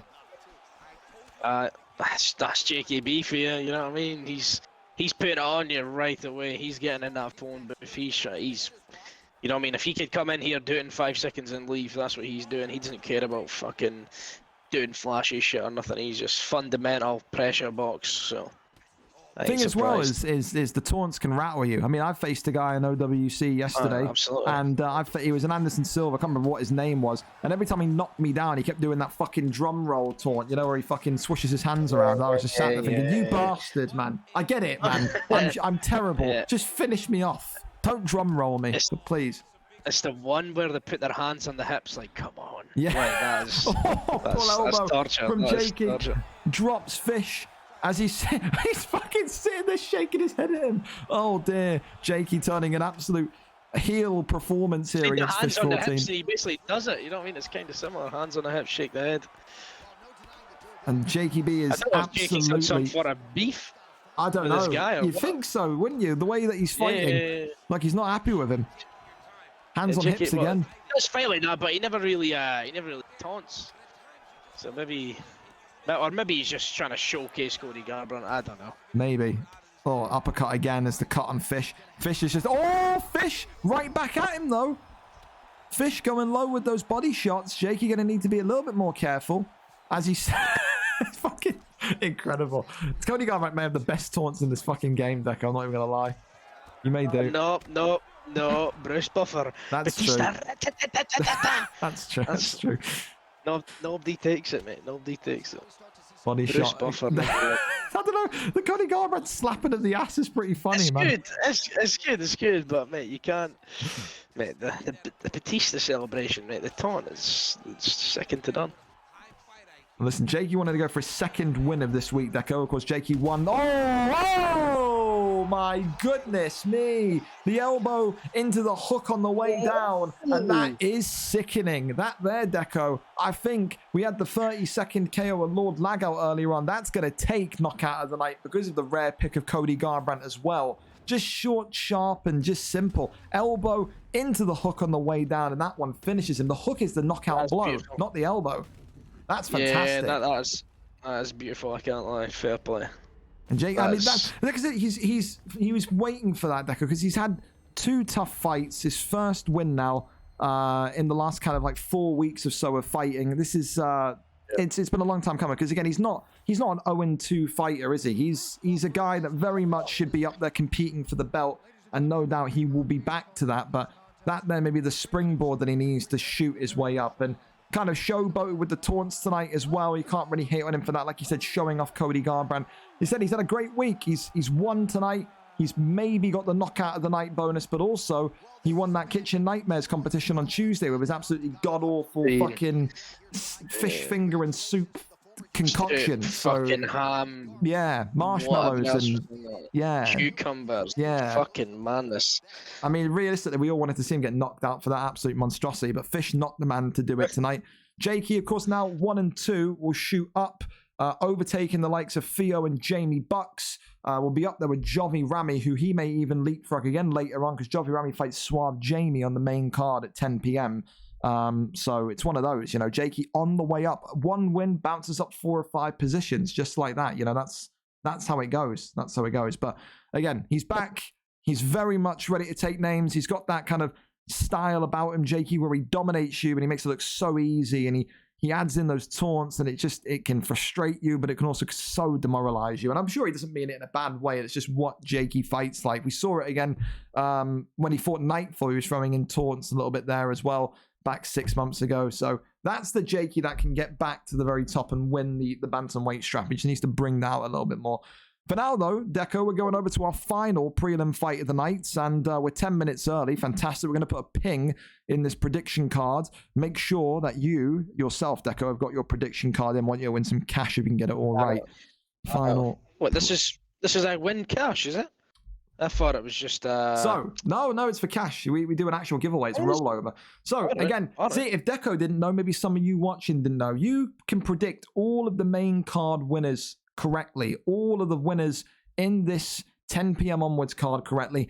Santa will come to your house and slip some money into your PayPal just before Christmas. So who knows? Of course, Viper RKO has won it. I think he's been the only winner of 2023. We went through a period, a streak, Deco, and we had about 3 or 4 months of no one winning the predictor card, and then Viper won it. So said he loves it. Maybe some 12,000 FIFA points in your stocking if you can get it right, Deco, since we know how much you love Ultimate Team. But again, there's some big names on this card, man, from EASYWORK and Tomaselli all the way down to Webbo and Keza 2, the trilogy fight between Matimbu and Danny Wyatt, the Dex Premising and Ben Jammy fight, the undefeated welterweight Stewart and Dio the Demon tonight. It's so many difficult fights to predict. So if you are a genius, if you are an oracle that can see into the future, then predict away. Get your predictions in. Maybe you win the cash prize. You can already see some of the early favorites. EASYWORK coming out as effectively, Deco, a unanimous favorite. The only man that I'm seeing predict Tomaselli so far is his cousin in Jack 9. So that is some serious pressure on Tomaselli, isn't it? I don't know. I feel like Tomaselli's got nothing to really lose. You know, obviously nobody's picked him, and I feel like he wants to be that sort of villain. I understand your point. I think it works the other way. I think Tomaselli gets pissed off by the amount of people that don't rate him, don't respect him, don't rate his talents. I think he'll see that, and he may go into that fight a little bit annoyed. I can't lie to you. I think he will. Maybe. Maybe. We'll find out. We will. Oh, right. Okay. Actually, the prediction thing, actually, I won that once, you know. I remember winning that once. Did you? And I got the VFL premium. Oh yeah, you got the worst prize. I'm sorry about that. So that's my fault on that. Prize is a prize. That was before we had a 3-month streak and the money came in. But there you go. But listen, this one, a big one to finish off the prelims. Myth, former PlayStation champion tonight, coming in with a 3-1 record, coming off of a loss to Demo Rai. Tonight he comes in first fight, Deco, and he goes against the champion's younger brother, E-Dog, as he's known, coming in tonight. Demo Rai's younger brother, who he believes will mount a serious title challenge. Demo Rai saying that he thinks his younger brother, the only person in this entire division that can give him a fair run for his money. Tonight, Myth is going to be able to take out some revenge on Demo Rai Jr., on Demo Rai's sibling, and maybe, just maybe, catch the attention of the champion once more. Who wins? Will it be Myth or will it be the newcomer, E-Dog, coming into the league for the first time? Of course, all PlayStation fights are basically randomized weights until the title fight. Then the champion picks the weight class. Of course, Myth tonight will select Jose Aldo, and looking like it's going to be Rugby Volkanovski for E-Dog. So that's interesting. Have you used Rugby Volk, Deco? Not on my recollection, no. To be honest, I don't actually like Volk in the game. Really? He's obviously good. Yeah, he's obviously good, but He's not my pick. He doesn't have a lot of subs. Obviously, good Muay Oh, Thai, he's good switched to kickboxing. Topuria. He's switched to Ilya. This is my pick. This is Okay. Here we go. I feel then. like Topuria is maybe top 3 characters in the game. I can't lie. I agree. I think he's got everything, doesn't he? He's got the thing that I like about some of these guys, like Topuria, is just like I like his footwork. I think he's so nimble. He just floats around. He gives me that kind of Legacy McGregor vibe from UFC 4. He just almost kind of hovers around the octagon. He really does. He's quick. He's fucking powerful. He can wrestle. He can submit you. He's got it all. He's got very good. Whatever else. So he is my pick. Well, there you go, Jose Aldo. Jose Aldo's not really obviously the best pick, you know what I mean? But again, if you could utilize the leg kicks like Myth has already started to do, then it could maybe be good. But I feel like once you take damage or if it goes to the mat, that's going to be a tough one. Yeah, I always notice with Jose Aldo in this league, there's always kind of 2 ways that people use Jose Aldo. They either go that kind of leg kick route. We saw that often in UFC 4, but then you have guys like Kemure that use that Jose Aldo and just really work off his fast-paced boxing to just try and get the knockout in a flurry of combinations. But again, Myth, former champion for a reason. He's been a multiple-time PlayStation champion. Wants to do it again. There's almost a little bit of bad blood there between him and Demo Rai after the title fight. Of course, Myth was known when he was champion just a couple of weeks ago with being that wrestler. People were not impressed and were almost kind of sat in the chat booing him on his final title defense before he played against Demo Rai when he fought Cams, because he just basically submissions and takedowns and takedown bails and just grappling and just wrestling in a really, really cocky way. That caught Demo Rai's attention, who was just there at the time watching, said, I'm back in, give me a contendership fight and let me fight this guy. Then, of course, he fought Myth, beat Myth on decision, and Myth came in and was like, you talked all this shit to grapple with me, to which Demo Rai replied, I've just beat you at your own game, don't be angry about it. So it seems like there is a little bit of bad blood there, and Myth may need to kind of control himself here because he's being countered quite nicely by Topuria so far, Deco. No, absolutely. It's been back and forth. Obviously, both got that damage early as well, but the head health of Aldo isn't looking the best, and the block's going down pretty quick as well. But I don't know. I'm expecting this. I don't know. Obviously, E-Dog new to the league, like you mentioned. I'd like to see some grappling by him. You know what I mean? Let's see if he's got anything else in his locker. But then again, this is the thing as well. E-Dog, the brother of Demo Rai, he'll be able to tell his brother what Myth is good at. And we saw Demo Rai and Myth had a very, very good grapplers exchange on the ground. So if he knows his younger brother is maybe not too great at wrestling, he's going to probably tell him to avoid Myth down there at all costs, because he's no amateur, is Myth. He's not. Clinch up there, gets that takedown. But spirals out. Myth keeps throwing them head kicks as well out of range. That's a risky one, you know. Obviously, a quick step back, rear hook, or an elbow, you know what I mean? And it's going to be a flatline KO pretty much, so it's risky. Don't know why people throw just head kicks all the time. The odd one, I'd maybe understand, but again, he keeps going for them, and surely E-Dog's going to notice that. Hopefully he does, or maybe his brother's going to tell him, look, Myth's throwing the head kicks, just duck or lean back or do something to counter it. So I'd agree. I think that's going to be something that Myth is going to need to try and phase out of that one. Round 1, though, I mean, would you say that's an E-Dog round, or are you giving that to Myth and Jose Aldo? I don't know. There was a lot of damage on both sides. I actually don't know. That's a tough one. What's your bet on that? I think just about E-Dog takes it, but again, it wouldn't surprise me if that round was a draw. I think you're very correct. Again, I think there was no kind of significant moment there. Oh, rocked and dropped, and now the ground and pounds here, and E-Dog looking for a big victory on his debut, but not able to finish the fight there. A big drop there, and now you get your wish, Decker. You get to see some of this wrestling from E-Dog tonight with Topuria. I just like to see what people bring when it comes to the grappling, you know, if they could whip out a crazy sub or just be fully dominant. I like it. You know what I mean? Obviously, I like striking as well, but grappling's where it's at for me. It always has been. It's one of the best things ever, so I just want to see if somebody could whip out a cool sub, polish it up, something, or just anything, really. Well, so far... 'Cause I feel like obviously because it's an MMA game. Yeah, people are Oh, striking a lot. this is interesting, but he's going to go for Neon Belly instead, which you'd think he's going to go right into side control, which he does. This is Myth's bread and butter. This is where he held cams for so long, but immediately just one-up transition, can't hold E-Dog in there tonight. But smart from Myth there, using that submission to gain position. Posture ups there, and he gets up, not wanting to be down there with E-Dog. Gonna just be... Oh, good counter shot there.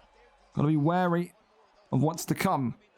Head health on E-Dog, like we saw. Oh, he's been slip straighted, and he whiffs out of the way of the uppercut, but then he gets hit by the hook, and now the ground and pound, and E-Dog has done it. Myth is out of there. A round 2 TKO. The champion's younger brother comes in and says, I'm coming for you, big brother. I'll see you in a couple of weeks. No doubt he's gonna have to take more than 1 or 2 fights to get that title. We know it's looking like Lister is going to be next for Demo Rai, but this young competitor comes in and finishes Myth, the former champion, in round number 2, his 2nd loss in a row. We have not said those words regarding Myth for quite some time, but a very good performance on his debut, wouldn't you say, Deco? Absolutely. Again, obviously he did take some damage, nothing major, but again, good performance against an old champion, you know what I mean? Making his debut in the league. You've got to be happy for that, you know? 100%. 100%. And Demonic saying early stoppage. Well, so far we have all of the performance bonuses tied up. Of course, the main card imminently set to begin. So far, we know knockout of the night is currently with Jakey B. Fight of the night is currently with Logan and Nolan. Submission of the night is currently with the American Leddy Hoddles. And of course, performance of the night back still with the opening fight this evening, Trixie, after he defeated Mikey 19. Deco, I'm just going to leave the call for like 60 seconds while I play the trailer and then join back in. So that's you go anywhere. Absolutely fine. Right, fellas, we'll be back. We'll be back in about 60 seconds. Get a drink, get some popcorn, get a snack, get whatever. You got some big fights coming. The return of Suave Jamie, the undefeated welterweight fight, the Matimbu Daddy Wyatt trilogy. 5 incredible title fights. Do not go anywhere. We will be back momentarily.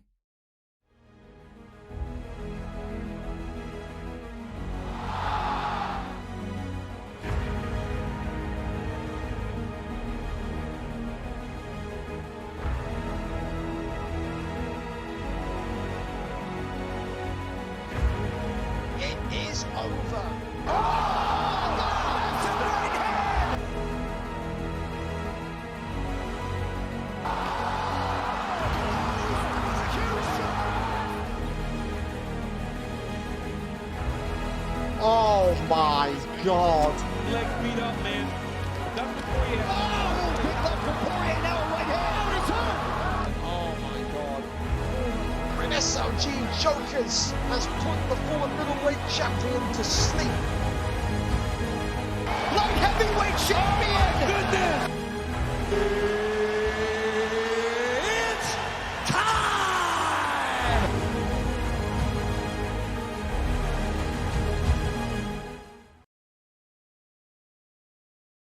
And we are back. Fellas, if you just joined us from the Discord, if you're a filthy casual, I tell you what, you missed some great fights. The return of Jakey B to the winners column with his incredible Cody Garbrandt signature victory. The taunts were incredible, but some incredible fights. The Logan versus Nolan fight, and just so good. But tonight, all about the main card, which is stacked to the brim with some incredible names. Of course, tonight's main event, EASYWORKGG takes on Tomaselli 9 for that bantamweight strap. Tomaselli's chance to finally wrap gold around his waist. A man that's claimed so many accolades, but he's just missing that elite belt. Jovi Rami coming in against Suave Jamie is another one. Suave Jamie coming in for his first fight in God knows how long. So many good ones. Tomaselli will be aiming for another fight of the night award, he'd hope. Maybe tonight he wins the belt. He gets an 8th fight of the night. Maybe he gets a knockout of the night. Who knows? Maybe he goes into the Hall of Fame tonight. That's how much is riding on Tomaselli and his outcome against EASYWORKGG, who have no doubt about it. It's looking like one of the most complete, dominant, and silky smooth strikers that you'll find in that bantamweight division. Maikinho goes against Lee 66. Lee 66 holds a victory over Maikinho months and months ago. Tonight, if Lee 66 can do it again, he'll hold gold around his waist and bring it back to the Highlands of Wales. Viper RKO TTV takes on the American Loscott Jugo. Again, a 2-0 start. Maybe some would say it's premature, but they've been 2 dominant victories. And with JCO 5 currently out of the picture until January, this is the most likely opponent for Viper. One of those fights where they'll stand and bang with each other. Do not blink, you may miss the winner in that one. Suave against Adversary, a guy that describes himself as a self-proclaimed featherweight in spars tonight, has to go in against Adversary on a free fight winning streak and really show his stuff. Suave feeling the most confident that he's ever felt. Feels like that no one in this division can beat him, and feels like he will make a statement and prove a message tonight to the rest of that division. And of course, DPT Pook taking on TTV Riot Young. The American takes on the Brit. DPT Pook wanting to establish himself as one of the greatest light heavyweight champions that's ever existed in the league. These non-title fights just as crazy. Webo against Keza again for the second time in about 7 months, 8 months. Webo, elite groundsman. Keza, elite striker. Will we see or hear some Taylor Swift? Will we hear some Christmas songs down the mic? Who knows? Matimbu and Danny Wyatt. Danny Wyatt, the man that started that train of maybe he is beatable towards Matimbu when Matimbu was running riot in the welterweight division. Danny Wyatt, the only man to beat him when he held welterweight gold. And now tonight, Danny Wyatt knows he beats him again. He may well be in line for a title shot. Dex Primacy against Ben Jammy, another great one at the flyweight elite level as well. If Ben Jammy can come up today, short notice, a day's notice he took this fight on, maybe he could prove himself as maybe worthy of a contendership shot down the line. Just all great fights. Can't wait to get into them. Deco Hebden joins me today as well on the commentary. He was with us, of course, for some of those prelim fights, and really excited to have him with us again. And we're here. Deco, what fight are you looking forward to the most? What are you thinking tonight? What are you liking about this card? I'm not even joking, yeah. But I'm excited for Suave's fight. Can't lie. Are you be coaching him, cornering him tonight? Maybe the most. Can you hear me? Yeah. I said, will you be coaching him, cornering him tonight? I don't know. Maybe. There is other boys there to help him out, so it's not like he's lost. We'll see where it goes. But again, I think that is like the most exciting fight to me right now. Again, Suave has came on a lot recently, and Adversary's good. I like Adam. He's a good guy. So we'll see what happens. So there you go. I mean, so many good ones as well. Like I said, we talked about Tomaselli's credentials, wins tonight in a dominant fashion or a comeback fashion, could be a Hall of Fame induction. Don't think anyone would complain with that, but just a very well-rounded card tonight. Again, I'm incredibly excited to see Dio the Demon. Came in and made his debut a couple weeks back. Not got to see him on stream until now against Stuart, who is, of course, brother of popular FIFA player Mushy Esther. We haven't seen him for about 4 weeks on a card tonight. That one could be maybe lined up and billed as a #1 contendership fight as well. So whoever wins that fight could be looking at that fight between Suave and Adversity, saying that they've got the winner. Who do you like, though, most importantly, in this final fight before the title fight? So you got in Webo versus Keza 2. Deco, who are you liking and why? again, obviously I prefer Keza as a person. Me and Keza are sound with each other, you know what I mean? So I'm going to back Keza just purely he's a well better striker. Mm-hmm. More wild as well, so he could chuck the kitchen sink at you on the feet. Obviously Webo, known for his cheese ball sometimes, you know, so sometimes, I don't know all if the time, 95% he of the time. Yeah, you got to give him that leeway a wee bit with that 5%, I guess. But we'll see what happens. Obviously, if he goes to the floor, Keza might be in trouble, but who knows? I think Keza can get it done, though. Excellent. Well, listen, we begin and we go over first of all to see Jovi Rami versus Suave Jamie. For Suave Jamie, you only ever fought in this league, I think twice. Yeah, twice.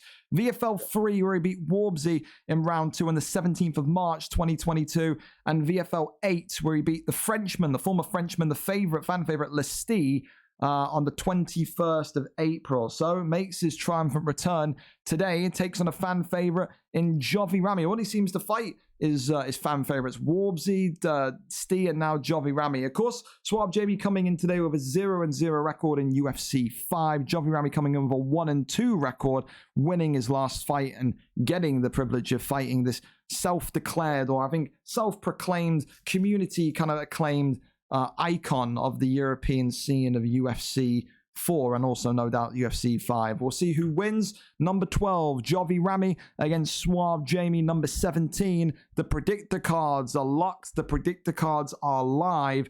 Your chance to win some Christmas money before next week is now up and away. And of course, with Jovi Rami and Suave Jamie, I have no idea who's going to be streaming this fight. I'd imagine it'd be Jovi, but we will get clarification on that. Let me go to Jovi Rami's Twitch and see. Nope, don't even know what Jovi Rami's Twitch is. That's great. But again, we know that he was loading up as well. Jamie streams quite a lot. Could be Jamie. We'll wait and see. No doubt they'll pop us a link whenever. We've got Dio the Demon there set and ready to go as well afterwards. But again, thank you to everyone so far for being here on time. Like I said, we're on perfect time for this main card. Swap Jamie's live. I'll send it. Brilliant. Thank you so much. Thank you for the follow as well. JH Soccer. Thank you so much for the follow, pal. You've not missed any fights. The main card seconds away from beginning. It's in the stream. I got you. You're the man, Decker. Thank you. Okay, here we go. Then we wait for this one. So for people that haven't ever seen, maybe from the FIFA side or just don't really regularly watch the UFC cards, Deco, talk to us about Suave Jamie. What's his style? How does he fight? What do you think? Tell us. Talk to us. Well, yeah. So obviously Jamie's style depends on I think who he's playing, but majority of the time he sort of has that pressure, then he'll wait, and then he'll just wait. He'll let you go first to try and make a mistake, then he'll try and counter. If he gets a rock, stun, whatever, he's going to spear you and probably take you to the floor. He's that type of guy. Obviously very, very, very well known, very hard better. So it's a hard fight for Jovi Rami, I can't lie. But again, anything can happen in UFC 5, so absolutely don't count Jovi Rami out. Absolutely, I'd agree. Thank you as well for the follow. The Cross is back. Thank you for the follow. That's a fantastic name. Dio the Demon up next, fellas. So we've got his fan base here with us. Don't you worry. He is on the card tonight. A big fight for him as well. But for now, a fan favorite in Jovi Rami opting for Sugar Sean O'Malley going against one of the greatest of all time in Suave Jamie. Some said this is going to be too much for Jovi to handle tonight, but Jovi, again, always wants these legacy fights, and like Deco said, you can never, ever be too sure of what's going to happen in UFC 5. You truly don't. In the blue shorts, Suave Jamie. In the black and gold, the taller man with the pink dreads, Sugar Sean O'Malley for Jovi Rami. So, Deco, we're just going to focus, because again, you've got so much competitive experience. Oh, he's already stunned him. He's already stunned Suave Jamie. Look at that. Already eating a big shot from Sugar Sean O'Malley there. That's a great start from Jovi, isn't it, Deco? He needs to keep it in the centre of the cage. So if he backs up against them black lines, it gives the wrestler within Henry Cejudo that chance to obviously use the cage takedowns or a clinch against the cage. So Jovi Rami's got to use lateral movement, not straight backwards, or maybe use the lunge to try and evade being behind them black lines and control that cage. I can't lie. Well, there's the That's ankle a beautiful ankle pick. Yeah. Beautiful ankle pick. I'm all for that. And this is going to be a struggle. Jamie's in mount. This fight could be over. Yeah, we already know that Jovi Rami, not the most, I wouldn't say, I don't want to insult him, say not the most comfortable wrestler, but he doesn't like it. See, people say he's got decent anti-wrestling, but so Suave Jamie is just a killer everywhere. And when Suave Jamie maybe is feeling a little bit of that pressure from the stun that Jovi gave him early into round 1, you can't really blame him for just dominating this fight now on the ground. But so he's just got reactions upon reactions upon reactions. Makes me feel old, and Jovi Rami could be in deep, deep trouble here. The elbow slamming through, nearly getting the victory as Jovi pinned down, and he's stunned again, trying to go through the block. Is Suave Jamie still nothing? And Jovi he can't get out here, Deco. He can't. It's mount is the new side control right now, I can't lie. Yeah. So hard to get out. The transitions are far too slow. And again, I justified it because in UFC 4 it was hard to keep somebody in mount unless you had full GA or had watched like a rat. In this game, it's so easy to hold mount. It's kind of like UFC 3's mount, where it was so easy. I feel like they need to speed up the transitions from the bottom. Again, Mount is not an easy thing to escape in real life, but it is a game, and it's a tough one. You know, you've got to have that balance to make it fun and realistic at the same time, I guess. But I don't. If Jovi Rami survives this, I'll be surprised. Would you suggest? Oh, okay, he gets out of it. He gets out of it. Nice. But right into cycle. Oh, gee. I was going to say. I was going to maybe say if he couldn't get out of it, would it be maybe with 45 seconds at the time left that it was? Would you maybe opt Jovi Rami holding an LB, giving up back mount just to get out of there, or not? It's still kind of the same speed as the normal transition. So again, if Jamie denies it, he denies it. If he gets it, then he gets it, obviously. But I would just try my best to sort of deny the posture up, either up or down. Obviously, depends on what posture up they do. Again, he survived that round, but he got rocked numerous times as well, and he got controlled for a long time. So again, Suave Jamie has to take that round for me. It's Jamie Nurmagomedov for me, round 1. Oh my goodness me! And look at that. That is absolute reactions and IQ in one. Deco to get the stun and then shoot that spear takedown. Excellent. Like I said, I know Jamie quite well, and I know if he does get a rock, he's gonna shoot the spear. You look at people like it's a good reversal though. Good reversal from Jovi. You look at people, you look at the high level people, and the ones who initiate the grappling as such, they'll always use that spear, and it's not even to try be a cunt. I know people don't like grappling, but if you can control that person on the floor and not give up a position or not get subbed, you're going to win the round due to the damage that you've just done on the feet, and then being able to spear and control them. It's an IQ thing, and it's probably a smart play. Yeah, people might find it boring, but this is competitive gameplay. You know, this is where you need to win. This is how you win fights. You've got to be smart. I know putting on a flashy performance, doing whatever looks good, and it does, but you come here to win. You don't come here to lose. Absolutely. I think Jovi Rami as well needs to be very careful because Deco, he can't be too far away now from the doctor coming in and having a look at the cut because that is bright red. You're absolutely right. But I know Jamie will just stay close anyway, so I don't know if he's realised the doctor stoppage or what, but I don't see him backing away, to be honest. Oh, the elbow counter, and Jovi Rami is out of there, Deco, just like that. A strong start from Jovi Rami, but it was the wrestling, and it was the control from Jamie that guided that one home. Yeah, the damage that he done in Mount, it just absolutely peppered him. So, I'm not surprised. I did say it before the fight starts. Obviously, Jamie didn't get the rock in the first round. He shot a beautiful ankle pick. But again, obviously, you get Mount and it wins you up. And I mean, against someone like Suave, Jamie, do you look at Jovi Rami? Did he do much wrong? What was the big mistake that he made? He didn't do anything wrong, in my opinion, apart from go behind the black lines. Like I said, if you do that against somebody like me, Jamie, Dirty Dave, you know, who enjoys the wrestle, enjoys the grappling, it gives me that advantage to shoot the takedown, and then you need to try and guess which way I'm going on the cage takedown. I could then clinch as well and put you against the cage. So it's a nightmare to deal with, but that's what I said. Like I said, you got to use lateral movement. You can't just back all the way up. So again, that's maybe a learning curve for Jovi, but he done superb. I can't lie. He got the rock early on, but this is MMA, it ain't kickboxing. So absolutely.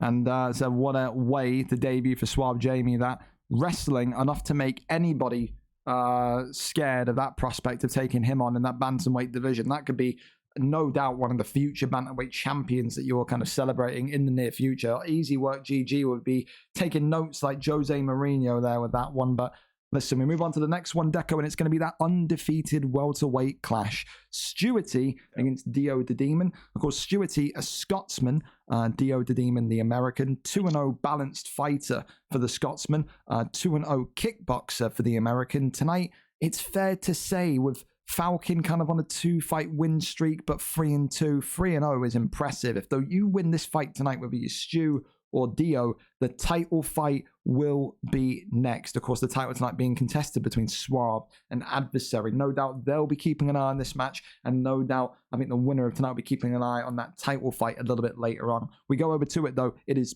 an undefeated bonanza in the welterweight division. 2-0 v 2-0. Number 4 versus number 5. Who brings home the victory? Scotland or America? We go over and we have a look-see at this one. Dio the Demon is live for us. Let's see what we've got in this one. They're already in, and it's Usman against Leon Edwards, Deco. Yeah, Leon Edwards on this game is obviously, again, champion in real life, and he hard to use. You know, he's not my pick. Again, I'm not a real striker, so if you could be patient, pick your shots, and do bits with Leon, then you could come out on top. So I'm interested to see how this fight plays out. 100%. I think Usman doesn't get enough respect as a kind of main card pick. We've seen it, of course. He's so good. Yeah, he is. So good. He's got the force of nature, obviously. Very, very good wrestling. See, I mix between Usman and Shavkat. It just depends on how I'm feeling, to be fair. Usman for more control, and I think he's got better boxing than Shavkat. Kicks, whatnot, but Shavkat's got more subs, so it just depends on how. Against Stu as well, I can tell you about Stu is that he'll use that Usman pick really, really well because he's a very, very patient striker. He'll work off counters, he'll work off minimalistic strikes, but it's that head kick from Dio there that unloads on Usman, and now he's chasing him. Stu there looking in a little bit of danger as he backs off and runs backwards. It's true.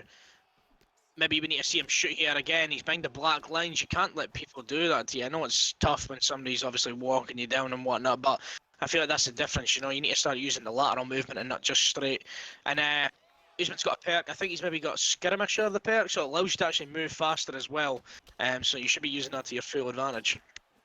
And so far, though, Dio just absorbing that pressure that Usman throws in and just using those dangerous kicks. But again, he's got to watch out for those counters, those pull shots from Stu. So far, looking very, very, very clean. Great kind of lunging straight towards Usman, though. Works the 1-2 again.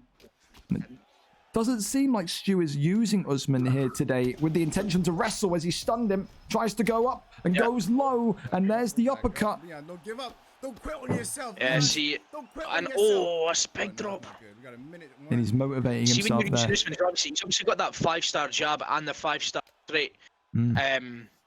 So I'd trying to use that to my advantage, but again, obviously Usman's got the battle control, very good grappler. So we'll see what happens. He's being pinned against the cage here, Dio, and he needs to be careful. Does not want to be. This is Usman's style. This is Usman's style, though. Gets you right in your face, puts your cage feet. He loves it. Again, Dio came into the league, I think, brought in by, I think it was Beacho, uppercut there, drops him, and Stu jumps into his guard, and Stuarty, the Scotsman, doesn't get it done. No, one punch away. Wow. I like this guy. This guy's great. This guy's good. Away from that being over. Yeah, see, when people's got a face cam, it's even funnier. Don't let him bully you, son. Take a drink at Starbucks. Take your PED, son. This guy's great, man. This guy's brilliant. Bully your son. I love that. Love that. Well, he knows he's one round down. He knows he's got to find a way back into this one. What else we got, folks? What else we got? Again, I feel like playing at range with Leon's better than sort of playing the inside game. First round, we gave it up. That's my opinion. Obviously, people might think otherwise. I think the thing that I'm just amazed by, Deco, is to pick Usman and not shoot one takedown. It's a bit bizarre, isn't it? Maybe especially against in the some Leon? people's eyes. Again, if you're comfortable on the feet with a guy that's got a 5-star jab, 5-star straight, good perks like force of nature and skirmisher, etc. like that, good power as well, you know. If you could get that damage off on the feet, Leon trying to land that back when you've got force of nature is going to be a struggle. Especially if you keep it that close quarter style, you know. Then obviously use your jab to the best you can, and then obviously use wrestling mixed in. Then it's going to be a hard fight for any Leon. Usman's maybe the best pick in the weight. In my opinion, and that's a mistake. Oh, that's a big mistake. He's okay. He survived it. Oh, uppercut from Usman. Overhand. Combos are coming. And Usman. Leon, don't let him bully you. Oh, it's gotta be. Oh my goodness, the strikes. And he's lost. Dio the Demon begging Edwards. Begging Edwards to not let him down. But the consciousness goes. And Stewarty gets the win. Sad. You went out sad. I'm not going to lie. Gracious in defeat. I think we've got a new fan favorite here, Deco. That guy was fucking awesome. I love that guy. I like this guy. That guy was good, man. This is Beacho's mate. This is Beacho's mate. Yeah, this is the guy. Watch out for this guy. I think he's going to be a fan favorite, just like Showtime, just like Rasta. I think this is the next big guy that we got coming through, 100%. Well, listen, didn't get the job done tonight. Great to see him finally fight. 2-1, doesn't drop too far down the divisional rankings. I think this guy again get back on the horse, get back into a live fight soon, and I think he could still very easily claim the gold in this division. But this welterweight division, man, the division is very, very, very stacked for its level. And for Shendry, for Stewarty in the chat there, he will be next for the winner of tonight's title fight between Adversary and Suave. Two very dangerous kickboxers indeed. But the pressure tonight from his Usman was just unbelievable, wasn't it, Deco? Again, maybe ropey start, allowing himself to get a bit of damage, but after like a minute or so, he must have just had a wee bit of nerves and calls.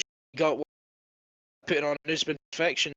Fair play. It was a good performance. Absolutely. Well, listen, the show goes on and we go over to our next one, another big fight between Dex Primacy and Ben Jammy. Dex Primacy, of course, former #1 contender in the flyweight division. Coming into this one as a 2-1 balanced fighter representing the United States. For Ben Jammy coming in with a 1-1 record, a balanced fighter, to took this fight on 1 day's notice after, of course, Dex Primacy's original opponent, Phenomeno, said, I can no longer fight. It's the night shifts for me. I can't do it. Ben Jammy raised his hand and said, give me the fight. I'm down to fight above my level and really show that I can make it in this division. So America takes on England, another kind of cross-Atlantic duel. And of course, for Dex Primacy, wants to get back into that kind of qualification zone of a potential title shot. A lot of people on 2-1. He wins today, Deco will jump from 9th all the way up to 3rd, current thing standing in this division. Of course, a great opportunity for Ben Jammy.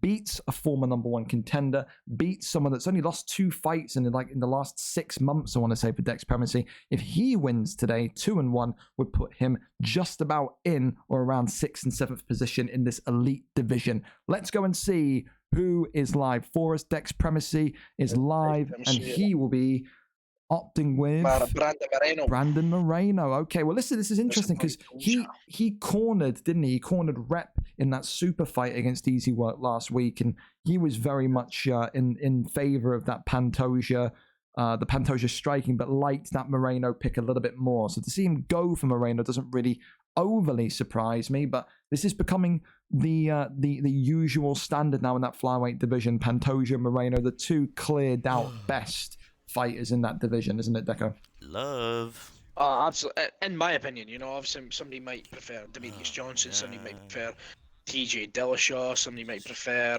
the Amir Albazi pick, but again, if somebody goes Moreno, I'll go Pantoja. So, that yin and yang pick, they do counter each other fairly well. Obviously, one better at subs being Brandon Moreno in the game. Pantoja doesn't have a lot of subs, but Pantoja's got very, very clean strike, and he's got that nice looping cross as well, the straight hand. So absolutely, and you can hear as well Crucifix in the corner of Dex Primacy there. I think it is the country boy back again, and I didn't seem too upset with Rep's performance last week against Easy Work. One of the many people that called it controversial, that doctor stoppage. So hey, that's very nice. They'll be lobbying for that rematch. Don't walk away. That's Don't true. walk away. That's true. That's it. Don't walk away. You see if you've got a red bandage or whatever. Why back up? You know, the chance of a doctor stopping it is so high in this game. So why? You know, you made that mistake yourself. It's nothing to do with Easy, nothing to do with controversial.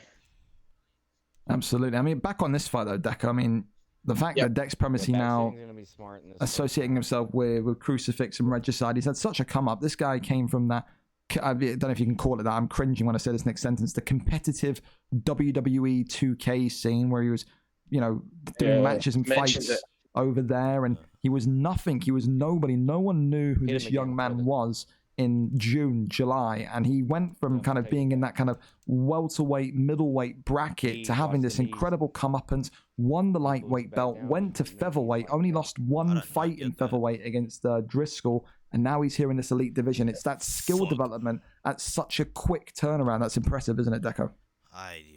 Oh, absolutely. You know, if you can come from a total different game, obviously people might go, oh yeah, it's not the same though. Like, I've played WWE, Keep your composure. you know what I mean, the buttons aren't the same, it's nothing alike. There's reversals in that when you press certain buttons, etc. So this game's totally different, so to be able to go from weight to weight all the way up in a sort of short period of time is nothing but good. You know, you gotta be proud of yourself, you gotta be proud of the people that's helping you, so.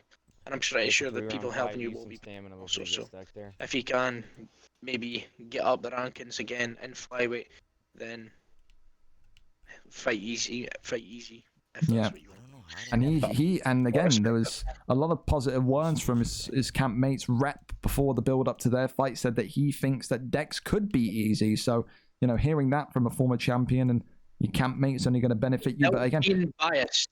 That's Without true. being biased, I don't think so. You know. That's fair. That's fair. Hey, it's a game of opinions, isn't it? That's what makes the story, isn't it? Everybody's allowed to voice their own opinion. So, with all due respect, I genuinely don't think he does. I think easy striking is. It's surreal, getting isn't better it? as we go on. Yeah, and his grappling. You know what I mean? I've taught him a lot recently within the grappling. Again, he's only going to flourish from there and get better. Well, round one, I tell you, Dex Primacy putting on a performance with wrestling, doing very good. I think he's damage. Yeah, I think despite the lack of damage, I think the control time is pretty similar, 156 to 150. I'm pretty surprised by that. But Dex Primacy seems pretty dejected in the corner here. But again, Benjami, I was about to say Benjami.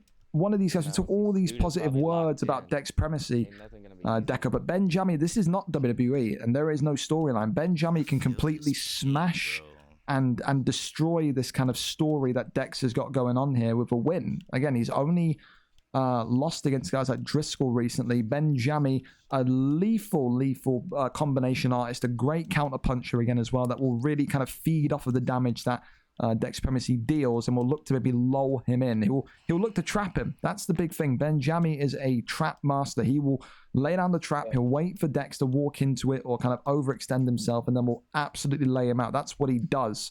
And like I said, he's no easy fight. Maybe the record is 1-1, but as you can see here, Dex Primacy has gotten a big stun in round number 2. But yeah, that's a huge intercept with that straight hand. So don't know if anybody noticed. Obviously, Benjami tried to overhand. And what Dex done there was he threw the straight, but then hit stun Benjami, which intercepts that strike, and then he gets another free strike with being the lead hook. So keep it in mind, people. Benjami as well fighting for the pride of the United Kingdom. Dex Primacy had a lot to say about the United Kingdom, about the EU player base last week. His best Colby Covington in Brazil impression. He is not a fan of the Europeans. Benjami very much so. A European that's standing in his way here tonight from shooting up those rankings and getting back into that kind of top level. Wonderful head kick from Dex Primacy though, uppercut, and now it's a double drop here, and this has got to be game, set, and match. Yes, it is. Get the fuck up out of here, bro. Like, come on, bro. I won. Oh my god. That shit was too fucking Dex easy, Primacy. And he can't fuck with me, bro. He Can't fuck with me, man. He can't fuck with me. That shit was too easy. And he keeps talking. Fuck out of here. Yeah, bro. American. I've actually turned it off already. Americans actually fucking cringe and get the heroes up the back and that.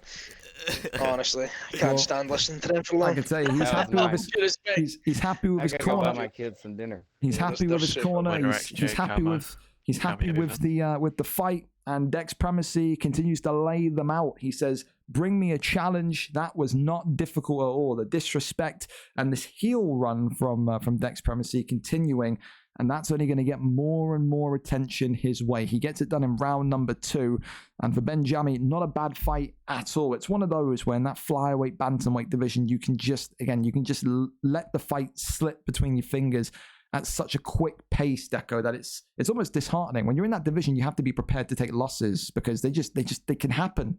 Fights like that can just happen, can't they?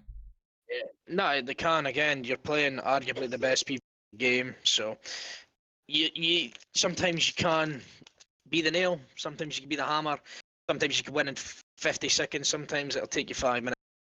Yeah, absolutely. So you got to be prepared for all waves, So I agree with you. that's what it is. I'm sure Benjamin will be back though. Oh, 1000%. Said he's an entertaining fighter, always puts on a brawl, and he can still get wins in that division categorically. Up next, though, a big fight in the featherweight division at 145. Kieran Crow against Jay Shermer, Deco. This one, a big one for both men. They both sit in that kind of territory of title contention. Kieran Crow, a 3-1 record coming off of a win.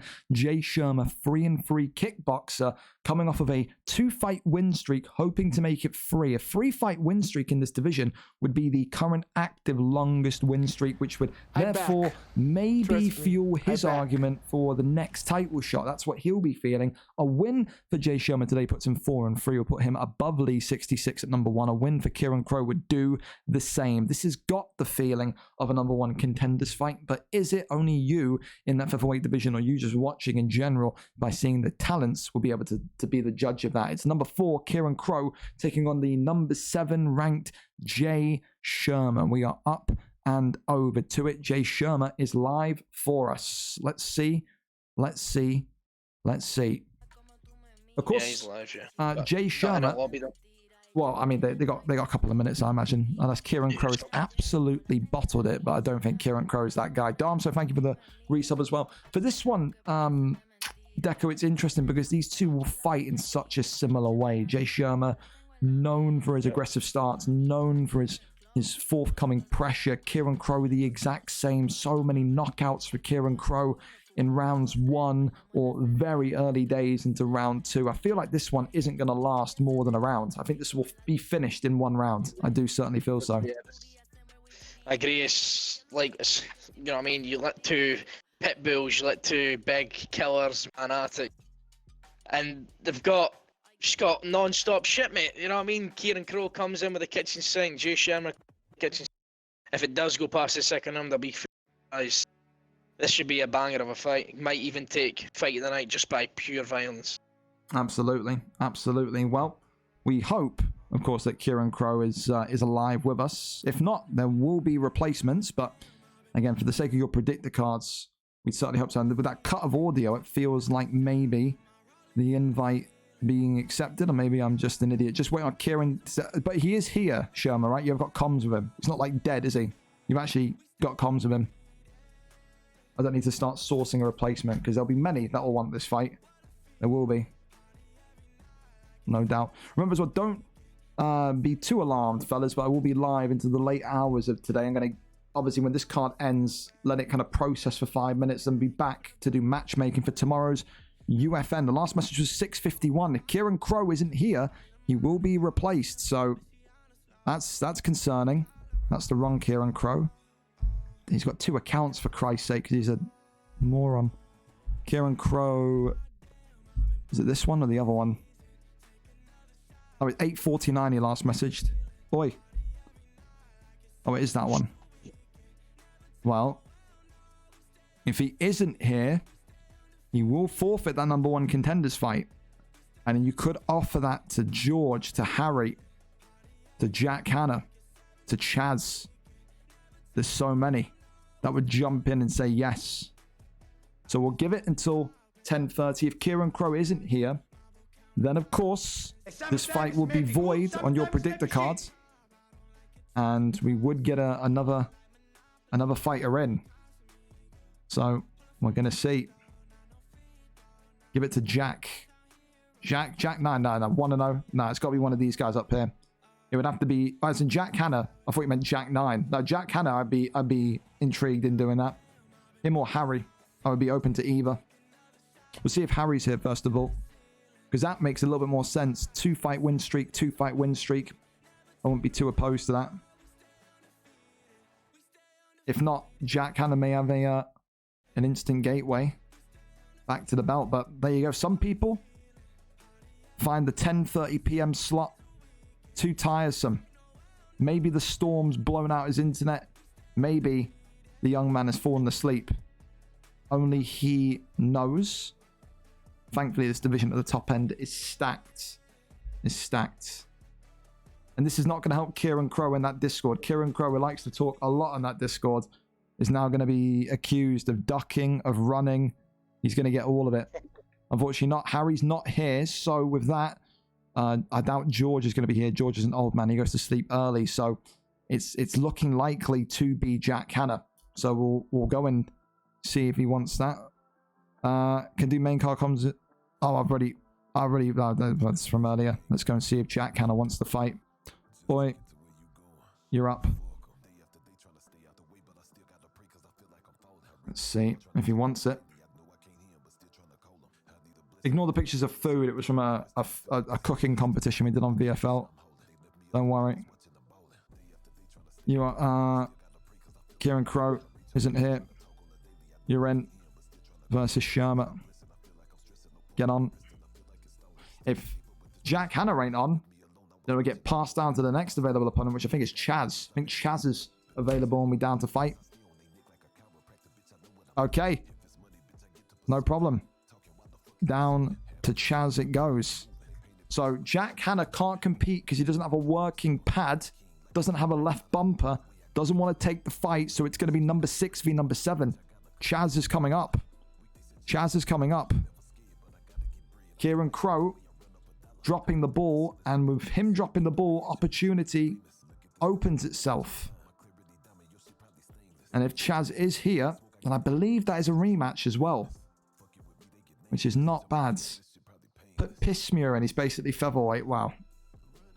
Ali ADP not impressed. All right, Chaz is there, and it's going to be Jay Sherma versus Chaz. No word from Kieran Crow. Kieran Crow will be having a conversation about his position in the league as well. Got to be here when your fight slots up. Jay Sherma and Chaz have last fought, and it was an off-stream fight. Chaz winning that one in round 1, and that was this UFC. That was VFL 110 on the Fight Pass prelims back on the 16th of November. So over a month ago. We didn't get to see it on stream. We get to see it on stream today, though. Jay Sherma will therefore get priority pick.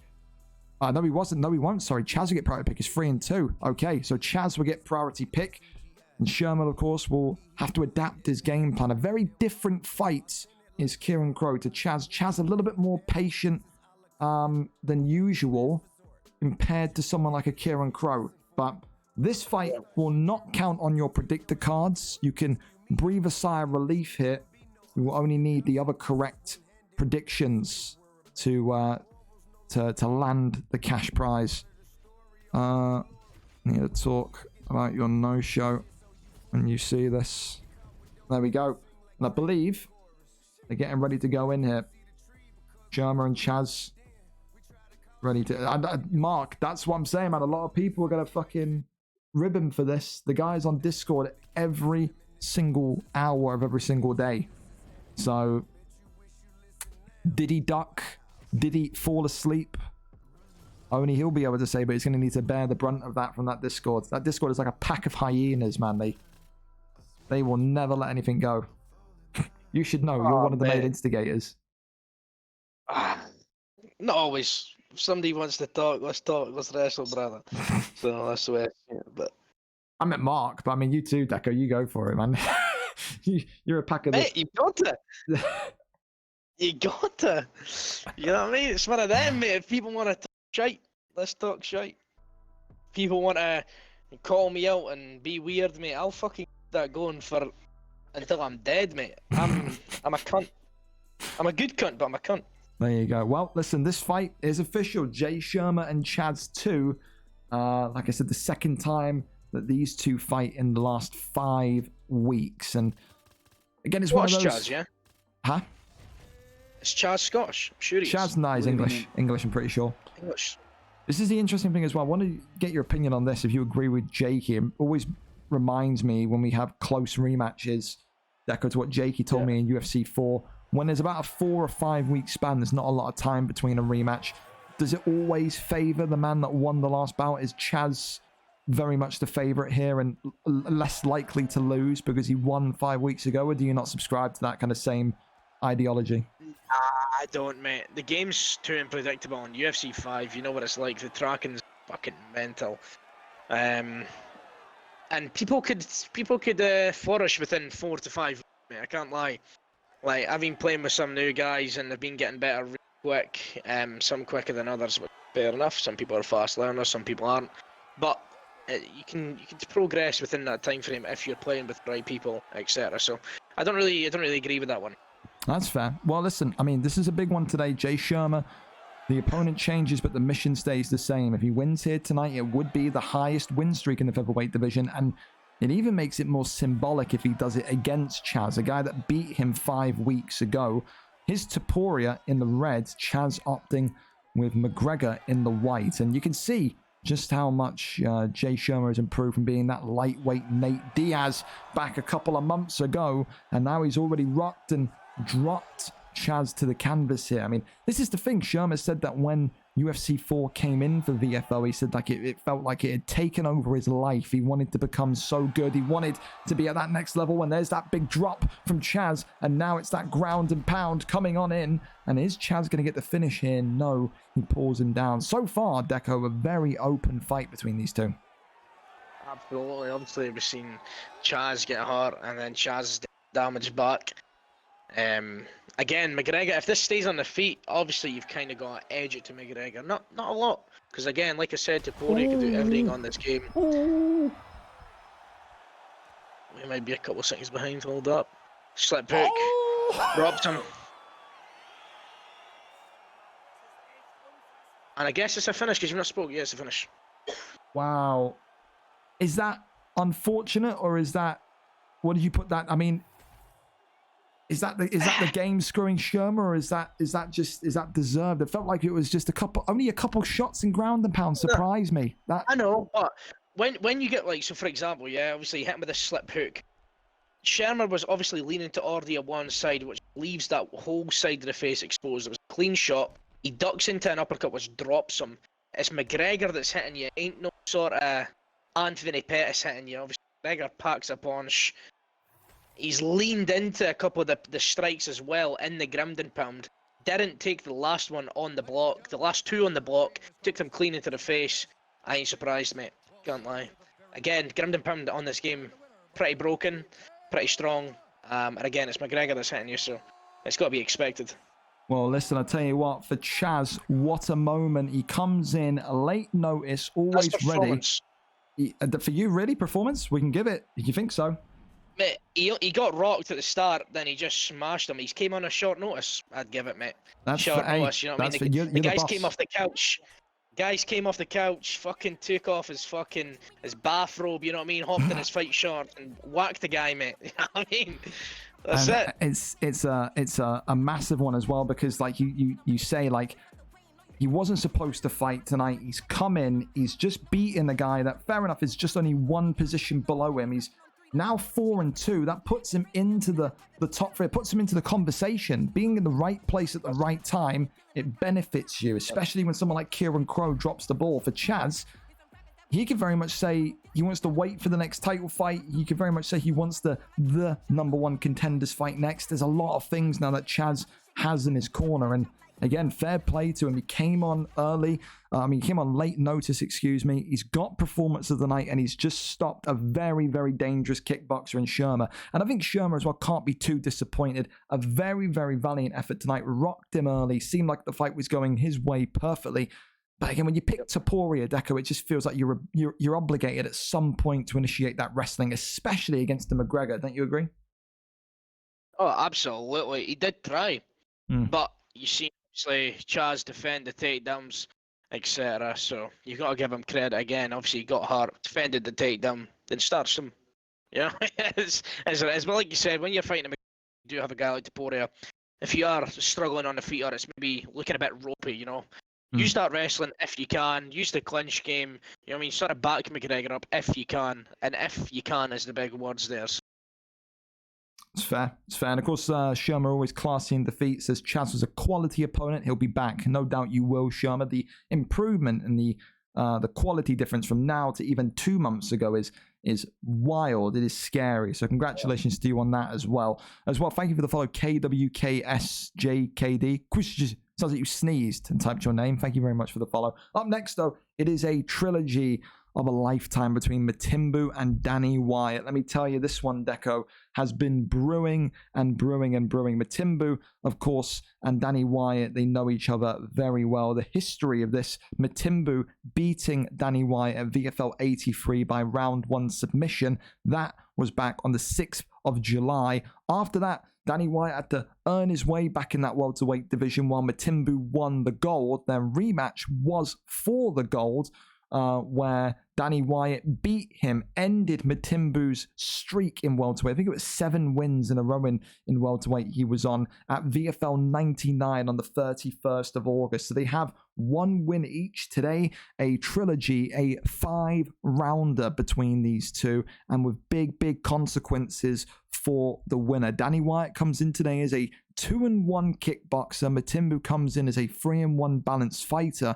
Matimbu, should he win today, would go 4-1 and would leapfrog Jayco 5. It would probably mean that he is the next contender for that lightweight belt while Jayco 5 is out of action. But the same reality is there for Danny Wyatt. If he can beat him again, extend his winning streak to 3, and defeat a very tricky jiu-jitsu artist like Matimbu, then he rightfully has to go against Viper RKO TTV next. The two kind of styles you're going to see here, Matimbu, we say balanced, but recently in UFC 5, the last month, 2 months, he's been that villain again. He's been shooting takedowns. He's been pulling guard. He's a grappler. He is a core jiu-jitsu guy, whereas Danny Wyatt, he's going to need to rely on his takedown defense. He's going to need to rely on that kickboxing, that sharpness, just like he did in that welterweight title fight when he defeated Matimbu against all the odds. He was the underdog on that night, and I believe he's the underdog again this evening. He loves and revels in that, but will that come up trump? Here we go tonight. Matimbu live for us, and let's see what the picks are going to be. Justin Gaethje for Danny Wyatt against Matimbu's Charles Oliveira. What do you make of those picks, Deco? I've used, obviously, Charles Oliveira a lot on this game. My type of guy, you know what I mean, whipping up subs. And obviously they can't use a 5-star, or Islam would be the pick. So if I had to pick anybody, maybe RDA recently as well. But I don't like Justin Gaethje at all. Again, not my style of fighter. I can't really use him. If you like him, then fair dues. Everybody's got their opinion. But again, I've seen Matimbu play. I've bumped into him a couple of times on ranked, and he whipped out a couple of cheesy stuff. Unfortunately, didn't win. But he's not a bad grappler for what. So if it does go to the floor, I think Matimbu does take it by sub. So I think when I see a Gaethje against an Oliveira, I think of what he just did there, Deco. Do you think maybe based on Matimbu's reputation as a bit of a cheesy grappler, you think the aim is to just work the legs, damage the legs, make those takedowns even harder to land, so he's forced to stand with him? Do you think that could be the long-term plan? Again, obviously, working the legs is key. Well, not key, that's lies. But when you're using a guy like Justin Gaethje, leg kick, Bruto, he's got a very, very nasty leg kick. And it's a 5-round fight, so obviously that adds up. You know, you get leg kicks in, that does damage to the legs, that takes away their power, takes away their ability to shoot more. And obviously Charles doesn't have the best wrestling as grappling. He's not a wrestler though, so taking away that sort of advantage does help. But Matimbu in mount already. If he gets a rock, could go for the armbar as well. Yeah, he's going to look to really keep this locked in. Matimbu dominating the top mount proceedings so far, and just all this damage. It's almost identical to what we saw Suave Jamie do to Jovi Rami in the first fight of tonight's main card. And again, it's just going to be about that IQ now from Danny Wyatt to get out of there. Transitions out and gets over into sprawl. Good job from the lightweight contender here, back in to the stand-up position. Pull uppercut there, though, could have been dangerous. When you're Justin Gaethje, obviously, I'd maybe even try keep it close and not to whiff, you know, because if you whiff, get rocked, whatever. Charles Oliveira does have the option for the spear, so again, I think you've got to kind of play cautious and sort of, you know what I mean, Matimbu's going to shoot all these takedowns. You deny that much of them, and while landing strikes, even tapping away at the body, he's going to be gassed pretty quick, especially if you defend him, like I said. So I feel like for Wyatt, you know, it's not a rush. It's a 5-round fight. It's a marathon. It's not a sprint. You've got to try and use your brain here. Just tap away on the feet. You're not looking for the KO. You know what I mean? You just look to win, and that's what you got to do. Who's won Sometimes so you got to far? play Is that my card fucked slow tears game, of joy? especially when somebody is just going to shoot and shoot and shoot. It's going to win you the fight. Yeah, no doubt. Thank you so much for the sub as well. Suave Jamie has won so far. We had a replacement fight as well. So the Jay Shermer fight was cancelled, as it was Jay Shermer versus Chaz in the end, so that won't count when you predict the cards. And Stewarty beat Dio the Demon. So far, though, a great stun and knockdown there from Matimbu, who's looking like he is motivated by that last result. Like I said, Matimbu was on the verge, Deco, of being probably one of the greatest welterweight champions we've seen. He was so dominant. He was so unbeatable. And then Danny Wyatt popped up out of nowhere, worked the stand-up, knocked him out, sparked him out, ended that legacy in welterweight with a loss. He's maybe feeling a little bit kind of personal to kind of get this done. He doesn't want it to happen again. Danny Wyatt was almost like his Alex Pereira. You know, he's followed him into this new division. He doesn't want him to end his chances now at a lightweight strap. He doesn't. No, I know, and especially in a comp fight, if somebody's 1-0 on you. You're trying to get that back, you know what I mean? You're trying to make this 1-0 comp or whatever, so you're looking to do the damage. You're maybe in a good fashion as well, because, you know what I mean, Wyatt knocked him out. You're coming in here, maybe you do win, but maybe it's a decision, maybe you're not happy with it. So, again, I think Matimbu will be looking for some form of fishing, most likely a sub. Yeah, I think totally. I think the thing that I still like is just kind of silently chipping away at that leg health is Danny Wyatt, but again, it's those. You got to do those again, like people. I feel like people in the game try use a lot of combos. Combos are obviously good, but pop shotting is so underrated on the game. The amount of times you flash KO somebody with a perfect straight as they try to walk into your straight while you're planted, it can happen. And obviously, just in case she does pack a punch, so pop shotting and keeping your stamina against a grappler is probably necessary. And it's harder for the grappler to really do anything, especially if they're standing their ground in the center of the cage. You can't back them up. You can't use the cage for takedowns, etc. But again, if it does hit the floor, you could be in. Timbu got the arm. Oh, it's in one. He's got it done in one. One sub. One sub. Matimbu with one sub. Gets it done. That's Charles Oliveira, and exactly what he does, that 99 submission rating, if he's still got it, is exactly the bread and butter that Matimbu needed. He took him down with that back drag and then said arm triangle, it's locked in, it's done. Matimbu will be next for lightweight gold. He gets revenge on an old nemesis. It is not Danny Wyatt's night tonight. Matimbu has the last laugh, 2-1 in this trilogy. A round 2 submission, and from Deco Hebden, submission of the night, Deco. It's gotta be, you know what I mean? If you could one sub somebody and get that finish, you know what I mean, and one sub, that's not the easiest thing to do in the game, even with Charles. So getting that done is beautiful, you know, it's remarkable. And I love it. I love a sub, so again, I've got to give it. That's fair. That's fair. Thank you. It was okay. Cheers then with the sub as well. Thank you so much for that, Robbie the man. Listen, we go up next, and it's the final non-title fight of the night, and it's another rematch, but this one, probably one of the biggest of the night, Decker, probably the biggest of the night, Webo against Keza. Of course, these two have fought once before. It feels like it was an absolute age ago. I want to say it was well over a year ago, but we'll check it. Webo and Keza was all the way back there. There it was. Put it in for you. It was back at VFL 55, the 17th of March, so more than 9 months ago, and that was when Webo won that fight by round 2 TKO. So Keza is the man chasing revenge today, and if Keza gets it, it's big. With the BMF next week, gives him momentum, beating one of the top guys. Webo, of course, is coming into this one as a 2-1 wrestler coming off of a loss. Winter coming off of a 2-fight losing streak as well. Keza coming off of a win with a 1-1 record. I don't know why Winter and Keza just entered my mind. But tonight, if Keza wins against Webbo, will overtake Webbo, would go into or around about the top 6, just underneath you, Deco. So maybe Keza will be looking towards your direction should he win here. That would be a great fight, but he needs to win to get that to happen. Of course, Webbo, dangerous with his wrestling, will take you down, will stuff you in a corner, and will just keep you there locked away. Keza, his main weapon is that kickboxing, those combinations. He is a pressure fighter, to say the least. So, I mean, we heard all earlier. I'm going to say is this is a striking match. This is going to be a striking match. It's looking like it. Webbo often has these kind of weird matchups where, like, he will just decide to strike with people when we have no idea why. Maybe he'll whip out takedowns with Sugar Sean O'Malley, but it wouldn't be in his best interest, would it, Deco? No, absolutely not. Again, obviously, Sean O'Malley does have the turn and takedown, I think. Sean O'Malley's not a bad grappler.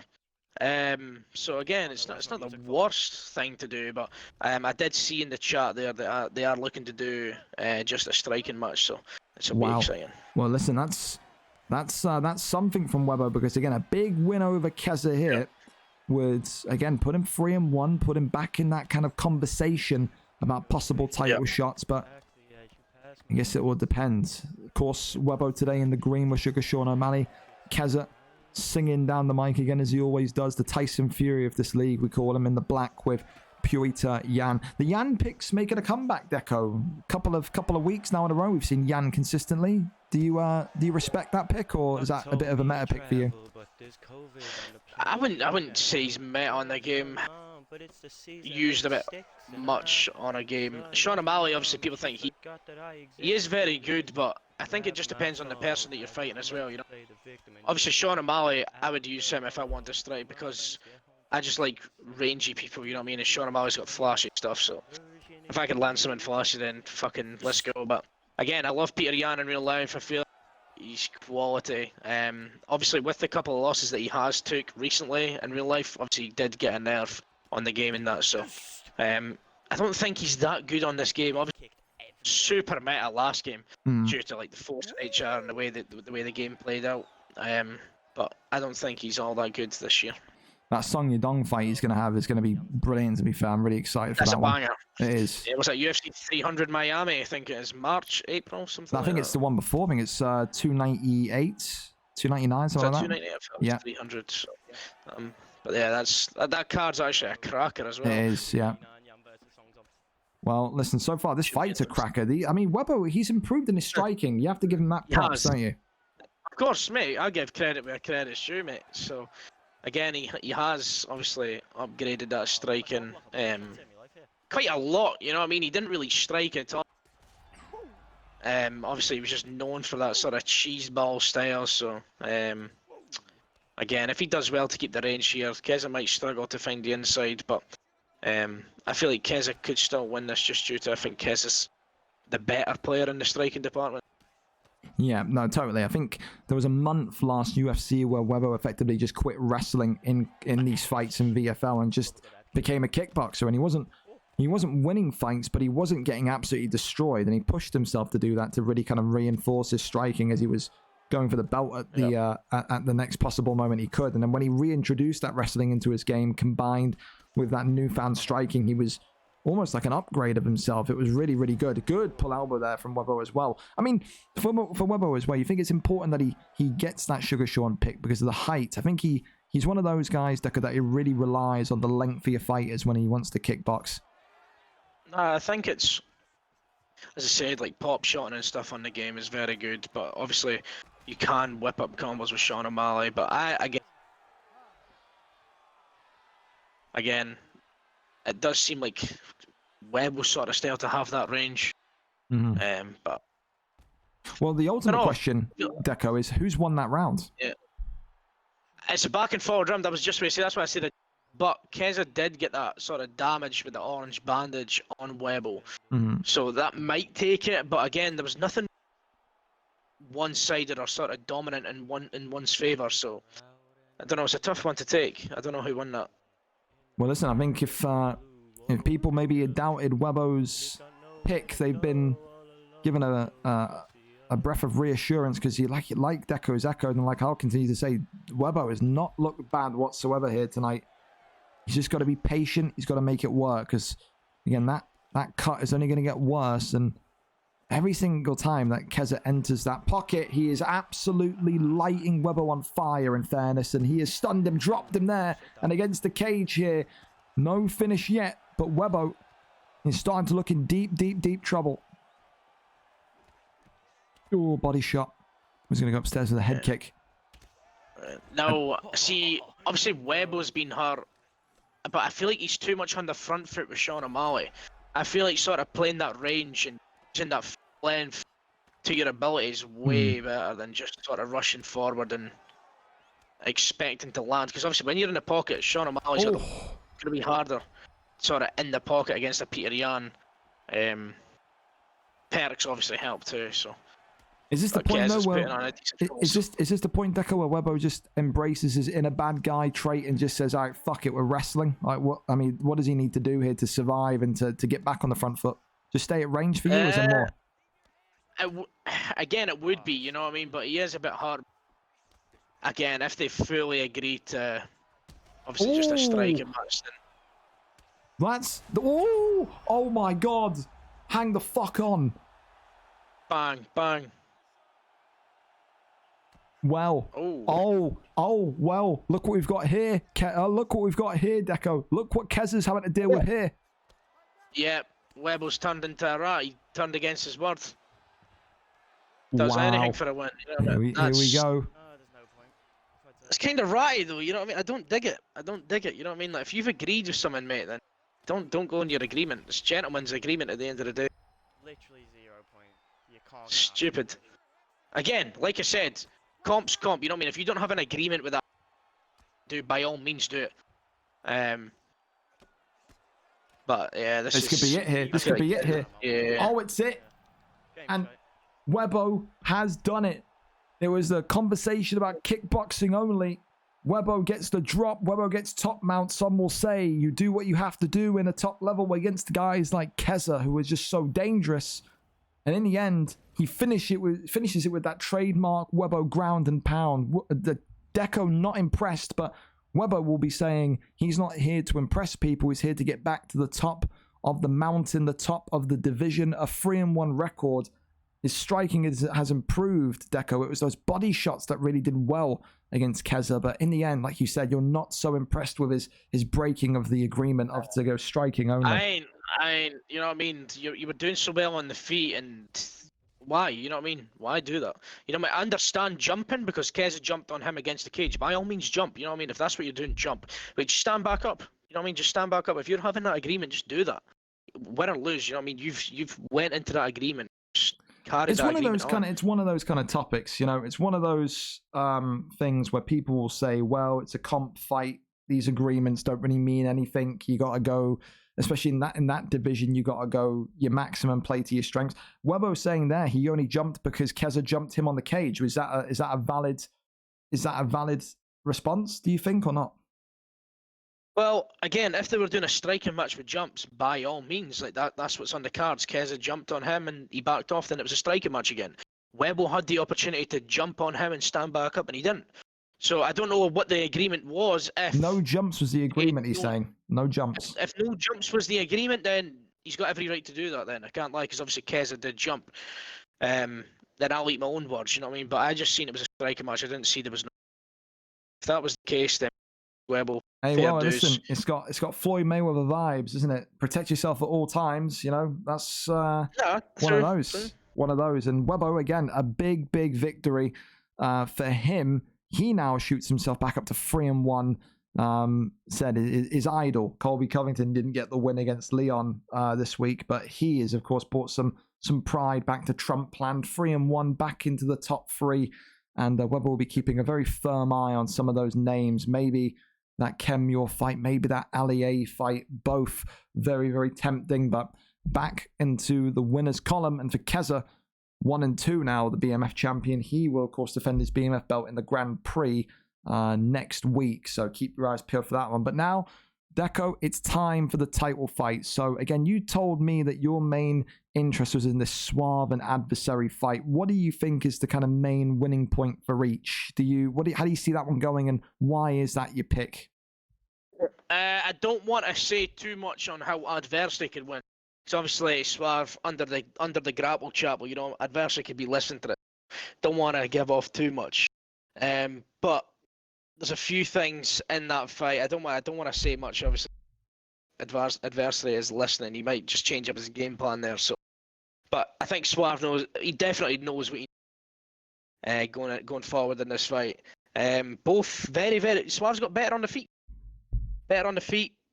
Adam's decent on the feet as well. Adam being Adversary.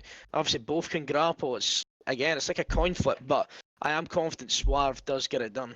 Well, there you go. It's going to be one of the big ones. It's one of those where you look at how both of them have developed. They both developed very, very well. And tonight it's going to be one of those where you look at it and you say to yourself, that could be a legacy fight. Again, your Adversary is on a 3-fight win streak for a reason. You know, like he's by all means flowing at the minute in terms of how well he's performing.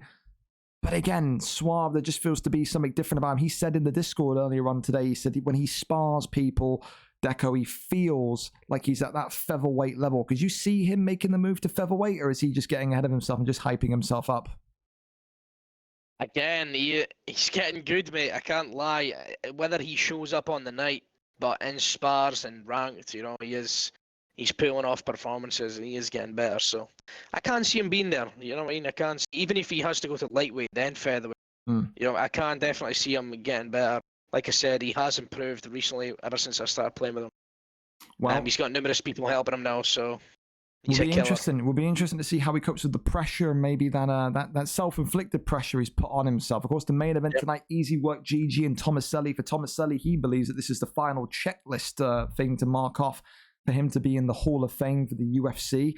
But first, we go over to the American DPT Pook taking on TTV Riot Young. DPT Pook, the American champion, coming over a flawless 4-0 record, a title win and a title defense, looking to make it back-to-back title defenses week after week. And of course, TTV Riot Young, the only man with multiple fights left with an unblemished record today. Pook, the American, says that he will be the man to give Riot Young his first loss. Riot Young feeling the most confident he's felt in weeks, saying, I've waited for this title shot. I can handle his grappling. He cannot handle me on the feet. He wants to win his first slice of gold this evening. The champion against the number 3 ranked TTV Riot Young, who is also undefeated. Someone's O has to go.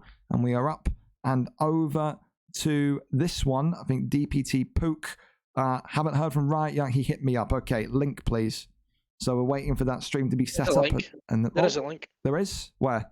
Yeah, look above Kez. Oh, yeah, shit, you're right. You're right. Thank you so much. That's why I wear glasses, Deco. That's why. You're my eyes, mate. Mate, I've got my glasses on as well, mate. So two old pensioners together, mate. Bams, so there you go. We've got 8 eyes between us, man. Love it. We're a fucking 10 including the octopus. chap tie. Fuck it. Octopus on the fucking on the comms desk. That's us. Octo-eyes, mate. Fuck it. Well, John Jones from the champion and Jan again. This is the same kind of thing. I think this is the thing that Pook likes about this division, Deco, is it's predictable. You know that you're going to go Jones as the champion, and you know 9 times out of 10 you're going to go against Jan. So the champion, of course, in white, the challenger TTV Riot Young in black, with the Polishman Jan Blachowicz, whatever you. Yeah, still struggling with the pronunciation. Yeah, Blachowicz, no problem. Come on, you've got Eastern European blood. Listen, mate. Listen. Poland and Slovakia are completely different places. I know. I was messing. These pronunciations are not my forte. All right. If it's got an itch at the end like that, then that's my forte. When it's with a Z, then I start to get a little bit fucking confused. But there you go. Hey, I think like the Z fucking camera. Oh yeah. I like it. You hate it, but I like it. What, the camera? Yeah. Man, it's cool to watch, but the play on's a fucking nightmare.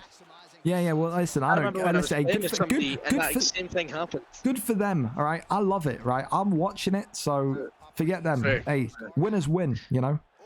Armbar locked in, and the arm is in danger here already for TTV Wright Young. This armbar favoured by a lot of these light heavyweights and heavyweights. Pook knows now that he's got to kind of hold himself here. Nearly got that one sub as well, by the way. That's close.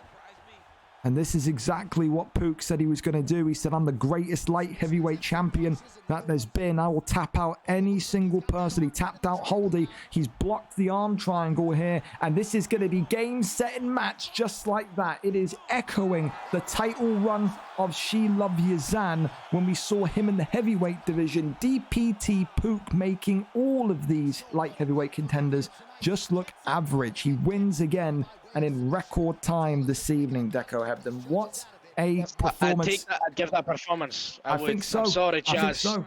You came off the fucking couch with your bathrobe. You've put on the fight shorts and you've won. Fair dues. John Jones just made it look super easy there. Well done, Pook.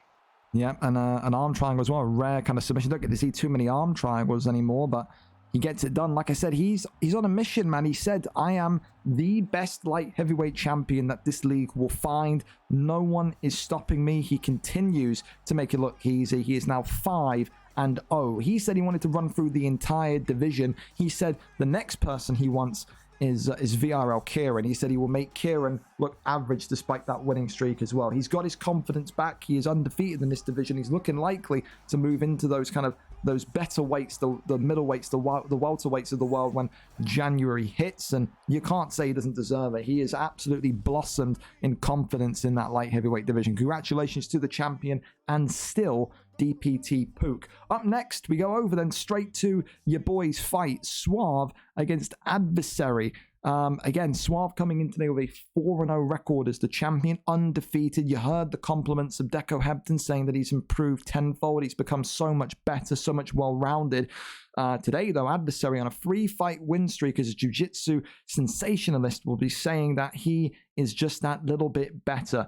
Of course... Adversary's calling for an intake check. Sorry to interrupt. Wait, Adversary's calling for that, yeah? Yeah. Okay, great. I have to go talk to Suave then. Right, I'll be back in a minute, then we'll finish up the build-up there. Give me a minute.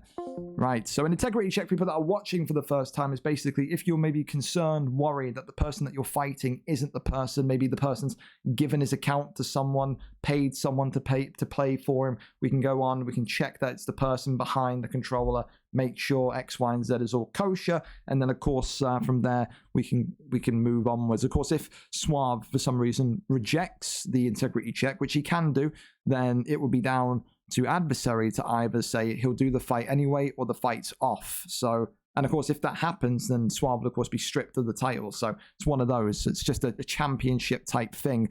So we go over, we'll hide the screen, we'll talk to him, and we'll see what Suave is cooking. Let's go and have a look. Okay. Hello, buddy. Hello, pal. Camera on, please. I've hid everything, so that's fine. Oh, I don't mind. I am almost naked, but... that's exactly why it's hidden. Okay, yeah, well, it's me. That is you. Young sport. Flip it round. There you go. You better have pants on, pal. You better not flip it round and you'll be stark naked. I will fucking punch the camera. I will. Wonderful. Top tier. Move. Lovely. Fantastic. Any words for Adversary after that integrity check? I mean, he's a good power mine, but his breath stinks, to be honest. Is that before pre-fight interview? If he's your mate, are you surprised he thinks you're cheating with the integrity check? Not really. I mean, I'm starting a party with some big names. DGC, best camp going. Well, okay. Listen, it's a big fight. Good luck to you. A lot of high praise for you. See if you can rise to the occasion, Suave. Good luck to you. There we go. That's Suave. He's happy, ready to go. And we are going back into the comms booth. All right. We're back. Everything's good. We're good. All right. Okay. Who's streaming for us then? It's Adversary. Adversary. Yeah. So I'm on it. It's an interesting one again because you just think about the resumes of each, Suave having that comeuppance, Deco, but it's the 3-fight win streak. And you've got a 3-fight win streak in any division because it's all relative. you know, people feel like the welterweight division to them is the bantamweight division to you. It's their division. So to get a 3-fight win streak, to have all that confidence, that invincibility factor, that's going to be a factor as well that Suave's going to need to take into account, isn't it? You know what I mean? You don't want to lose that win streak. You know what I mean? You're the champ. You don't want to lose the belt either. It's kind of one of them that you've got to kind of keep your head and sort of win. Again, like I said, I think he does. But like you said, obviously, bantamweight's my division. Their way's fucking welterweight. You know what I mean? Again, a 3-fight win streak in any division is good. If you're in the skill set sort of division that you be in, of course that's going to be good. You know what I mean? If you start getting 3-fight, 4-fight, 5 wins, you get jumped up divisions and do the same again. It just shows that you're improving on a game, you know. Absolutely. Well, it's looking like it's going to be Shavkat and Usman. What do you make of the sparring record as well? 16 wins to adversary, 10 to Suave. Does that maybe cause you a little bit of concern? Nah. So I know obviously the record is there. You know what I mean? Obviously a lot of them wins was maybe wins wasn't that good. That's I'm fair. not saying he wasn't great, but again, you've got to take it into account. Adversity's obviously up because he's nervous. We'll find out. Absolutely. Well, this is the thing. Nerves could be a factor. Suave said, as I keep saying, that he feels like he's at that featherweight level when he spars. Just feels like when the camera's on him at times, he freezes, he clams up, and he makes mistakes. The champion today in the black and silver with Kamaru Usman, the challenger on that 3-fight win streak, adversary in the blue with Shavkat Rakhmonov. And again, Shavkat's such a balanced fighter, isn't he, Deco? He's got that stand-up, he's got that ground game. He's fantastic, isn't he? Yeah, these are literally my 2 picks. I just like fluctuate between them both. Just like I said, depends on what. And grapple, you know what I mean? I'll use Shavkat. If I want to just box and sort of grapple and dominate the floor, I'll. Depends.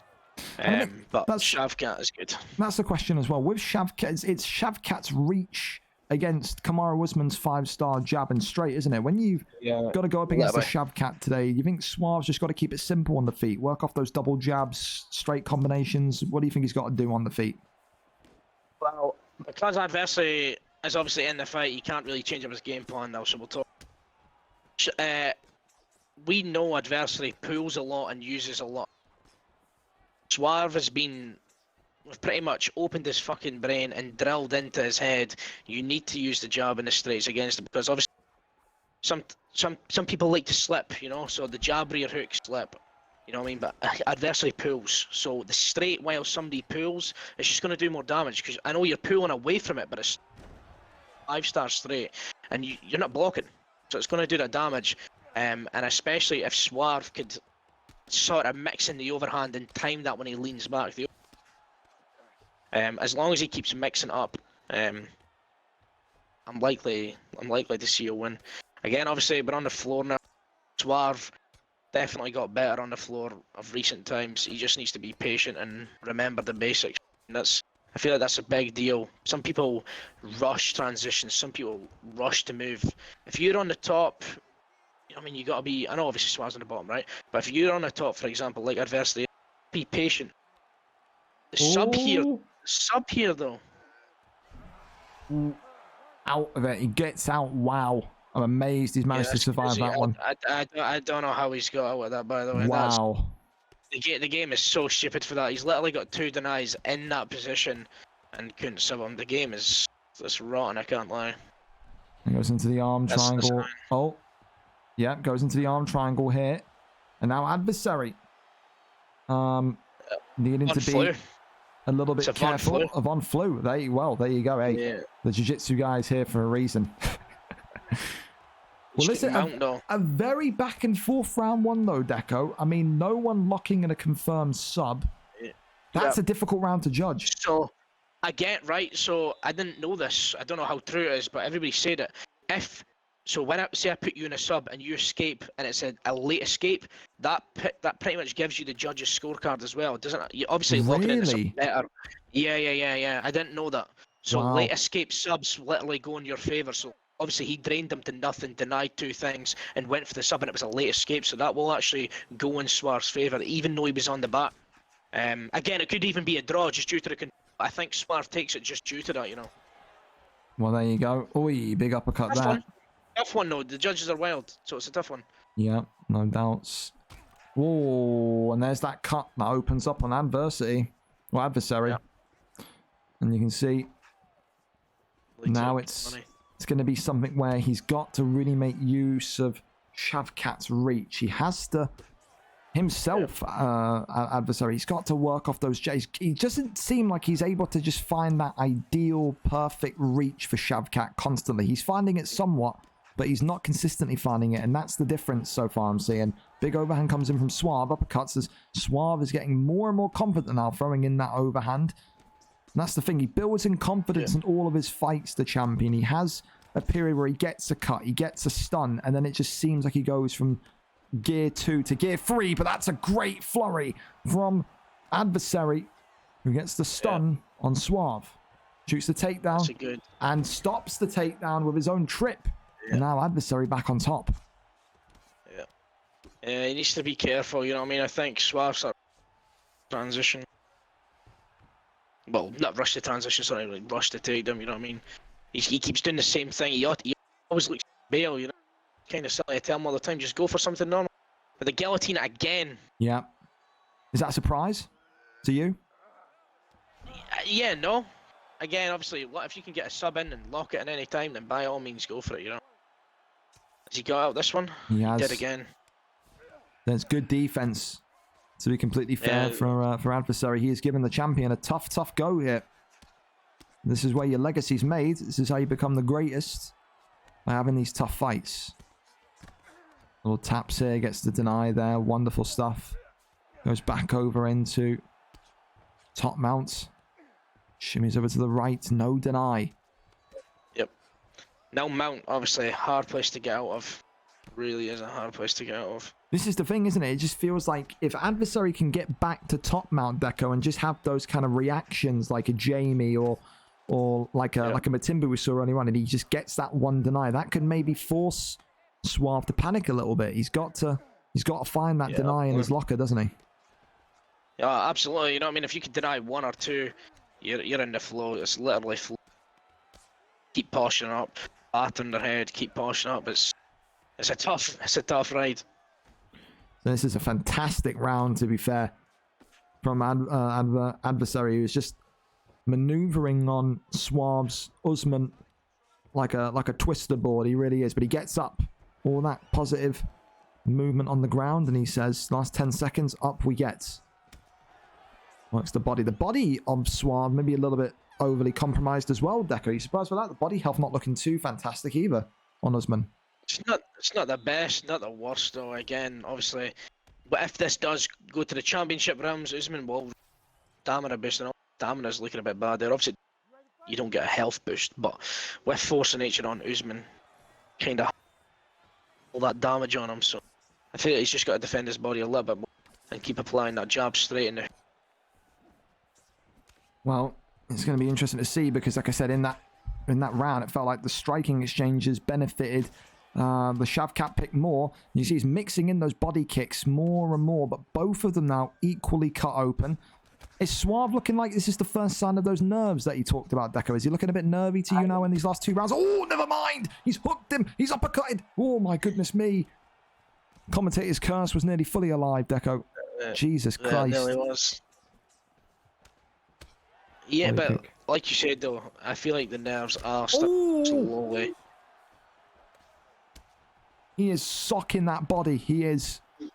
Yeah, he is. Adversary's doing well. Adversary eating the 1-2 down the centre. I feel like Suave needs to, if he gets a rock, he needs to spear him. I would think, yeah, I would agree with you. And you can see that head health of Shavkat is not looking great, but great head movement. That body kick consistently, Deco. He is not reading that body kick, Suave. I know. Tense here. As the challenger in blue looking to end the title reign of Suave. More body shots coming forward.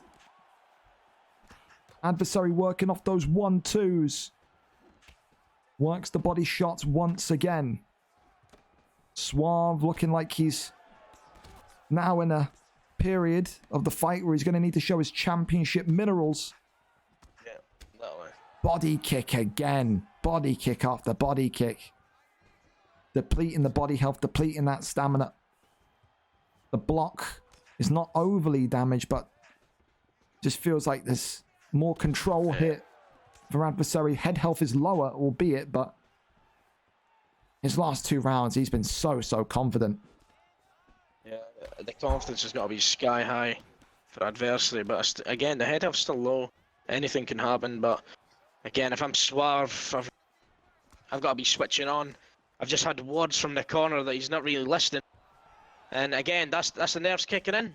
I can't lie, you don't listen, you're in autopilot. And it's not up to the corner, you know what I mean? The corner can only do so much.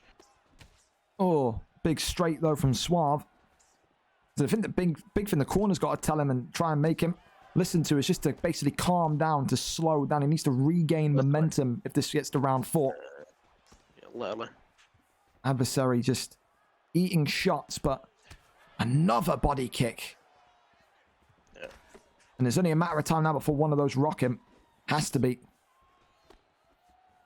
Their body strikes, well, kicks mainly.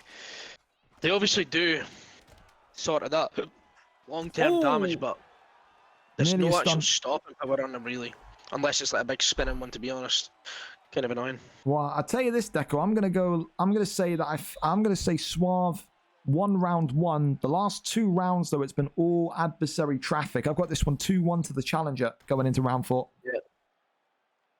No, I agree. He is definitely winning this. He's done absolutely more damage, and he's looking better. I can't lie. He needs that Leon Edwards motivational speech right now. He's got to start this round strong as the champion. If I was in the corner, I'd probably be screaming at him. I can't lie, because I hate when I'm in the corner and somebody's doing something bad, and I'm telling them what to exactly do, and they can't implement it. It actually does frustrate me a bit. I can't lie. Tell you the thing that I really like from adversary as well today, Deco, to switch back onto him. I really like how he's trusting his block. He is sitting in there, and he is very much aware of what his block is looking like, where it is. He is not retreating. He's not getting nervous. He is fully in the zone, and now he's got that arm bar, and this could make that block go even more for Suave if this comes off. It needs to do. And doesn't. Would you maybe say that was a little bit of an amateur move from adversary and be taking this fight to the floor? Maybe that's a sign that he's not too confident in that head health lasting much longer. That's why he took him down. Maybe not. Maybe he wanted to try and prove a point with a grappling as well. I don't know. Another armbar attempt here. This is even worse because Suave's starting stamina is not good. And I think this armbar is going to come through. Yeah, I think this is. There you go. Armbar in, and he only needs 1 more. But that block now, Deco, is even more lower. Yeah. It's looking rough, I can't lie. And obviously the armbar does obviously take into mount like we've just seen. So if he can hold mount and just pummel and do whatever, he's probably going to win Deco, this. If he can just get 1 more armbar in because of the stamina advantage, he's going to tap out Suave here. Suave cannot be put in another submission. Absolutely not. It's far too risky, far too risky. Adversary's got so much stamina to play with in a sub, so to try and get that for Suave, to be put in a sub, it's concerning. Back to the feet we go for the final 1 minute and 48 seconds of round number 4. And that block, look at that now. Oh, it's absolutely gone. And it's the ground and pound against the cage. And it's a new welterweight champion of the world. Deco Hebden adversary gets it done in round number 4. He beats Suave and ends the champion's reign. What are your thoughts on that one, Deco? Nerves got to Suave. I think, like I say, I back people all the time. The amount of times I've backed people, mate, on the game, and the nerves get to them in a fight. It's frustrating for me to watch. You know what I mean? Because it's probably more frustrating for me to watch. I actually do get annoyed, not because I'm annoyed at them, because I'm annoyed that they didn't really perform on how I know they could. So seeing it is a bit disappointing. Again, fair play to adversary. He done well. You know what I mean? He done what you had to do. He came in there, done his job, but. It's just, it's a tough one, I can't lie, to watch. Yeah, I mean, listen, he came in with a lot of noise, adversary. A lot of people were calling Suave the favorite. He heard Suave with the comment about featherweight, about the comment about how he feels like he's just above everyone in this division. This is going to be maybe the best lesson Suave could get. He's going to need to kind of level himself down again and just get back on the horse, isn't he? Because said it's easy to talk and talk and talk when you're undefeated and you have the belt, but sometimes you need one of those lessons to maybe humble you, bring you back down a little bit. And Adversary tonight, take nothing away from him. That was a humbling. He trusted his block. He worked brilliantly. He proceeded forward. He covered himself well with the submissions. He covered himself well with the ground game. It was a beautiful performance. I mean, would you say that's maybe performance of the night, Deco, or is that still firmly with Pook, what we just saw there? Yeah, still with Pook, mate. Like, nothing against. I like her. And obviously Suarez my teammate, but I'm not even trying to be biased or nothing like that. Again, it was a close fight until really the third round. So I wouldn't really give a performance of the night. Again, a good performance. Nothing against it, but not performance of the night for me. That's fair. Well, listen. Took 4 rounds, you know what I mean? It took him a while to get it done. He'll be happy with the belt, I think, especially after so many betted against him this evening. So congratulations to Adversary. 4-fight win streak now. And again, what a prospect he's got next. Him versus Stu. A 4-fight win streak against a 3-fight win streak. That is certainly the fight to make. Have no doubts about it. Going up next, though, our third to final fight of the evening. Viper against Los Got Jugo. Viper RKO TTV in a unique situation with Jayco 5 not being around until January. Tonight, he takes on the 2-0 Los Got Jugo. Of course, 2-fight win streak. Danny Wyatt was also in the consideration, but when you compare 2-0 versus 2-1, you've got to benefit the undefeated fighter. Of course, the next title shot does belong to Jake when he's back, but we can't hold up the division because the contender isn't here. The champion wants to defend, and the champion will get to defend. Tonight, these two will put on a firework display of a show. I think these two love to strike. These two very limited kind of opportunities to see them wrestle. Of course, Viper has shown he's got good wrestling defense, but is always one of those guys that is an anti-wrestler. He will start to use that wrestling and use those defensive skills if you take him down. He likes to put on a show on the feet, as does Jugo, who, of course, recently knocked out Inversia, former featherweight champion of the world, in beautiful fashion. Tonight, it's a battle of the 155ers and a battle to discover who is the best stand-up artist in this stacked division. If Jugo wins the belt, it's one of the quickest ascendancies to gold that we have seen, especially from a foreign fighter. He could be another champion that brings back gold to the United States. We're closing in on an elite list now, from the Dirty Daves all the way to the Dex Premises and lightweight. Could he be about to join that elite list? It is the champion Viper RKO TTV coming out of a karate style, taking on Los Got Jugo, a 2-0 kickboxer. Viper is live for us. Let's see what the champion is going to pick, and it's looking like it's going to be Michael Johnson from Jugo and Joe Lauzon from the champion. So these two may be friends, Deco. Maybe they're going with those kind of meme picks tonight. That's a little bit dangerous, though, in a title fight. You never know what can happen. No, absolutely not. Again, Joe Lauzon is fucking 3-star. I don't know. Maybe, I don't know. I don't know what that pick is. That is not a good look. Maybe you're that confident. Maybe he's picked him. I don't actually know, but that's wild.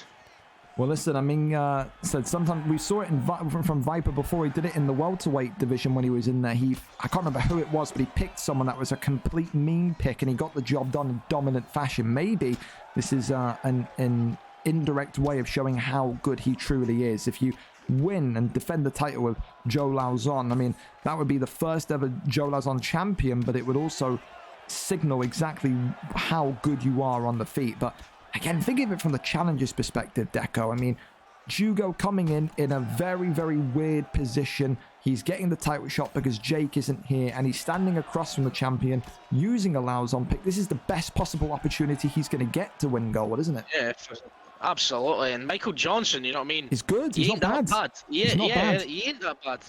I know Spider loves Michael Johnson. Like, we'll use Michael Johnson against anybody. Loves him.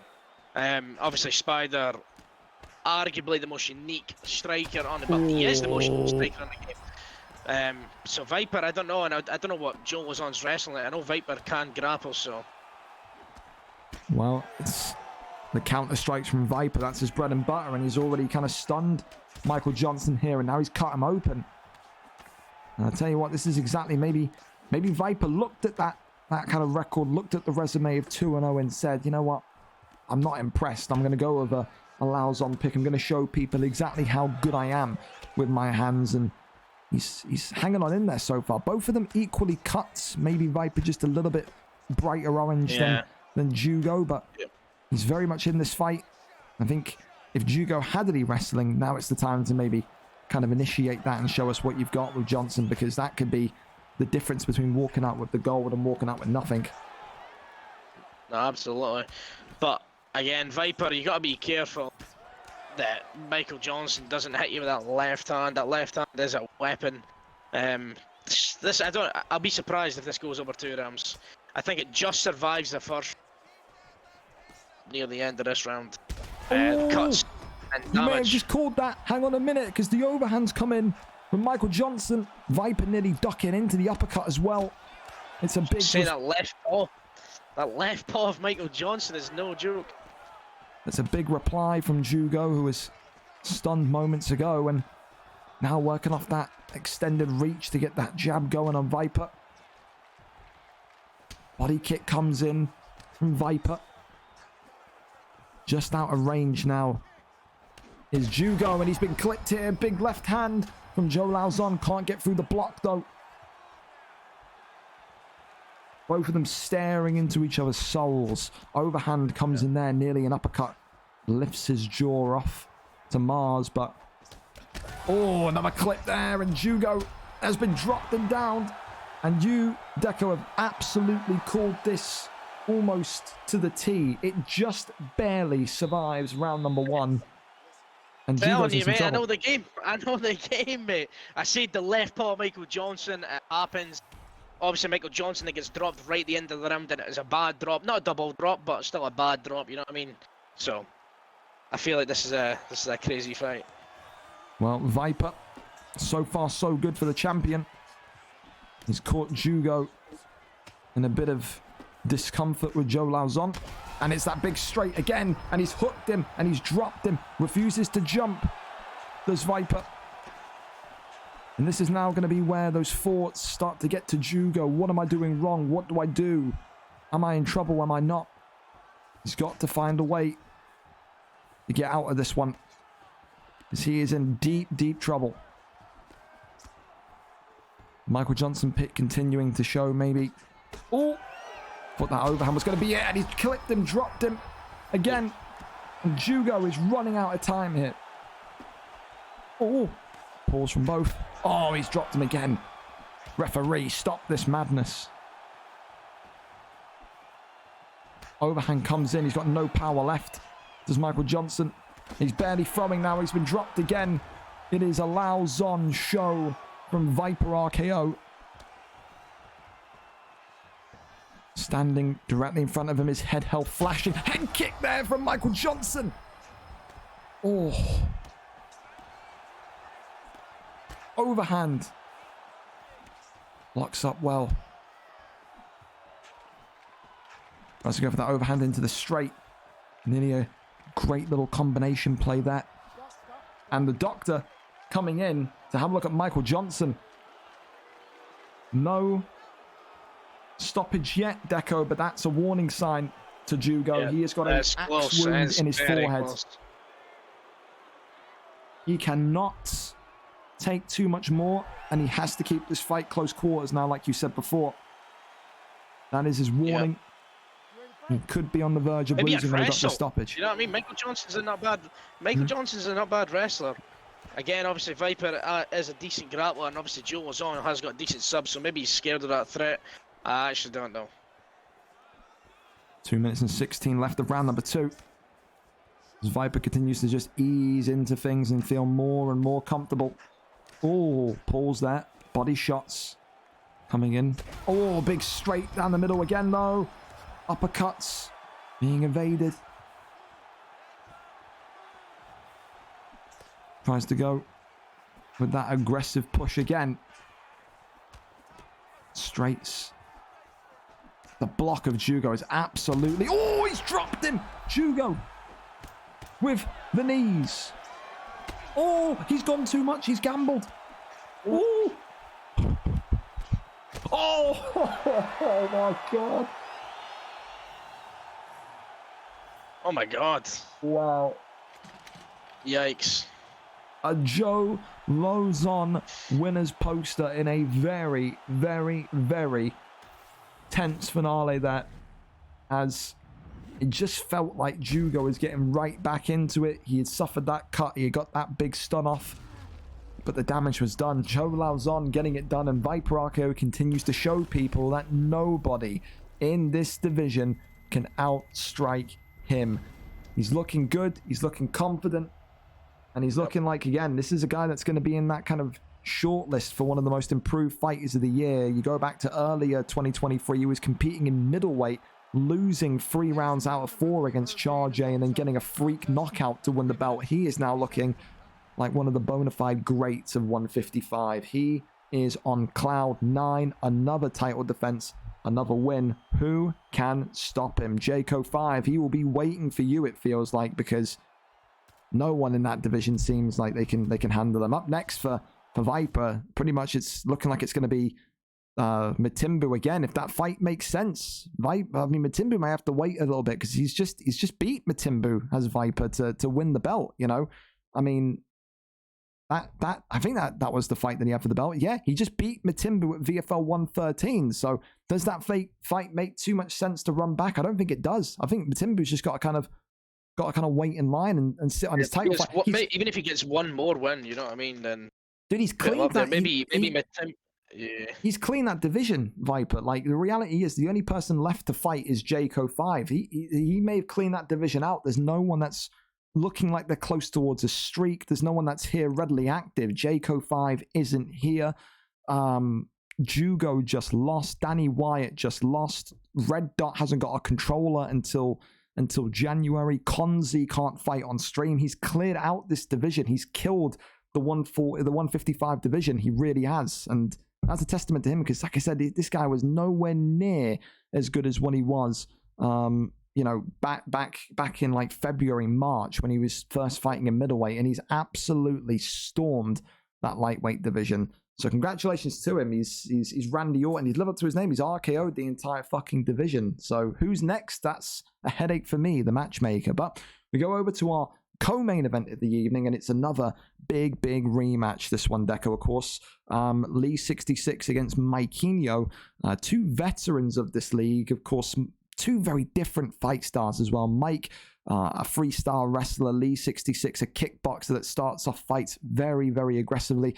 They fought each other once before, back when they were both coming up through the rankings and the divisions, trying to assert themselves and put themselves in the limelight as maybe 2 of the best up-and-comers. I think it was at lightweight, but I'm just going to double-check. Lee and Maikinho. I know, of course, Lee won the bout, and there it was. It was at lightweight, VFL 56, a Lee 66 round 3 TKO on the stream card. That was the 23rd of March, 2023. So near enough to the day, 9 months on. If Lee 66 can do it again, he will take home the featherweight gold, the biggest and the best level gold that he would have attained so far in all of his kind of year and a half of fighting. He's had so many different nicknames, from Knee 66, from his Nebo days, to HUD 66, to his HUD Watch days, but can he beat the champion? With so much development that Maikinho's gone through, he has excelled within the last 9 months, let alone 12 months, from a competent wrestler to a very deadly submission artist. Of course, he's on that submission leaderboard as well. 12 career submissions. Lee 66 on the knockout leaderboard, up here with the most amount of knockouts, 29 knockouts. He'll be hoping that number 30 is a magical one and is a title-winning one indeed. The champion, 3-0 Maikinho, representing the United States, takes on Lee 66, the number 1 contender, 3-1, fighting out of Wales. Let's see who gets this one done. Lee and Maikinho. Maikinho and Lee. Lee 66 is live for us. Let's see what the picks are going to be. Max Holloway and Brian Ortega. Yeah. I don't mean to interrupt, Gringo, but I'm going to bounce and make sure Easy's ready. But absolutely fine, pal. Yeah. Go for it. Thank you for being with me. Sorry to leave you on the last day on. You're fine, mate. You're fine. Have a good one. You too. So Deco departs off to go and compete and hope with easy work. And we'll have a commentator of Vapes in the crowd. Vape, get the mic plugged in. Come on for the main event, Vape. Come on for the main event. Here we go. Lee 66 hoping that it can be knockout number 30, hoping it can be 2-0 against Maikinho. And he can walk away with featherweight gold wrapped around his waist this evening. The champion Maikinho in the black with Brian Ortega. Lee 66 in the white with Max Holloway. Being in the party, not really helping Maikinho. I mean, how can I help anyone with UFC? I literally smell, you know what I mean? But Maikinho sparring with Blaze the other day, and I was overhearing it when doing some work, and he said, you know, I know Lee starts fast. If I can just put out that kind of fire early, if I can just stop him from having his way in the opening kind of minute, 2 minutes, 3 minutes, I think I can win the fight. I've just got to keep him quiet. And that's what Lee's been doing in all 3 of his victories. He has been effectively coming out the gates like an Apache helicopter, just laying people out. So, again, Lee in this situation, going to need to rely and revert back to that wrestling expertise he learned in the good old days of Triple G, where, of course, Mason taught him the art of wrestling. Of course, Lee, another one that's had such a incredible story in the league. Of course, once upon a time, that consistent middleweight division, and then advancing into welterweight, where he had that fearsome run, undefeated streak before he was going to be going down as one of the most incredible welterweight champions of all time. He's still in that list, but lost his streak and then went into lightweight. He's really done a whole progressive route through the weight classes. And for Maikinho, a guy that self-admittedly says about himself, I know I've got a mistake in me. He says, sometimes I go into round 2 and my brain, it just melts. And this is exactly what Lee wants. Look at this absolute onslaught that Lee is putting on him here, but the takedown there lands. It's good. It's a good respite for Maikinho. Of course, dealing with all of that pressure. Now he gets to kind of sit there and engage in this. Of course, Maikinho, like I said, 12 career wins by submission. Ortega, a notorious submission artist on UFC. This is exactly the game plan that he wants to kind of enact here. 56 seconds left of round number 1. Maikinho tapping away here. The posture up. Mike loves his posture ups as well. Never really one to sit there and directly move into side control or top mount, should I say, because he just likes to keep you guessing. He does. People often don't expect that up transition. Oh, big front kick comes off from Lee 66, though.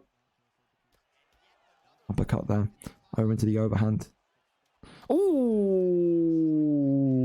And Lee 66 getting a big strike off there.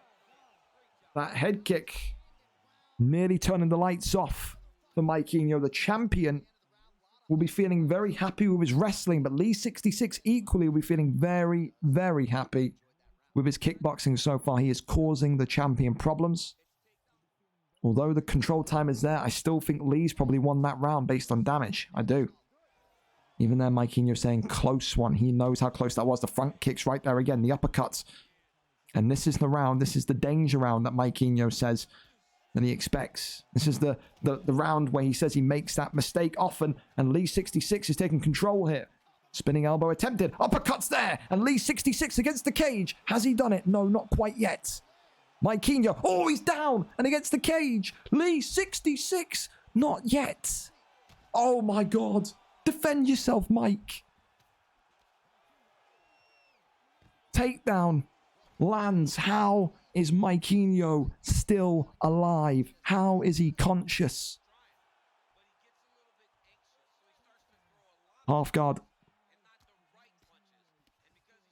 Goes over into side control. Little taps now. Maikinho has got to get back. This is the round. He said, man, he makes mistakes in round 2, and he's eaten 2 ginormous knees to the face here. He really has.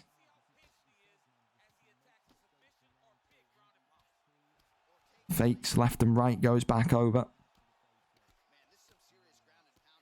More little taps here, rabbit punches. Nothing but denies from Lee at the minute. He knows if he gets this fight back to the floor, or on to a standing base, should I say, one more time, he may well end the fight. Maikinho knows he has to stop Lee in his tracks right now. He has to be perfect with his wrestling. Denied and kicked off. And now we're about to see what Lee's got in the arsenal. Big pull uppercut there from Mike. Goes back to the body. Oh, the uppercut drops him. And against the cage, he's not going to jump. Wow, Lee could have maybe got the... Oh, he's got into it. And Lee, 66, is the new featherweight champion of the world. He gets it done. Kickboxing bonanza. No need for wrestling today, says Lee. He's got the striking that will make you have a headache. He absolutely rocks Mike with the uppercut and then finishes him with that strike on the way down. Uppercut into that hook, the right hand, giving Max Holloway the gold. Lee, 66, now the face of this featherweight division. 4-1 for the new champion. The belt heads back to Wales. 3:22 of round number 2. And for Maikinho, it's that dreaded round. Made that mistake. The knees from the clinch was just too much. And for Lee, 66, he gets it done in blistering fashion. The highest level belt that he has held at competitive league level. He is now one away from being in that kind of bantamweight, flyweight conversation. With kickboxing talent like that, who can blame you for thinking that highly? His journey has been utterly incredible. And for Maikinho, sometimes you just have those guys that you just mentally can't beat and physically can't beat. Looking like Lee, 66, is that immovable object for Maikinho. Again, today, incredible fights, man. 2 new champions, 2 and stills. It could be all down to this. Does Tomaselli really kind of upset the odds here tonight and get this one done? Thank you, Lee, as well, for the raid. I appreciate you. Appreciate you. And listen, we go over now and we see if Vape's ready. Vape's going to come in and do comms with us so we can get him in. I wonder if he is. There he is. Time to save the card. I'll come. Listen, hey. Main event comms. If he wants to do it, we'll do it. If not, then you'll have me on my ones.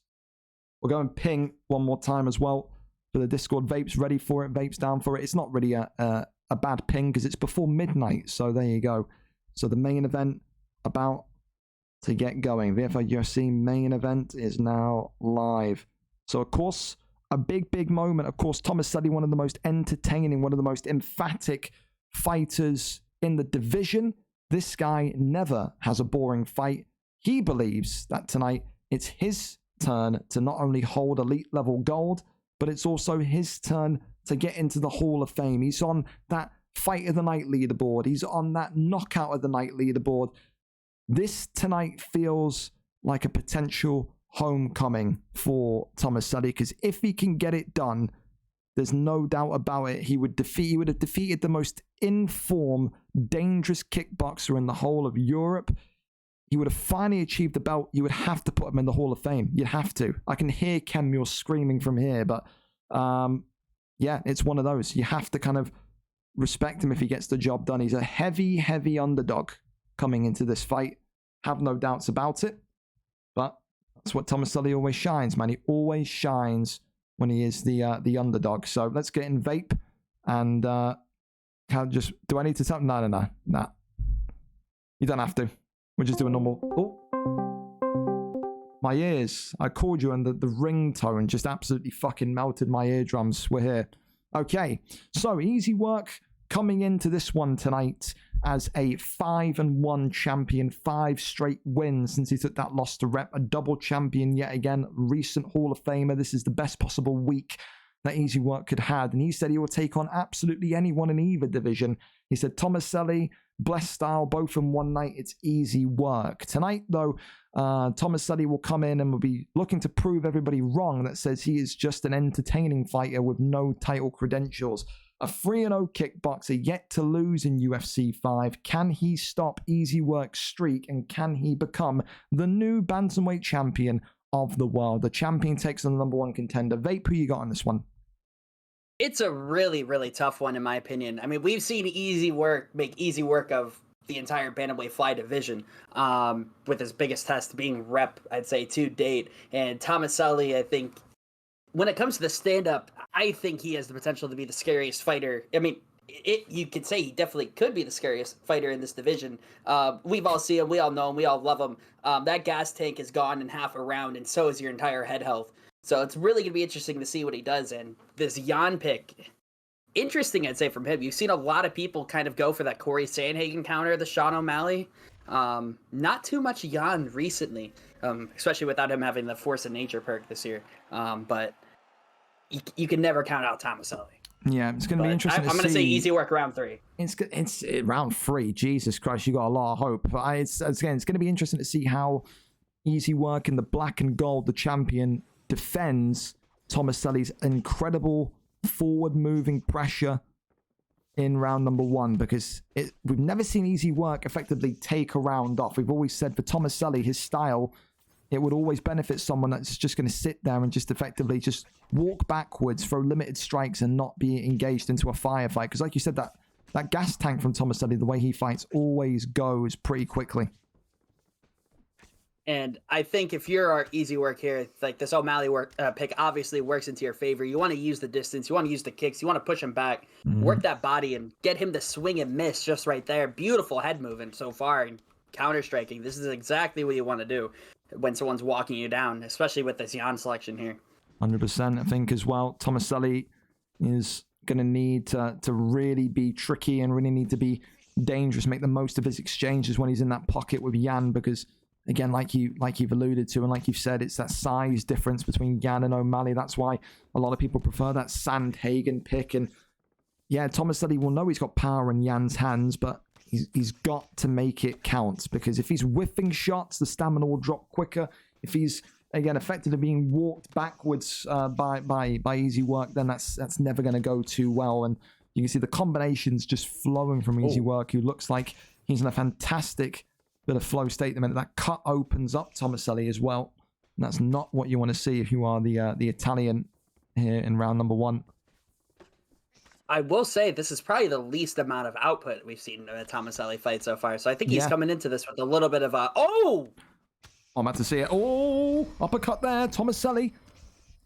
Oh, head kick, but he's gassed himself there. That short-term stamina, very much a bit of a compromising position. A little bit more reserved approach here is kind of working in his favor, at least right now. Normally, you'd see wild combinations with kicks and strikes, and you'd see he'd already be a third of his stamp all the way down at this point in the first round. But this might be a new man here. Maybe. Some people always said, well, he said himself he didn't think that his style could ever win championship gold because it was too aggressive. He's showing something different here today.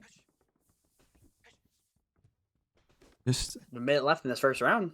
You could say he's winning right now. Yeah, the thing that worries, about that cut. The thing that worries me is that cut, especially in Easy. He starts getting those elbows out, starts to carve them up. Can be really bad as well. The jab is so easily executable because of the reach of Sean O'Malley, and again, it's his pressure when Easy Work gets you against that cage and just cuts you off with that lateral movement. It is so difficult to get out of there. But Tomaselli has cut Sean O'Malley open now, so Easy Work going to need to worry a little bit about a cut as well. We've seen Easy kind of begin to take the initiative in this round. He's starting to back up Tomaselli, but with this first round coming to an end, Tomaselli, I think the challenger, he's got that. Yep, he's got the stun. I think you have to give it to him. Here. So, and Tomaselli interesting. Tomaselli is one round is not the tell of the fight. Of course, you know, you never know what could happen. It could be something crazy. It could be something strategic. But Tomaselli right now, great pull elbow. Oh my God. Ducks underneath it when he wanted to fulfill. Here comes that pace. Here comes that tempo. Yeah, this is Easy Work now turning it up. He's dialed that aggression from 10 to 100. And these two are going. The cut sliced open on Easy Work again. That eye started to close a little bit on Easy too. He's yellow now. Tomaselli keeping his nerve, keeping his calm. The slip straights there from Tomaselli as well. Wow, that Oh, was it's that nice fake, from Easy right there. fake takedown into the uppercut. Always stuns him. He's swayed into that one. Tomaselli, though, continues to just, again, hold himself, compose himself. The block, of course, for Sugar Sean O'Malley. Not too bad and compromised yet, but it's getting there. The head movement from both of these guys is just unreal, man. Yeah, super good. The reactions, the IQ of both. The hook. Oh, clips Tomaselli. It's just avoiding enough overhand. Oh, he got him. Oh, that stuns him. An anticlimactic one. Tomaselli being backed up. Oh, body shot there, right to the liver. Easy work, and Tomaselli right back in the center of the octagon here.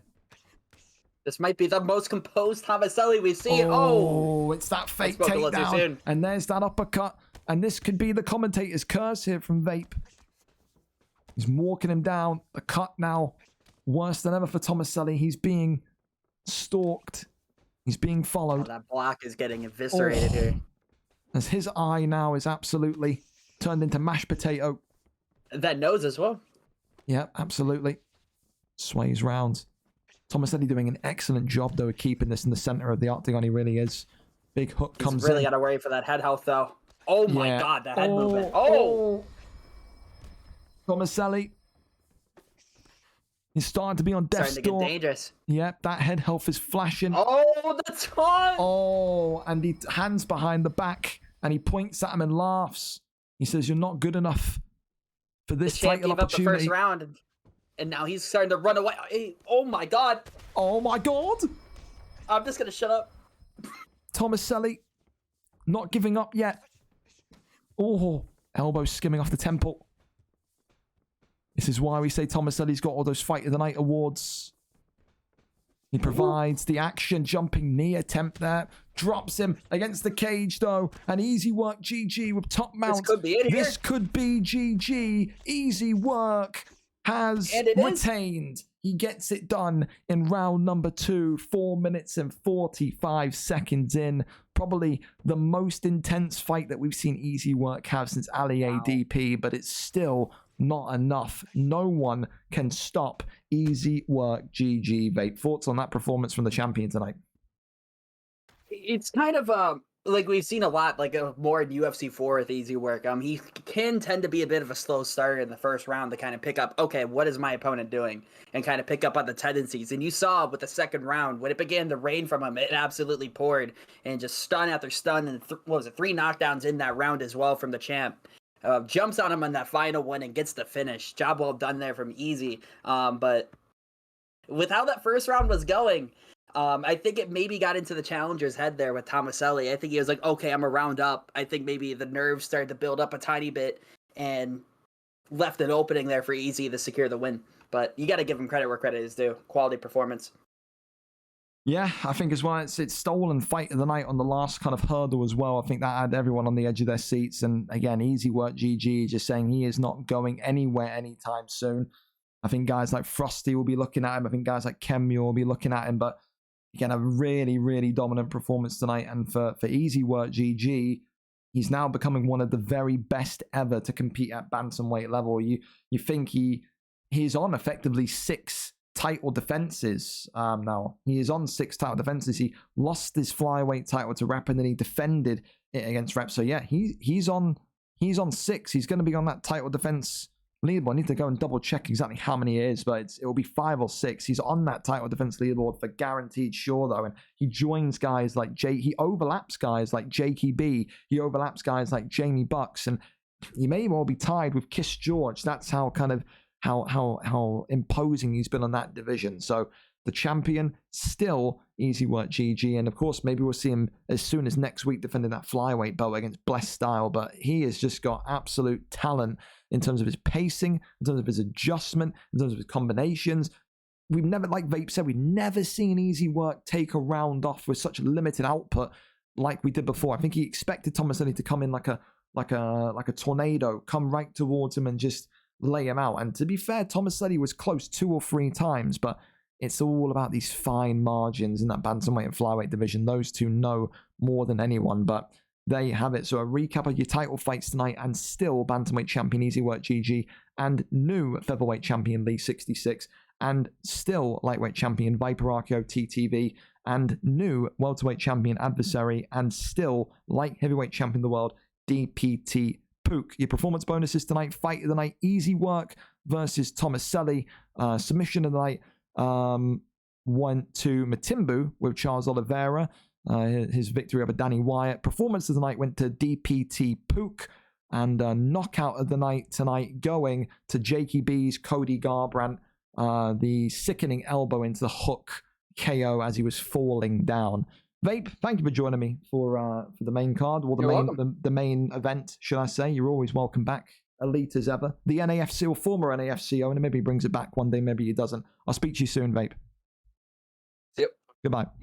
Listen, fellas, I'll be back in 5-10 minutes for matchmaking for the UFN. If you don't know what I'm talking about, there is another UFC card tomorrow. I'll be back with you tomorrow night. All live fights, UFN 15. Make sure you want to fight tomorrow. You head here and you tick this before I start matchmaking in 10-15 minutes. And we're going to be releasing the card tonight / early morning. And then the fight card is happening literally Friday the 22nd, 7 p.m. start time. So be right back with us tomorrow and see what kind of fun fights we got planned. It's a great opportunity for people to fight that don't usually get to fight on Thursday. So if you're not really usually a Thursday fighter, this is exactly the card for you. So listen, fellas, thank you so much as always for your raids, for your support, your follows, your subs, and another great night of action-packed fights. 6 hours of non-stop action, 5 hours and 50 minutes because we were early, because you lot were absolutely wonderful with your timings today. This main event was supposed to start a minute ago, so we've done phenomenally well. So no raid today. I'll be back on stream in literally 10 minutes. Thank you so much to every single... I wasn't finished, Streamlabs. Calm down. Thank you to every single one of you again for being here tonight and making it what it is. And if you need anything, I will be on stream. I will be here for at least probably the next 2 hours or so. Have a great night. If I don't see you tomorrow, have a great Christmas. You deserve it. And I'll see you when I see you. Take care. Farewell. We're out. Now you can do it, Twitch. Now.